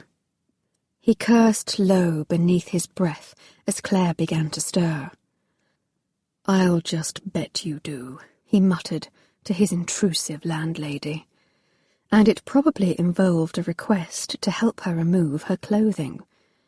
He scrubbed a hand across his face as another knock echoed through the air like a gunshot. Claire came fully and regrettably awake. He lifted a finger to his lips, encouraging silence. She sat up, eyes wide in alarm, blanket clutched to her chest. "But someone is at the door," she hissed. "If we are quiet, she will move on." He kept his voice to a low whisper and bent to press a kiss against her bare shoulder. "Mrs. Calvert does this regularly." "Mrs. Calvert?" She pushed a fistful of hair from her eyes. "Your landlady?" "Have you met her?" Daniel asked, surprised. "I've had the misfortune, yes. She's the one who slammed the door on my foot last night." She began to pull frantic fingers through her hair. Unconcerned himself, given the strength of the door's lock, Daniel propped himself up on one elbow and lifted a hand to her thick chestnut strands, letting them sift through his fingers. Her preoccupation with her hair told him that she had not realized the blanket had slipped down beneath her breasts, but only a fool would point that out. "Dr. Merrill!" came the voice again. "What does she want?" Claire moaned. Daniel chuckled. "The same as you, I would imagine, only you've actually found a way into my bed, and acquitted yourself well, I might add." Her cheeks turned an enthusiastic shade of pink. "Do not make such jokes, Daniel." She swatted at his wandering hands, then tried to loop her snarled hair into a coil at the nape of her neck, only to then fumble for a way to secure it. He contented himself with watching her fitful progress, but as his eyes appreciably traced each pale, sweet curve, a thought occurred to him. Could his landlady have seen Claire come into his rooms last night? But no. Mrs. Calvert's voice outside the door sounded hopeful, not suspicious, and he knew she would never have let such a clear transgression of the rules go unimpeded. Somehow he found a hairpin lodged in the wrinkle of the bedclothes. He handed it to Claire like an olive branch. You know you haven't a prayer in the world of repairing your hair and clothing to something approximating a pre-ravishment state, he whispered. She looked down and gasped, then abandoned the effort to contain her hair and jerked the blanket up, making him regret the confession. "Dr. Merrill?" Mrs. Calvert's voice rang out again, more suspicious now. The latch rattled once, twice. Claire bolted from the bed, the blanket fisted in her hands. Her movements had the misfortune of pulling the bedclothes away from Daniel's own nude body, but as her eyes skittered across his bare chest, he could tell that, in spite of herself, she was admiring the view. "This won't help return me to a pre-ravishment state either," he teased. Indeed, beneath her hot gaze, his body was already stirring with interest, in spite of the racket at the door. She tore her eyes away and tripped to the corner of the room like a frightened horse.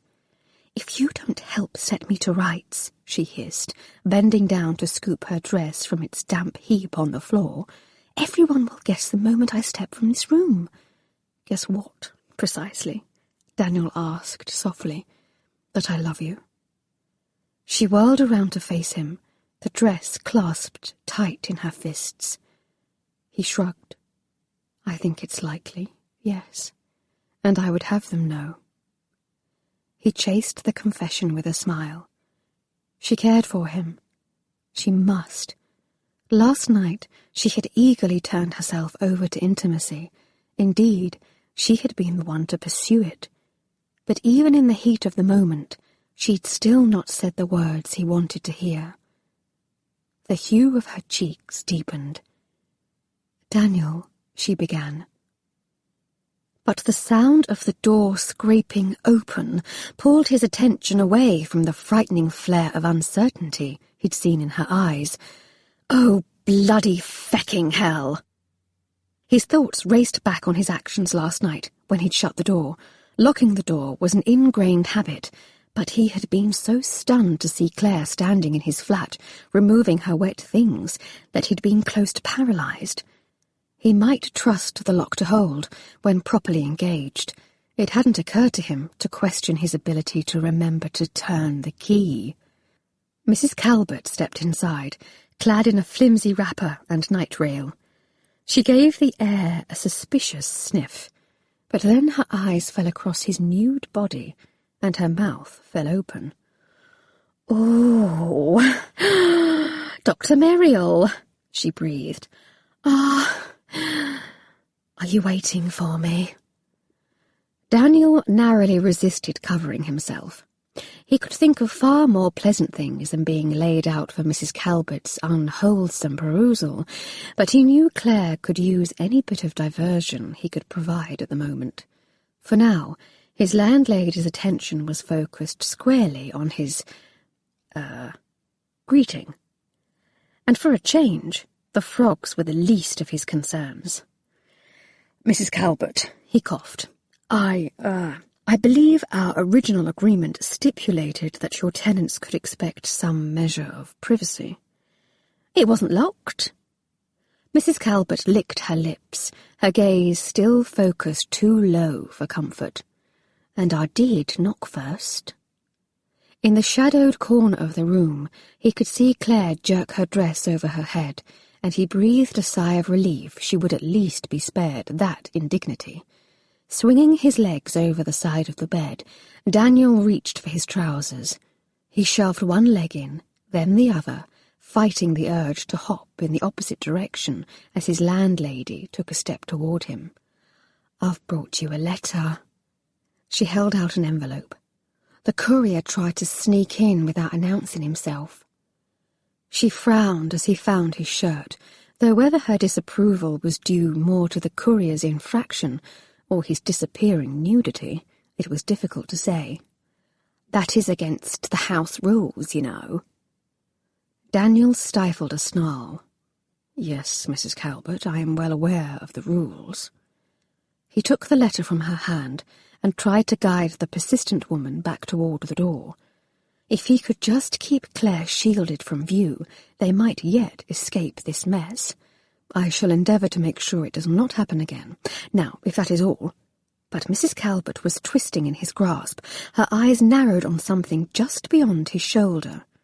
She stepped around him and headed for the table. "Are those... frogs?"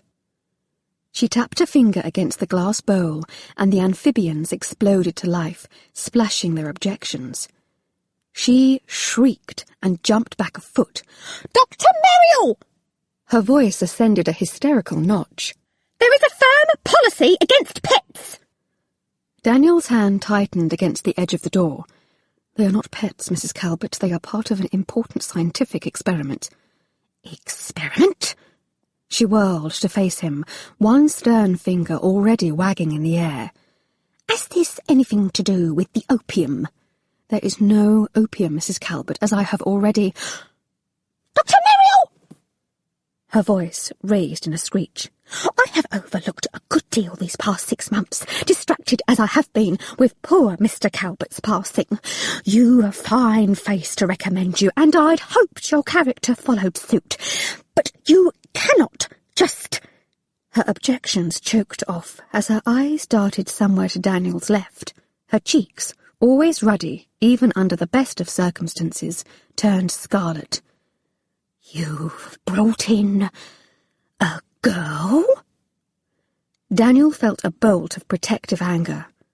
His first instinct was to defend Claire, but as he reached for an appropriate descriptor for what she was to him, he realized he wasn't sure. No matter what he hoped for, no matter even, after all that had passed between them last night, she had not yet consented to marry him. "Not the sort of girl you are thinking," he ground out. "Miss Westmore is a respectable young lady." "Respectable?" Indignation flared in Mrs. Calvert's voice. "I saw her last night. A respectable young lady does not skulk about Smithfield after dark. A respectable young lady does not sleep in a room with an unmarried gentleman. A respectable young lady does not—" "Need to hear any more." Claire stepped forward. With her hair a wild tangle about her face, she admittedly looked the furthest thing from a proper lady. The furthest thing, too, from a wallflower. She lifted her chin, those hazel eyes flashing. Especially not from someone who sneaks into her tenants' rooms, clad in her night-clothes. "How dare you?" Mrs. Calvert's eyes bulged. "Why, I ought to call the copper. Have you arrested for trespassing?" Claire raised a perfectly arched brow. "An excellent idea, and when he comes, perhaps you can explain what became of the 20 shillings Dr. Merrill left in your charge when only 5 made it into Meg's hands."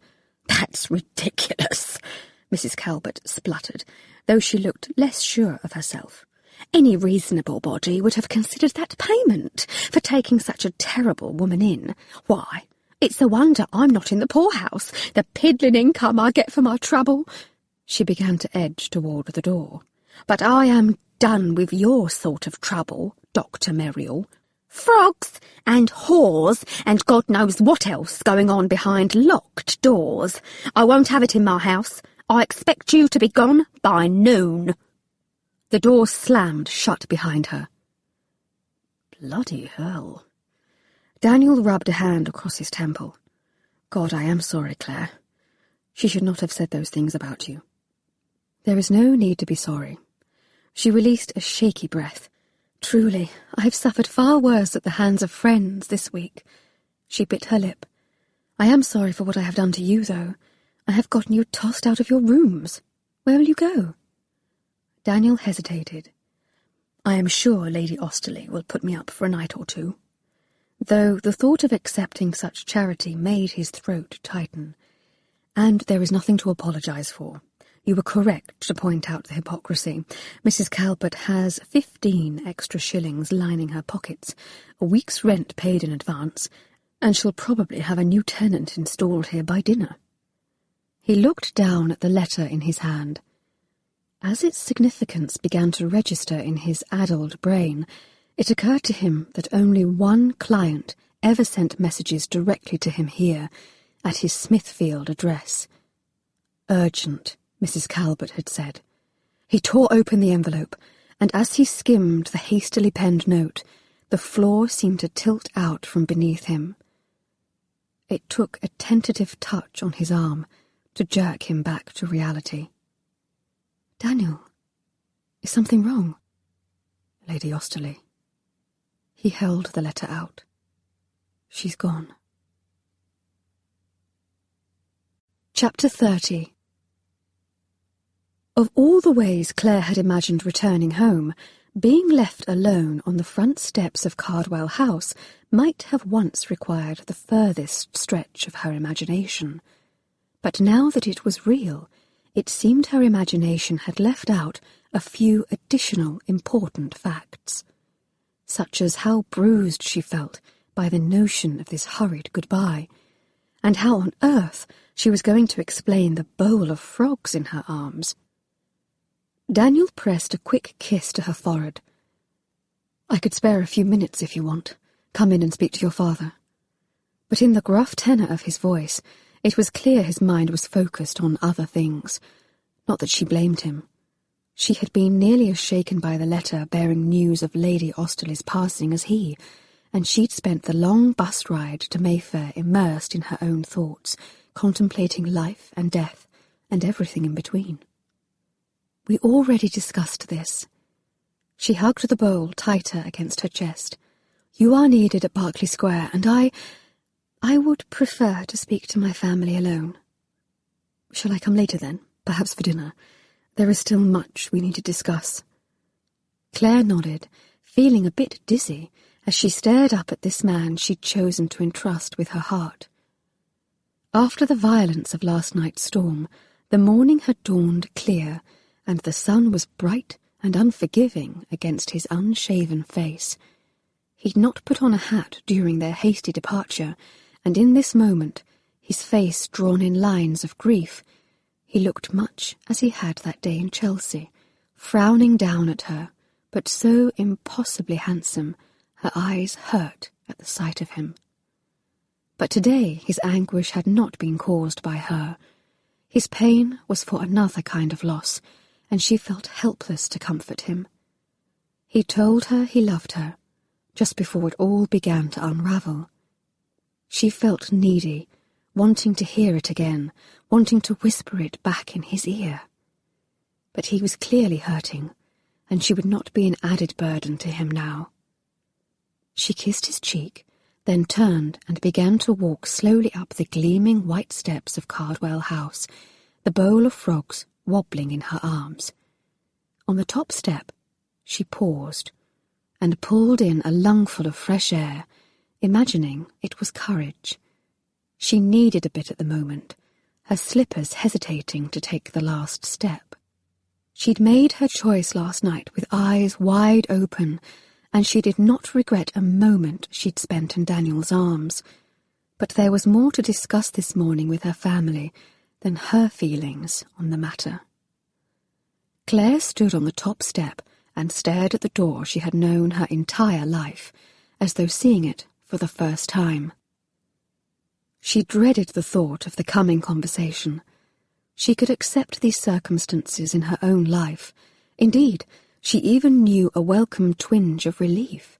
Hers was a fresh start, a chance to shed the false coat of society that had never felt right, a future with Daniel smiling at her across the breakfast table, the time spread out between them.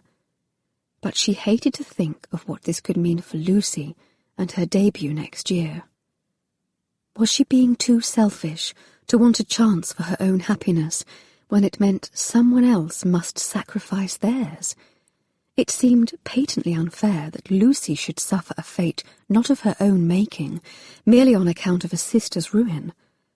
Perhaps she could suggest that father double Lucy's dowry, take the £5,000 that had never been rightfully hers, and bolster Lucy's chance for success, in the hopes it would help overcome the stigma that would almost certainly come with this decision. She wished she had an answer, a magic solution, that would make it all go away, but she knew as well as anyone the harsh realities of the ton. And standing frozen on the front steps was not bringing her any closer to a solution. She kicked at the door with her slipper, but when no one came, she somehow managed to open the door with the bowl of frogs balanced precariously against her chest. She stepped inside just as a flustered-looking Wilson tore into the foyer. He skidded to a halt, gaping at the frogs, then panted, "Miss Clare, there you are. I've been looking everywhere for you." She tried to smile, though her heart thumped nervously at his obvious panic. It seemed her absence had been noted. "Good morning, Wilson," she said with false brightness. "Is everyone at breakfast?" "Everyone?" The butler's voice sounded strangled. "That is one way to put it." She cocked her head, taking a closer look at this man who kept her family running in top order. The servant's normally combed-over hair was dishevelled, his waistcoat askew. "Has Mother come down for breakfast this morning, then?" Claire asked, sympathetically. Yes. Your mother has joined the family for breakfast." He looked from right to left, and his voice dropped to a haggard whisper. "They asked for you, but then Mr. Alban came to call." Milson mopped his brow with a kerchief pulled from one pocket. "I did not tell Lady Cardwell per your previous instructions, and it seemed Lord Cardwell would also not be a good choice, given that the morning is already in upheaval. And I could not find you anywhere, and that was when I feared you had—" "It's all right," Claire soothed, fearing for the poor man's health. Poor Wilson. They each had their secrets, and he was charged with the keeping of them all. "All that matters is I am here now." She handed him the bowl of frogs. "Where is Mr. Alban?" "I have instructed him in the drawing-room, my lady, but made sure not to mention anything to Lady Cardwell. I hope that meets with your approval." "Yes, of course. You may tell my family I will be in shortly." She offered an apologetic smile. "And you no longer need to hide word of Mr. Alban's visit from Mother. I should not have asked you to keep that secret from the start. Indeed, if she had been more honest, none of this would have progressed to the point at which she now found herself." He looked relieved. "Very good, Miss Clare." She set off toward the drawing-room, resolved to tell Mr. Alban once and for all why he must no longer come to call. "Miss Clare!" Claire looked over her shoulder. Wilson held out the bowl. "Are these to be taken in to breakfast, then?" He looked stricken, as if perhaps they were intended to be breakfast. "No," she stifled a smile. "The frogs are for Geoffrey, a gift from Dr. Merrill. You may put them in his room." Mr. Alban was pacing by the picture window, his hat in his hands, looking very much like a man with an important question on his mind. She stepped inside, smoothing a hand down the front of her wrinkled skirts. It was odd, but for this coming audience her feet were not inclined to hesitate. Her ruin was already assured, thanks to the rumours Sophie had circulated. There was no thought of denial or of sweeping it aside. For once, she was determined to face the ton and their judgments head-on. For now, though, she would start with the future Duke of Harrington. She put on a smile. "You were up early today, Mr. Alban." He turned. "My apologies, Miss Westmore. I had a matter of some urgency to discuss with you." It was startling to see him now, and, with more educated eyes, see the strong resemblance to her own features. He was the only connection she had to the gentleman who had sired her, and she imagined now she might see some of that man in Alban's face. "I know my timing must be very inconvenient," he went on, "but I must beg a moment to explain something and ask you a question." Claire felt a jolt of worry. "There is no need to apologize. In truth, there is a vital matter I must discuss with you as well. If I might be permitted to speak first." He twisted the brim of his hat in his hands. "At the musicale, I wanted to ask you an important question, but you left before it could be said." She shook her head, trying to dislodge the thought. "Please, Mr. Alban, I beg you not say anything more." Bile crept up the back of her throat. "I cannot marry you under any circumstances." "Marry you?" His mouth opened in astonishment. "Miss Westmore, I assure you that is not the nature of my interest in you." "It isn't?" Claire stared at him in surprise. "But all those waltzes, the times you came to call. I wanted to know you." He walked toward her, hazel eyes searching her own. "Since I met you, I've been struck by the oddest sense of familiarity. I called on you in the hopes of meeting your family, sorting out whether my thoughts might be true." "Thoughts?" Claire echoed, taking a cautious step backward until the wall met the stiffened blades of her shoulders. He took another step toward her, and she froze. She didn't know what to think, and permitting him to come too close was something she was not yet prepared to do. But he didn't look dangerous or deranged. He looked nervous, the absolute opposite of how a future duke should look.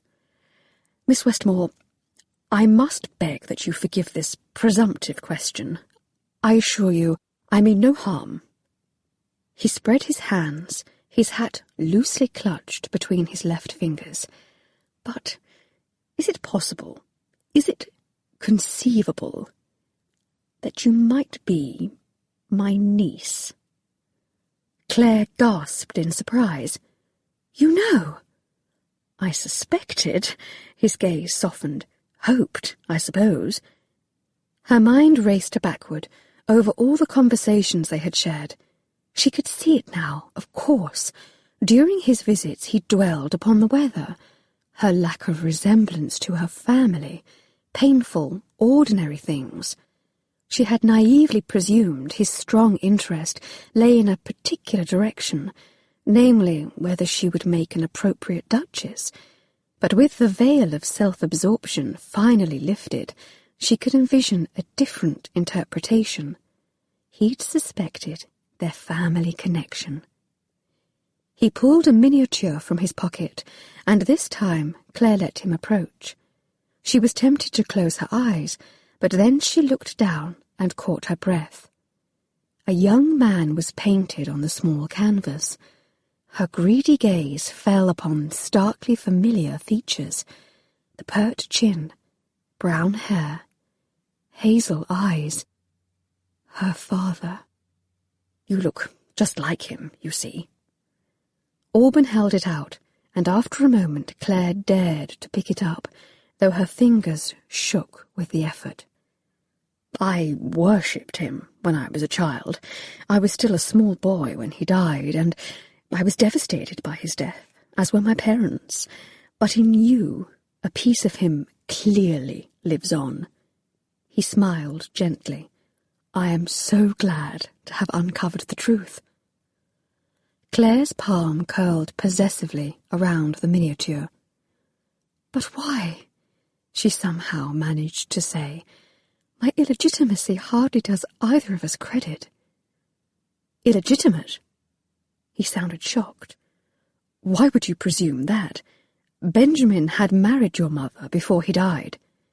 "But my mother said he was killed in a carriage accident en route to Gretna." She lifted a hand to her mouth, catching the gasp of uncertainty. Actually, that wasn't entirely true.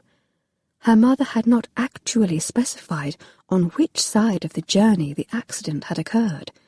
Moreover, Mother had confessed a need to guard her reputation in order to marry quickly. A confessed elopement might have destroyed her chance at such a security. "Last week, I sent my steward to Gretna," Alban said. "I told him to search every blacksmith shop, every parish register he could find." Her lungs felt heavy, bruised. "Why would you do such a thing?" she choked out. "Why confirm such a scandal?" "Because the scandal you speak of is my fault." "You started the rumor." He looked uncomfortable. "It was more that I made the mistake of posing the question of your parentage to your friend, Lady Sophie, at the start of the season, and she proved more malicious than I had imagined. Once the rumours began to circulate, I knew I needed to move quickly. My steward returned last night with proof of my brother's marriage in hand. You are his daughter, Claire. His legitimate daughter, and far less a scandal to know their union was lawful, I should think. Claire leaned back against the wall, not trusting her knees to hold. She couldn't quite wrap her head around the legitimate part. Alban spread his hands. "'Tis not as grand as being recognised as a viscount's daughter, but my family is respectable enough, particularly now that circumstances have made me the Duke's heir. My brother died without much, but what little bit of money he had set aside was properly invested. In the 20 years since his death, it has turned a handsome profit. About £6,000 now, I should think. That money should go to my brother's child. I cannot undo what Lady Sophie has done, but perhaps in this small way I can make some amends." "Oh, God! Oh, God! Oh, God! Surely he was not serious. But if he was joking, he was a better thespian than even Sophie."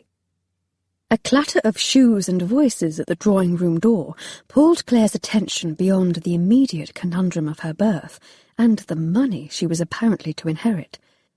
Without warning, her family began to pour into the drawing-room. Mr. Alban watched them come with a raised brow. He bent his head to her ear. "They really don't look anything like you, do they?" he chuckled. "No." Claire shook her head, her lips twitching as she watched them come, chattering in their familiar, comfortable way. "But that doesn't mean I do not love them."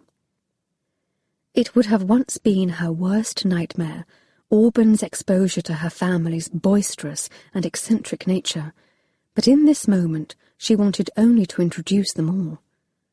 "Ah, Claire, there you are," her father beamed. "I've an important introduction to make." "As do I." She turned to Alban. "Mr. Alban, you've met my mother last night, and Lucy during your last visit, but may I present my father, Lord Cardwell, and my brother, Geoffrey?" Her father's gaze moved from Alban to Claire, then back again. Claire could see a flare of understanding, or perhaps, more correctly, suspicion, in the hardening of his jaw. "I've heard a lot about you, Mr. Alban." He hesitated. "But this first sight of you is something of a surprise to me, and I am sure you understand why." Alban inclined his head. "Yes, the resemblance is striking, isn't it?" Her father rubbed the back of his palm across his forehead. "Well, Harrington's heir or no, you must know I cannot give my blessing for you to marry my daughter." Alban lifted his hands in assurance. "I have come as a matter of family, not matrimony." As Claire exhaled in abject relief at the lack of histrionics, it occurred to her there seemed to be too many people in the room. She counted in her head. Lucy, Geoffrey, Lucy. Her eyes pulled back to the doorway. 2 Lucys?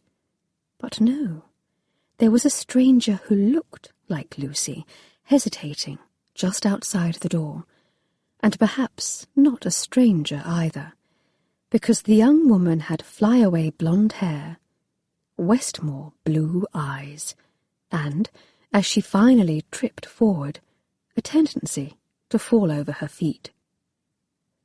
"I followed your advice." Claire was startled to hear her mother's voice close to her ear. "I told your father he could bring Lydia here. You were correct. It was the right thing to do, and perhaps now we can all heal, as a family." Understanding dawned. At last it all made sense. Wilson's distress and his declaration that everyone was awaiting her at breakfast. But What about Lucy's season? She whispered back, her mind stumbling over all the reasons Mother had initially objected to having the girl come to Cardwell House.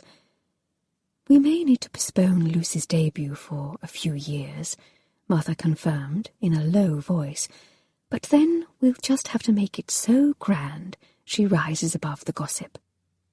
Claire turned her mother's words over in her mind. Could it really be so simple? Her own reputation no longer mattered, but she was still worried what this all might mean for Lucy. But maybe Mother was right. Time had a way of easing the worst sort of gossip, and in a few years Sophie and Rose would, hopefully, be married and mouldering away in their husbands' country estates, unable to damage Lucy's reputation with their snide remarks and misplaced wit. And perhaps, gossip or no, it wouldn't be a terrible thing to give Lucy a few more years to grow into her skin and out of her crazy ideas.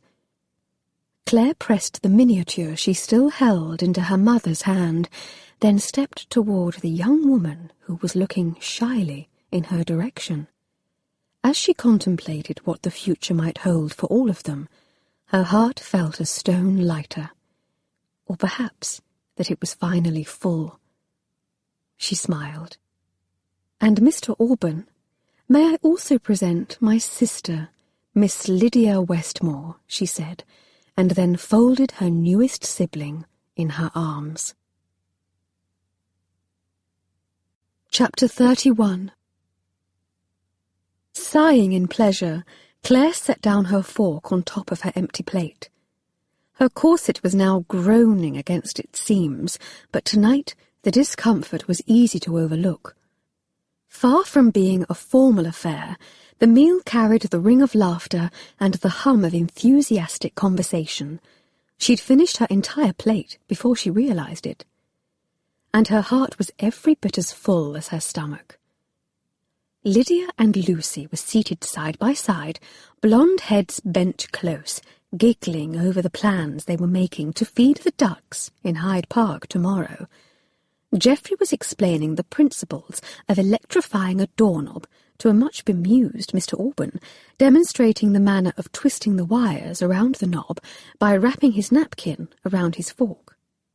And by the warm look her parents were exchanging down the dining-room table, it seemed clear that dyspepsia had been banished from Father's menu tonight. There was only one person missing to make the meal perfect, and while he had not yet come, as he'd said he would, Claire could see that it was long past time to introduce her family to the idea that she planned to spend the rest of her life as Mrs. Daniel Merrill. She felt suddenly breathless, not out of fear, but out of anticipation. No matter their reaction to what she was about to say, this was the choice she wished to make. She would not be swayed by her mother's remonstrations or tears. Neither would she be swayed by Father's talk of dowries or peers. She was no longer interested in making a proper match. Why would she be? She was no longer a proper young woman. She'd been freed from the yoke of that responsibility and had no intention of shouldering it again. She raised her glass. "Mother, Father, I have some news I want to share while everyone is sitting down." She delivered the words with what she thought was an admirable steadiness, but her voice must have held a secret tremor. Or perhaps it was that today, of all days, the promise of more news was impossible for her family to ignore. Whatever the cause, the table fell silent. Claire looked out over her family's expectant faces, considering how to begin this necessary speech. "If I have learned nothing else today, it is that secrets have no place among family. We should be open and honest with each other, even if we fear the news might disappoint someone we love. After all, it is better to tell the truth than live a lie." "Hear, hear!" Geoffrey crowed, raising the half-glass of wine he'd been permitted tonight on account of it being a special occasion. She glared at her brother until he settled, then lowered her glass and drew a deep breath. Even though I know that what I am about to say may come as a shock, I will not keep this a secret any more. I have made my choice for a husband. There was a moment of strained silence, and then Mother lifted a trembling hand to her throat. "Never say you've finally decided on Mr. Meeks," she said in a choked voice. "I know I had pushed you in that direction, but I must say I have my doubts as to the suitability of the match." Claire bit her lip, trying not to laugh. How could Mother think she would choose Meeks after everything they had discussed? "I know the revelations of the day are a lot to take in," Mother went on, "but surely there is no need for panic." "I am not panicking, Mother." In fact, Claire felt the oddest sense of calm, as though the air in the room and the blood in her veins had stilled in anticipation of her announcement. "It is just that given the importance of my decision, I do not want to wait a second longer to tell you." Her mother's brow wrinkled. "There is no need to be hasty." "I am not being hasty either," Claire protested, the sense of calm slipping toward irritation now. This was her news to share, and she'd not yet had the chance to share the most important bits. "I didn't know you were interested in Mr. Meeks," Alban said, turning in his chair to face Claire. "I can't fault your choice, though. He's a capital fellow, handy with a cricket bat. I went to school with him at Harrow." "I like a good game of cricket myself," Geoffrey exclaimed. He straightened in his chair. "I say, Father, maybe I should go to Harrow." A grin washed over his face. "And it would be lovely to trounce those Eton dandies in next year's match at Lord's Field." "Harrow, Father scratched his head. "That is not such a bad idea." "Oh, I can speak with the headmaster if you like," Alban offered. "I've kept in touch with him through the years." "Now who exactly is Mr. Meeks?" Lucy broke in, her eyes narrowed as if trying to remember. "I do not recall spying on someone by that name." Claire sighed. Good heavens, there were 5 different trains of thought happening, and nary a one involved her intention to marry Daniel. When had the conversation been so thoroughly wrestled from her hands? And how could she wrestle it back? "About my news," she huffed. "If you would just let me explain." "Yes, we were talking about your choice of husband," Mother interrupted, her voice now contorted into a shrill knot. "I know I had been encouraging you to marry quickly, but I am quite regretting it now." "There is no need to regret," Claire started, only to be cut off once more. "And you must think of poor Mr. Meeks as well. The man is admittedly fond of you, but with the details of your birth to be made public now, he could hardly be blamed if he cries off." Mother broke off her tirade, then tilted her head, staring quizzically down the table toward Claire's father. "Unless we doubled your dowry," she mused, "that might tempt Mr. Meeks to overlook it all." Claire almost choked on her snort of laughter. No." She hesitated, realizing how ungrateful she probably sounded. "That is, thank you, but I am not interested in doubling my dowry. In fact, I am not interested in any part of my dowry." Father's brows bunched. "Claire, you must know I would gladly double your dowry if it brings you happiness." Her throat clogged with tears, and the room seemed to swim before her eyes. "Thank you, Father. Your offer means more to me than you can imagine." She shook her head, trying to clear her vision. "But with the inheritance provided by Mr. Alban, it seems I no longer have need of a dowry." She glanced at her sisters, one familiar, one new. "You might consider doubling Lucy's, though, or providing one for Lydia." Her father rubbed a surreptitious finger along the bridge of his nose, and though he was some 10 feet away, Claire could see that his eyes were suspiciously moist. "You were always my most sensible child," he said. His voice gravelled with emotion. It should not surprise me you would be sensible in this as well. The tears fell in earnest now from Claire's own eyes, splashing on her empty plate. She still considered him her father, and always would. He was the man who had raised her, after all, the father she loved. But to hear he still considered her his child closed the last tiny hole in her heart. She swiped a hand across her eyes and met her mother's still worried gaze. "I am not interested in Mr. Meeks in that way, Mother. I would not pretend I might make a suitable viscountess, not any more." "But with the right dowry," her mother protested, "you might still aim for a baron." "Or a second son," Geoffrey supplied helpfully. When all the women at the table stared at him, he shrugged. "You cannot deny that second sons can afford to be less fastidious in their choice of a wife, the lucky bastards. I live in terror of the thought of the shrew-faced heiress I will probably be forced to marry when I come of age." He grinned. "Maybe the trick is to be so incorrigible no one respectable will have me." Claire winced. There was a terrifying logic at play in her brother's mind, and there was no doubt he was well on his way to earning the title of such an adjective. But she didn't want to talk about Geoffrey's future. She wanted to talk about hers. It was time to end this circus of a confession in the only way she knew how. She placed 2 hands on the table and pushed herself to standing. Unfortunately, this made the gentlemen at the table gain their feet as well, which rather lessened the effect. She had to fight the urge to roll her eyes at the absurdity of manners at a time like this. "I do not want to marry Mr. Meeks," she all but shouted. "I want to marry the man I love, and the man I love is Daniel Merrill." She looked around the silent table, taking in her family's stunned faces. "He makes me happy.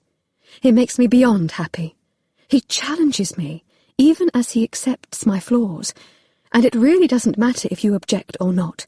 If you will not grant your consent now, Father, I will simply wait until I am of age." "Why would I refuse my consent?" Father asked slowly. Of all the things she had expected her father to say, this was furthest from what she had constructed in her head. "Well, because he is my doctor," Claire admitted. "Because he is poor," Mother said, though she sounded unsure of herself. "Because he is a chartist," Lucy said, her tone more of a question than a fact. But there was no surprise in the echo of her voice. Indeed, a smile was stealing across her face, one that quite cried, "I told you so," and she nudged Lydia with an elbow, nodding. For her part, Lydia stayed wide-eyed and silent, though she sent Claire a distinctly sympathetic smile. "Because he is a gypsy," Geoffrey added, making Claire want to wrap her fingers around her brother's neck. He rubbed his hands together with glee. "Oh, this is rich. It is the prank to end all pranks, and I didn't even come up with it." "It's not a prank," Claire muttered, feeling deflated. "It's my life." "And I am not saying no," Father said, pinning her with his gaze over the rims of his glasses. "Sit down, please, so we can discuss this like adults." Claire sat. Father stayed standing, staring down at her from his position at the head of the table. His hand stroked his chin in thought. "Dr. Merrill makes you happy?" he finally asked. Claire nodded. "And you would relinquish your dowry to have him as your choice?" Without hesitation, Claire answered, her heart beating mad circles in her chest. She would wait to marry Daniel until her 21st birthday if she had to, but she really didn't want to delay her future happiness a moment longer than necessary. "In fact, I quite insist on it." "I see." Father looked at Mother. You were objecting to hasty decisions earlier. Do you have any objections to her choice of Dr. Merrill, beyond the state of the man's lack of a title? No. Her mother shook her head. Not if she loves him. She smiled then, just enough, and to Claire's mind, though it was nigh on 9 o'clock at night, the sun began to peek over the dim horizon of this day. Well then, I see no reason to withhold my consent. Father lifted his chin in Auburn's direction. And besides, if it came right down to it, you could always petition the court to recognise Mr. Auburn as your guardian and have him offer consent. He shook his head. No, far better to do it this way. Keep it in the family. His face grew stern, accenting the lines at the corners of his eyes. I love you, Claire. You will always be my daughter. And though it may be hard to see sometimes, the happiness of his daughters is a father's primary concern. Claire flew from her chair and launched herself down the long length of table into her father's arms. As his arms closed around her, she breathed in his pipe tobacco and peppermint scent, utterly swamped with happiness. It was going to be all right. If only Daniel would come. May 24th, 1848. Dear Diary, my happiness seems assured, but for one important fact. Daniel has not come, as he promised he would. It has been 2 days full of new family, but missing the one man I most want to see. I have so much to tell him, so much to explain. But he has not responded to the letter I sent to St. Bartholomew's, and I've no notion of where he might be staying, now that he has been turned out of his rooms. I'm trying to be patient, truly I am. But if there is one thing I have learned over the past month, it is that I am not a patient sort of woman. And I would have thought Daniel knew that as well. Chapter 32. Lydia, what is the difference between a courtesan and a mistress? Lucy asked, as they crowded into the hot, busy vestibule of St. Paul's Cathedral. Geoffrey leered at a woman to his left. And do you think I might meet one here today? He asked. Claire glared daggers at Geoffrey's back, not that the imp seemed to notice or care.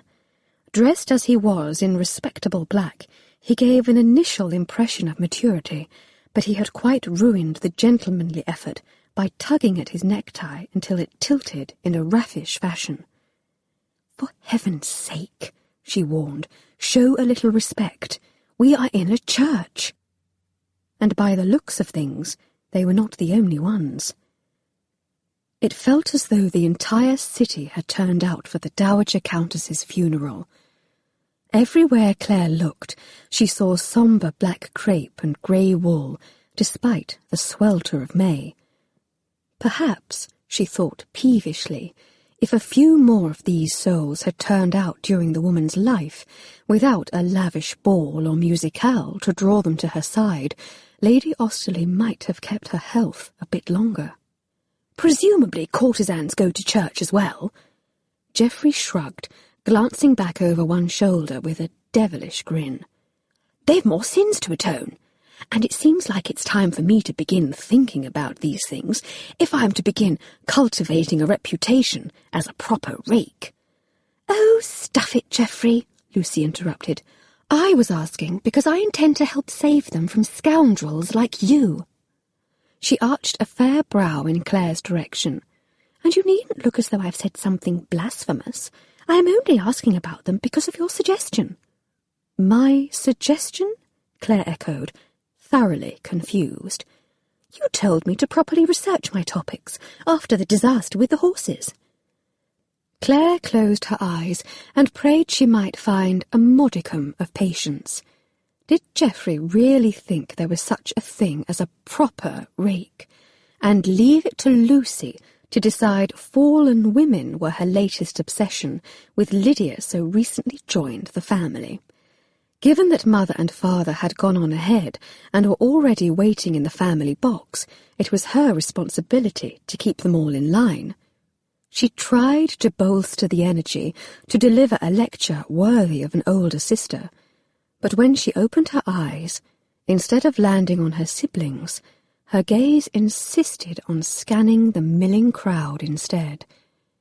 Speaking of prayers, she knew Daniel was here somewhere, paying his respects.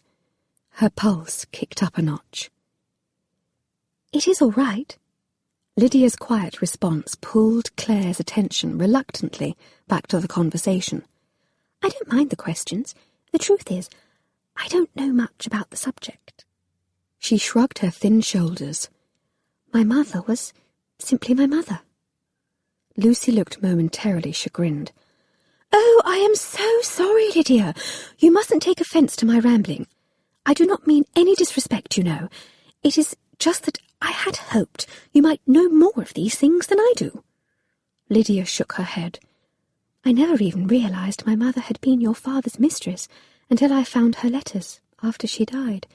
From what I read, I suspect their arrangement was based as much on love as necessity." Lucy stepped closer and slid her arm around Lydia's shoulders. The sight of their growing closeness sent a pang through Claire's heart. There was no doubt that out of all of them, Lucy had the most to lose in this new family arrangement, and yet she'd welcomed their long-lost sister as though she were a veritable pardon. Perhaps to Lucy's mind, she was. But Claire knew that Mother was already plotting a spectacular launch for Lucy in a few years, something the Ton would remember, in order to quell the inevitable whispers.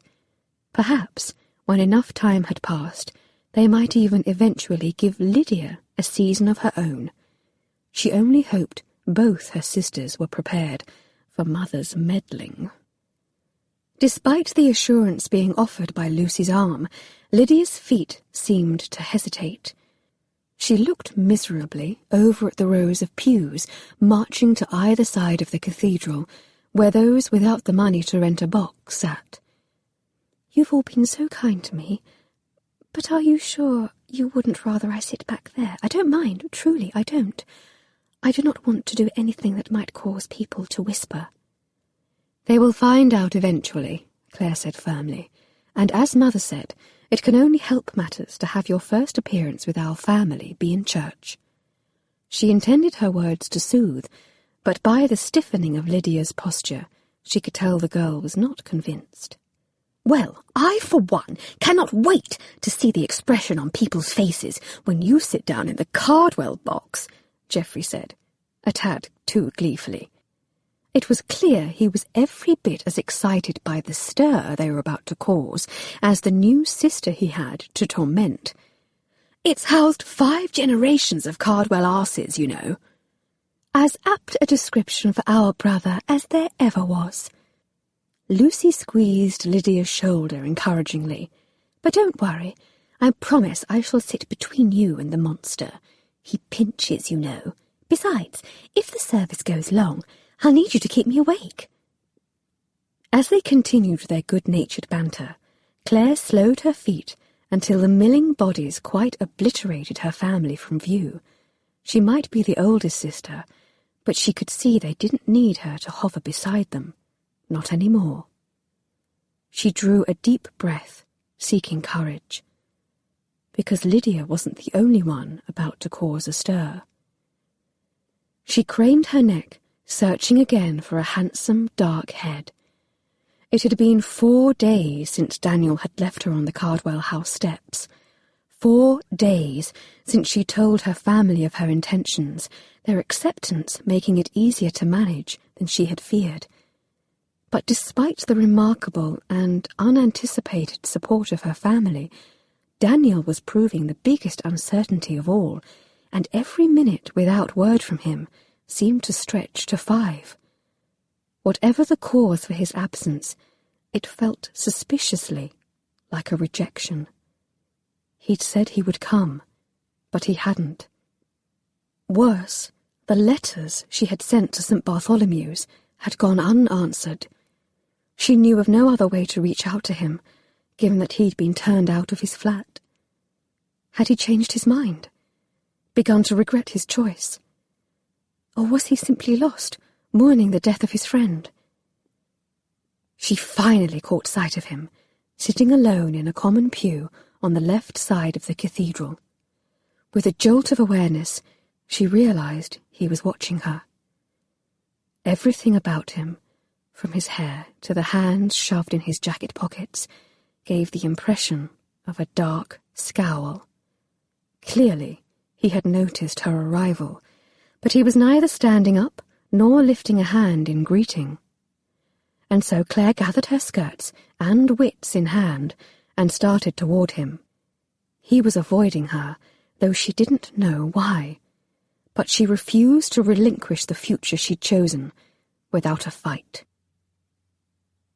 As always, the sight of her kicked the breath from Daniel's lungs. Like a man on borrowed time, he watched her come, wanting but wary of each tortuous inch lost between them. As she settled onto the pew next to him, the floral scent he always associated with her washed over him like scalding water. He'd once presumed the fragrance to be an artifact, perfume or soap, liberally applied. After the night they'd spent together, he now knew it was something that hovered beneath her skin, impossible to wash away, equally impossible to forget. She stared straight ahead, toward the front of the cathedral, but he sensed she hovered on the edge of some very choice words. Her cheeks were already awash in colour, though they'd exchanged nothing more potent than a glance across the vestibule. God knew he deserved whatever bit of anger she had brought with her, given that he'd been too busy to see her. No, that wasn't quite right. He'd been too cowardly to see her. He was brave enough to admit that, if nothing else. From the start, she had always swayed his resolve to be sensible, and the only solution at his disposal these 4 days past had been distance. God, he'd made so many mistakes. He'd been desperate to believe her, that the stark differences in their stations didn't matter if love bound them together. She'd seemed to believe it herself that night in his flat. After all, she'd come to him knowing the risks. There was no duress, no reason for her to have been here other than her own want. But she'd not spoken of love the following morning, or even of marriage. All during that long omnibus ride to Mayfair, after the disaster of the morning and the terrible letter bearing news of Lady Austerley's death, she'd sat beside him, pinched and silent. It had startled him to realize that perhaps he did not care if she was not able to return the sentiment, if only she would consent to tolerate him. But then he'd seen her hesitate, there on her family's front steps, and he'd known she was dreading speaking with her family. About him. He had imagined, in the slowing of her feet, that she must finally see it all clearly. He was a burden she had shouldered, a mistake she would now be forced to live with. And he'd known only that he didn't want to be the man who ruined her life. He was too weak to resist watching her now, though, and his head turned toward her of its own volition. She smoothed black gloves down the front of her skirts, but did not look at him. Like the rest of the crowd, she was dressed in sombre clothing, but unlike the others, she seemed to shine like a beacon, blinding him to his resolve to keep a firm distance. "It seems congratulations are in order," she said crisply. Out of all the things he might have expected her to say, this fell somewhat short. "Congratulations," he echoed, staring at her profile. "For what, precisely?" Was she congratulating him on his pressing grief over Lady Austerley's passing, or perhaps his idiocy in all things related to her? Your manuscript was published yesterday in the Lancet. He exhaled. I was not aware you regularly read the Lancet. I do not. She shot him a sideways glance, and in the sudden purse of her lips he was reminded of how she had looked that evening in the Wallflower line, so many weeks ago. But the Times ran a feature on it this morning. They are calling your anaesthetic regulator a miraculous invention. There is even talk of a potential knighthood. You must have been so pleased with your success, you forgot to come and call. Her gaze more fully met his, and he thought he saw a challenge in those hazel depths. As you promised. Daniel felt mired in the absurdity of this conversation. Pleased with his success? How could he be, when he could think of nothing but her?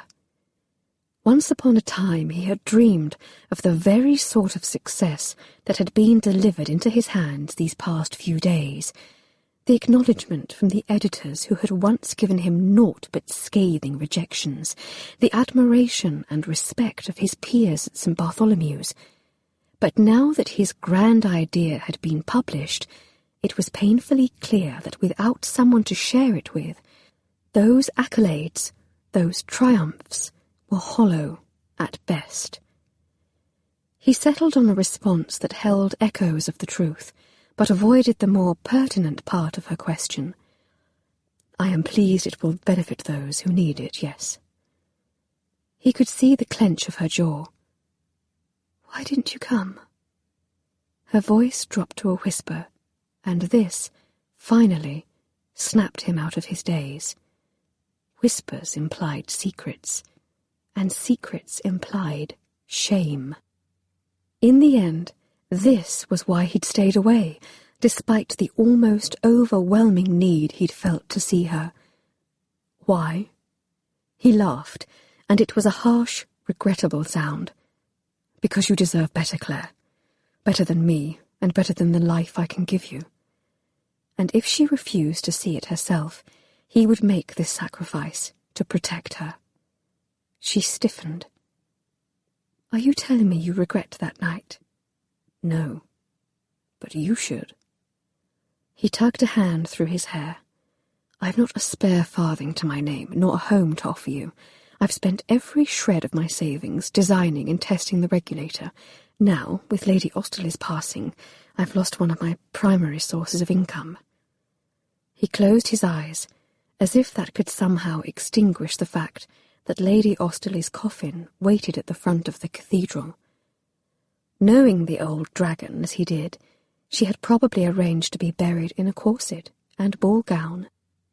He felt numbed by the loss of her, and the fact that he had not been able to save her, even from herself. Worse, he felt embarrassed by his grief. Lady Austerley would have laughed at such histrionics. He opened his eyes to find Claire watching him, her eyes wide with something that might have been sympathy. You miss her. She did not phrase it as a question. He nodded. Not that financial matters lay at the core of my friendship with the Countess, he added, more gently now, but I am in no position to support you now that she is gone. That is why I did not come to Cardwell House. He breathed in the resulting silence, trying to quell the hemorrhaging of his heart. Because it was a half-truth, at best. He would live in a hovel with Claire, if only he could believe that she loved him. Her hand settled on his arm, and he could see her throat working above the black lace of her collar. Daniel, you spent your savings for the betterment of the world, and you haven't a spare farthing because you've spent them all on marzipan and reformed prostitutes, and you've been turned out of your flat because of me. Now you are mourning the loss of a good friend, and there is honour in that, in you, whether you see it or not. Christ, he was so tempted to believe her, to sink into the acceptance she offered. But he feared his instincts were the opposite of trustworthy, mired as they were in selfish hope. Why in the devil was she saying these things and making these arguments when he had seen her warring with the enormity of the decision she faced? "If you believe those things," he said miserably, "then why did you hesitate?" She blinked in confusion. "Hesitate? You hesitated. The day I took you back to Cardwell House, I saw you, there on the steps." He exhaled. The truth at last laid at her feet. "It was clear you were thinking of all you might lose, your family, your dowry, and you were right to think of those things. That is why I didn't come." A look of surprise, then horror crossed her face. "You don't understand." She shook her head. "I admit I did hesitate that day, but not for the reasons you think. I was worried about Lucy and what my illegitimacy might mean for her future. I swear, my dowry, you, never impacted my decision. You are worth more than £5,000 to me." Her fingers tightened over his arm. "Or is it that you will not have me without it?" "No." Daniel nearly choked on the word. "I would marry you if you hadn't a penny to your name. But I will not trap you in a marriage with a man you cannot love, simply out of my own selfish needs." "That is what this is about," she demanded, in an astonished whisper. "You think I don't love you?" She slid closer until her skirts brushed against his trousers, and he had to brace himself against the feel of her. "For all your ability to see my crooked teeth, the furrow between my eyes, how could you not see this, too?" Daniel stared down at her, at the tears swimming in her eyes. For the first time in days, hope shifted in his chest. Was it possible he had so misread the situation? And then hard, feminine laughter jerked Daniel's focus clean over Claire's shoulder. "Well, well, well, what do we have here? The Tom's newest disgrace, and her doctor." Oh, bloody hell. Lady Sophie Barnes was standing at the edge of their row, and she looked far too delighted to see them. Chapter 33. Claire stood up, her heart pounding. She was grateful to feel Daniel rise with her. The hum of the busy cathedral seemed to recede to a whisper, or perhaps it was that every sense she possessed was trained on the man standing beside her, the man who loved her so much he had been willing to let her go, simply because he thought her unsure of her own feelings. And the man she prayed had been convinced she loved him in return. "What do you want, Sophie?" Claire was proud to hear her voice did not tremble. Sophie tapped the edge of her black silk fan against one hand and leaned toward Rose, who stood eagerly at her elbow. "What do you think, Rose? Has our dear friend been keeping secrets from us? Were all those threats the night of the musicale just a ruse to throw us off her own trail?"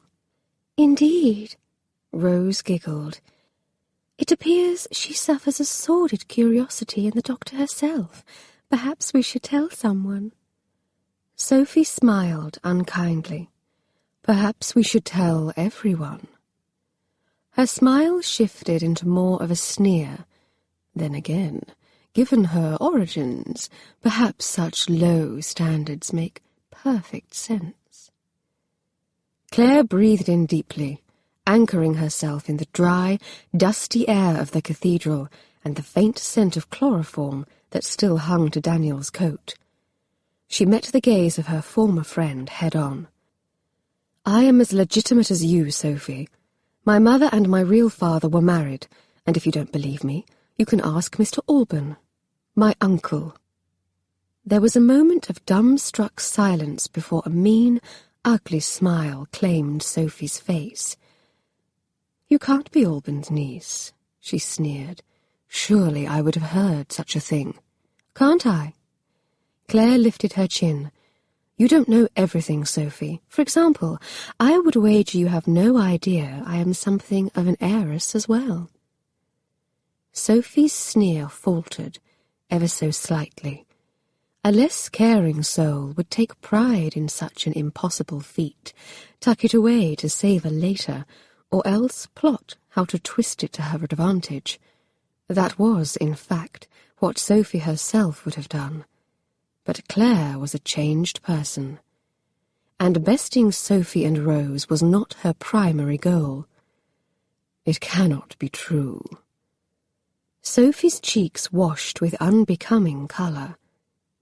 Pink, the most hideous shade possible, given her olive complexion. But rather than taking pleasure in the becoming transformation, Claire discovered she only felt sorry for her, because she had the love of a brilliant man and a future worth holding in her hands. Sophie had her mean-spirited gossip, and little else, to sustain her. "I imagine learning the news in this manner must come as a bit of a shock," Claire went on, as if her heart weren't twisting in her chest.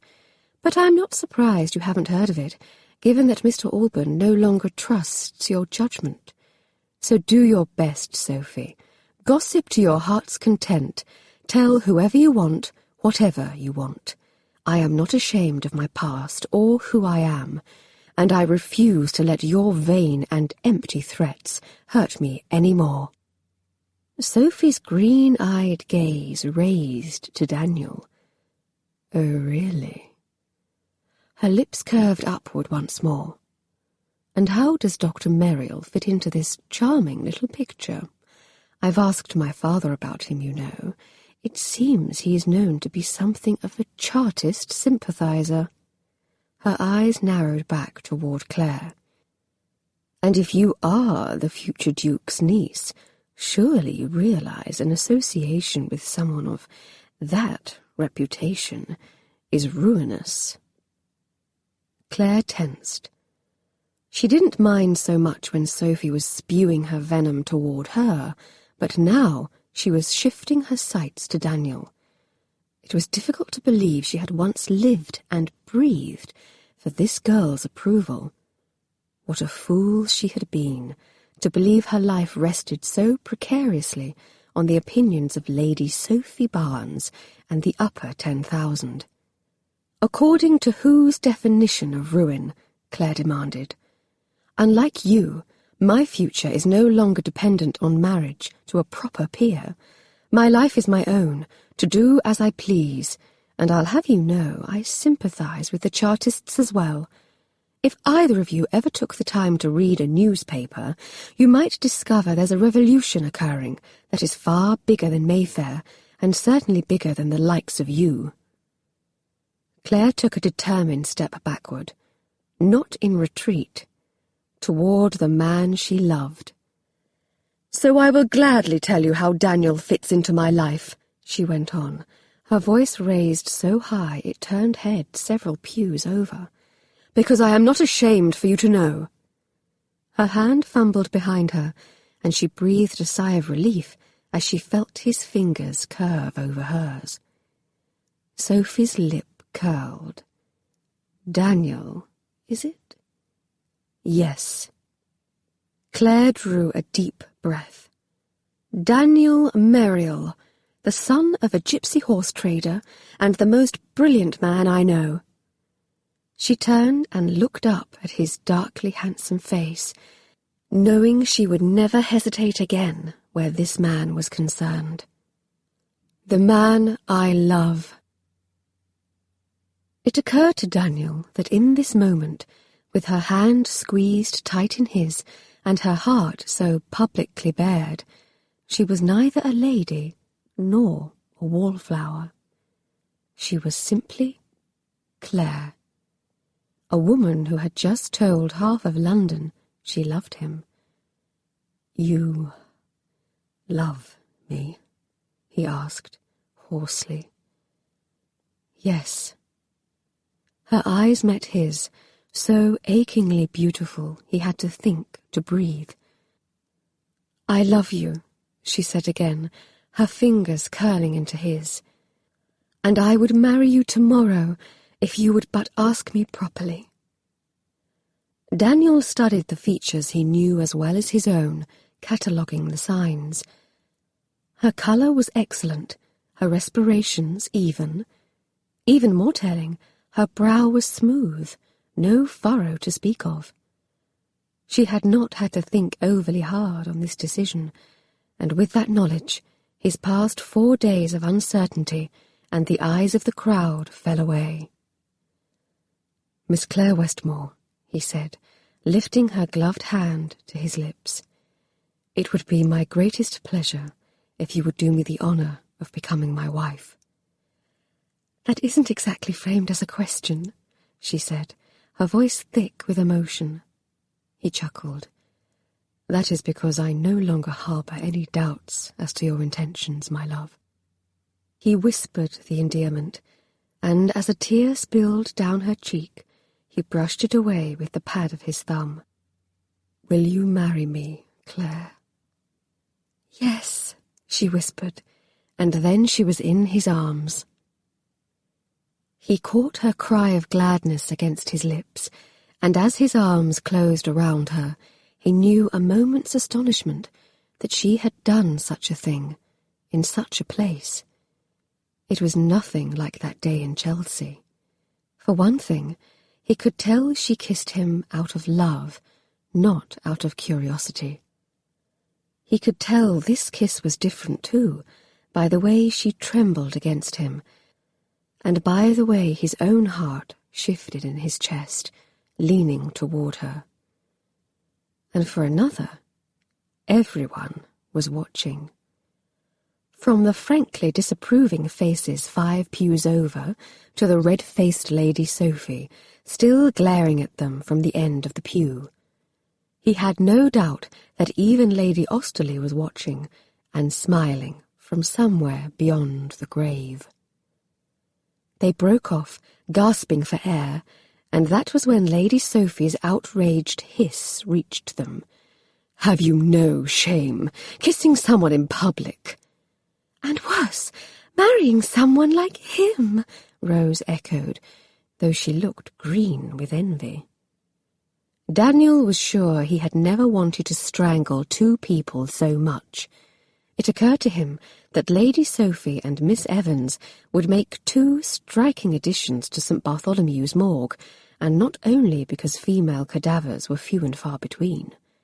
It was because he had a sneaking suspicion the pair lacked beating hearts.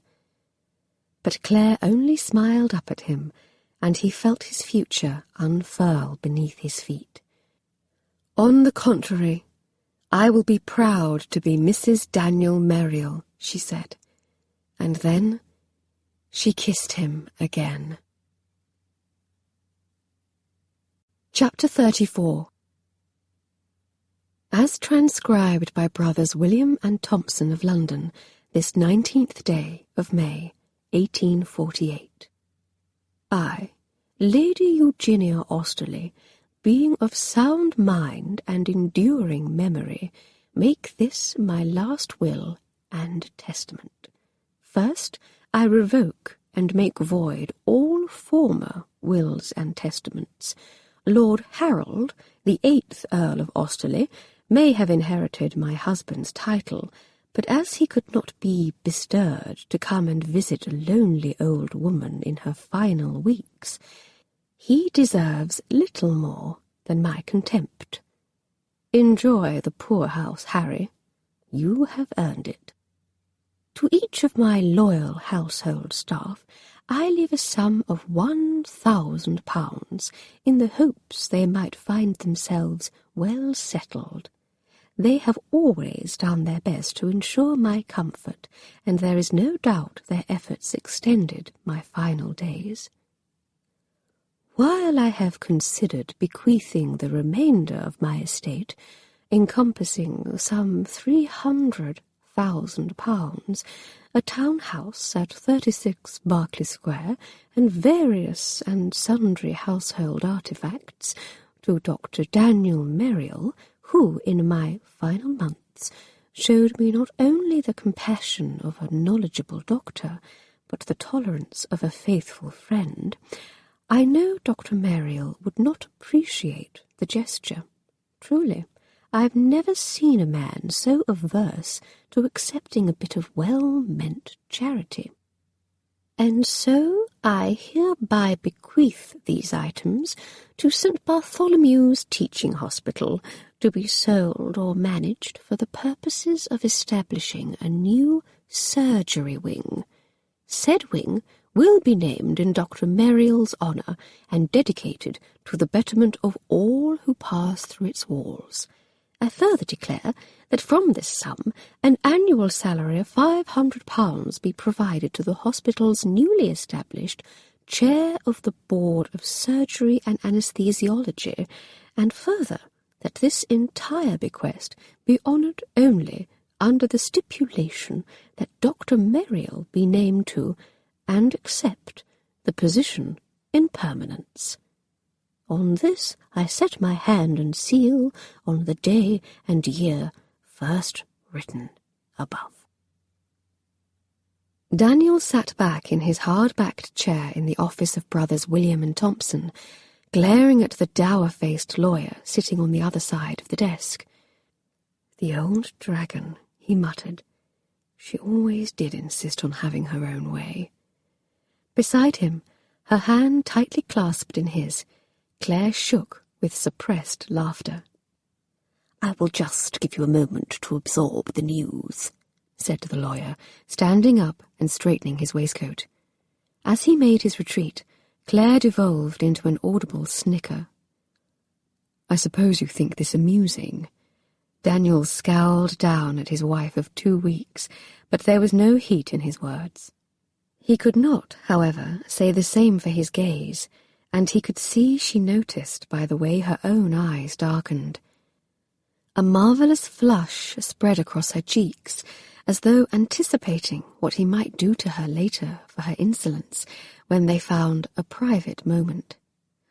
"Well," Claire pursed her lips, "she claims she is of sound mind, and you did refuse to have anything to do with my inheritance when we drew up our marriage contract." "Because I earned no part of it," he protested. "That money is yours, to do with as you would." "And this is yours, Daniel, apparently, whether you like it or not." She smiled, and he caught a glimpse of that slight crooked tooth. As always, the sight sent pleasure spreading through him. "Truly," she said, "did you expect anything less? Lady Austerley orchestrated our lives from the moment we met. Do you remember the night of her musicale, when she practically tossed us into the library?" This time it was his turn to smile. "Yes." Christ, how he remembered! And he was grateful for the old woman's foresight nearly every day. He went to bed every night, eager to make love to the woman whose hand was now clasped in his. And each morning he awakened to the glorious improbability of Claire in his arms. She reached out a hand and picked up the damning bit of paper that would decide his future. "Look at the date." She pointed to the top of the page. "Lady Austerley drafted this will the day before her musicale. She knew then, you see, that we were meant to be. So, in my mind, the main question here is, do you plan to reject an old lady's last will and testament when she was clearly so right about us?" "No, I will not reject it."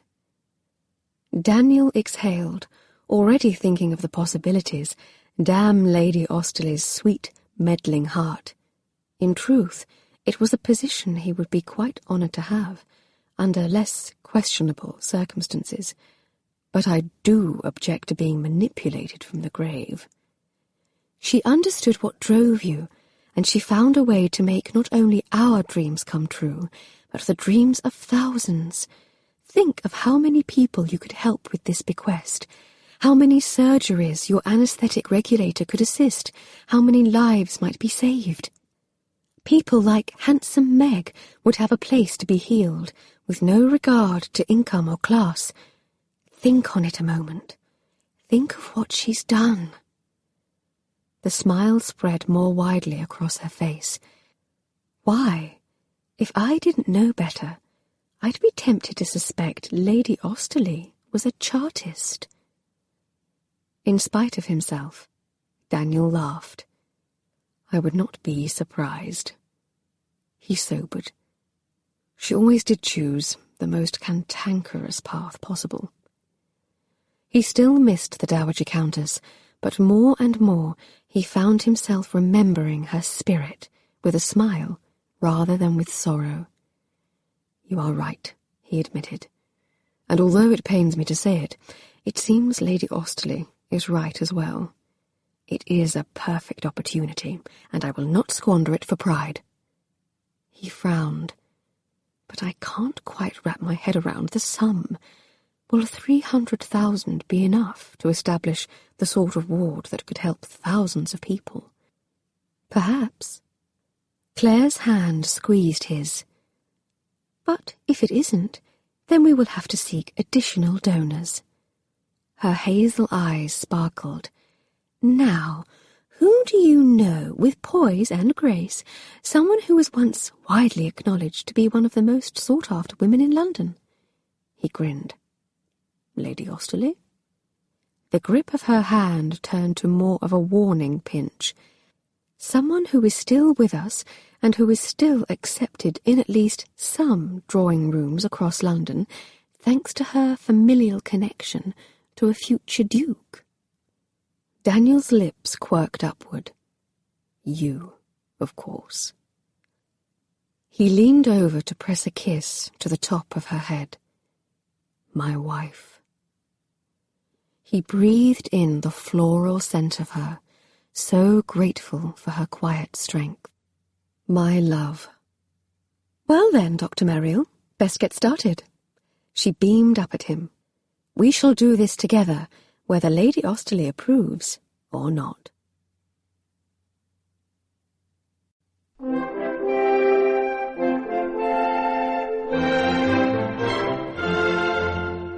This is Lana J. Weston.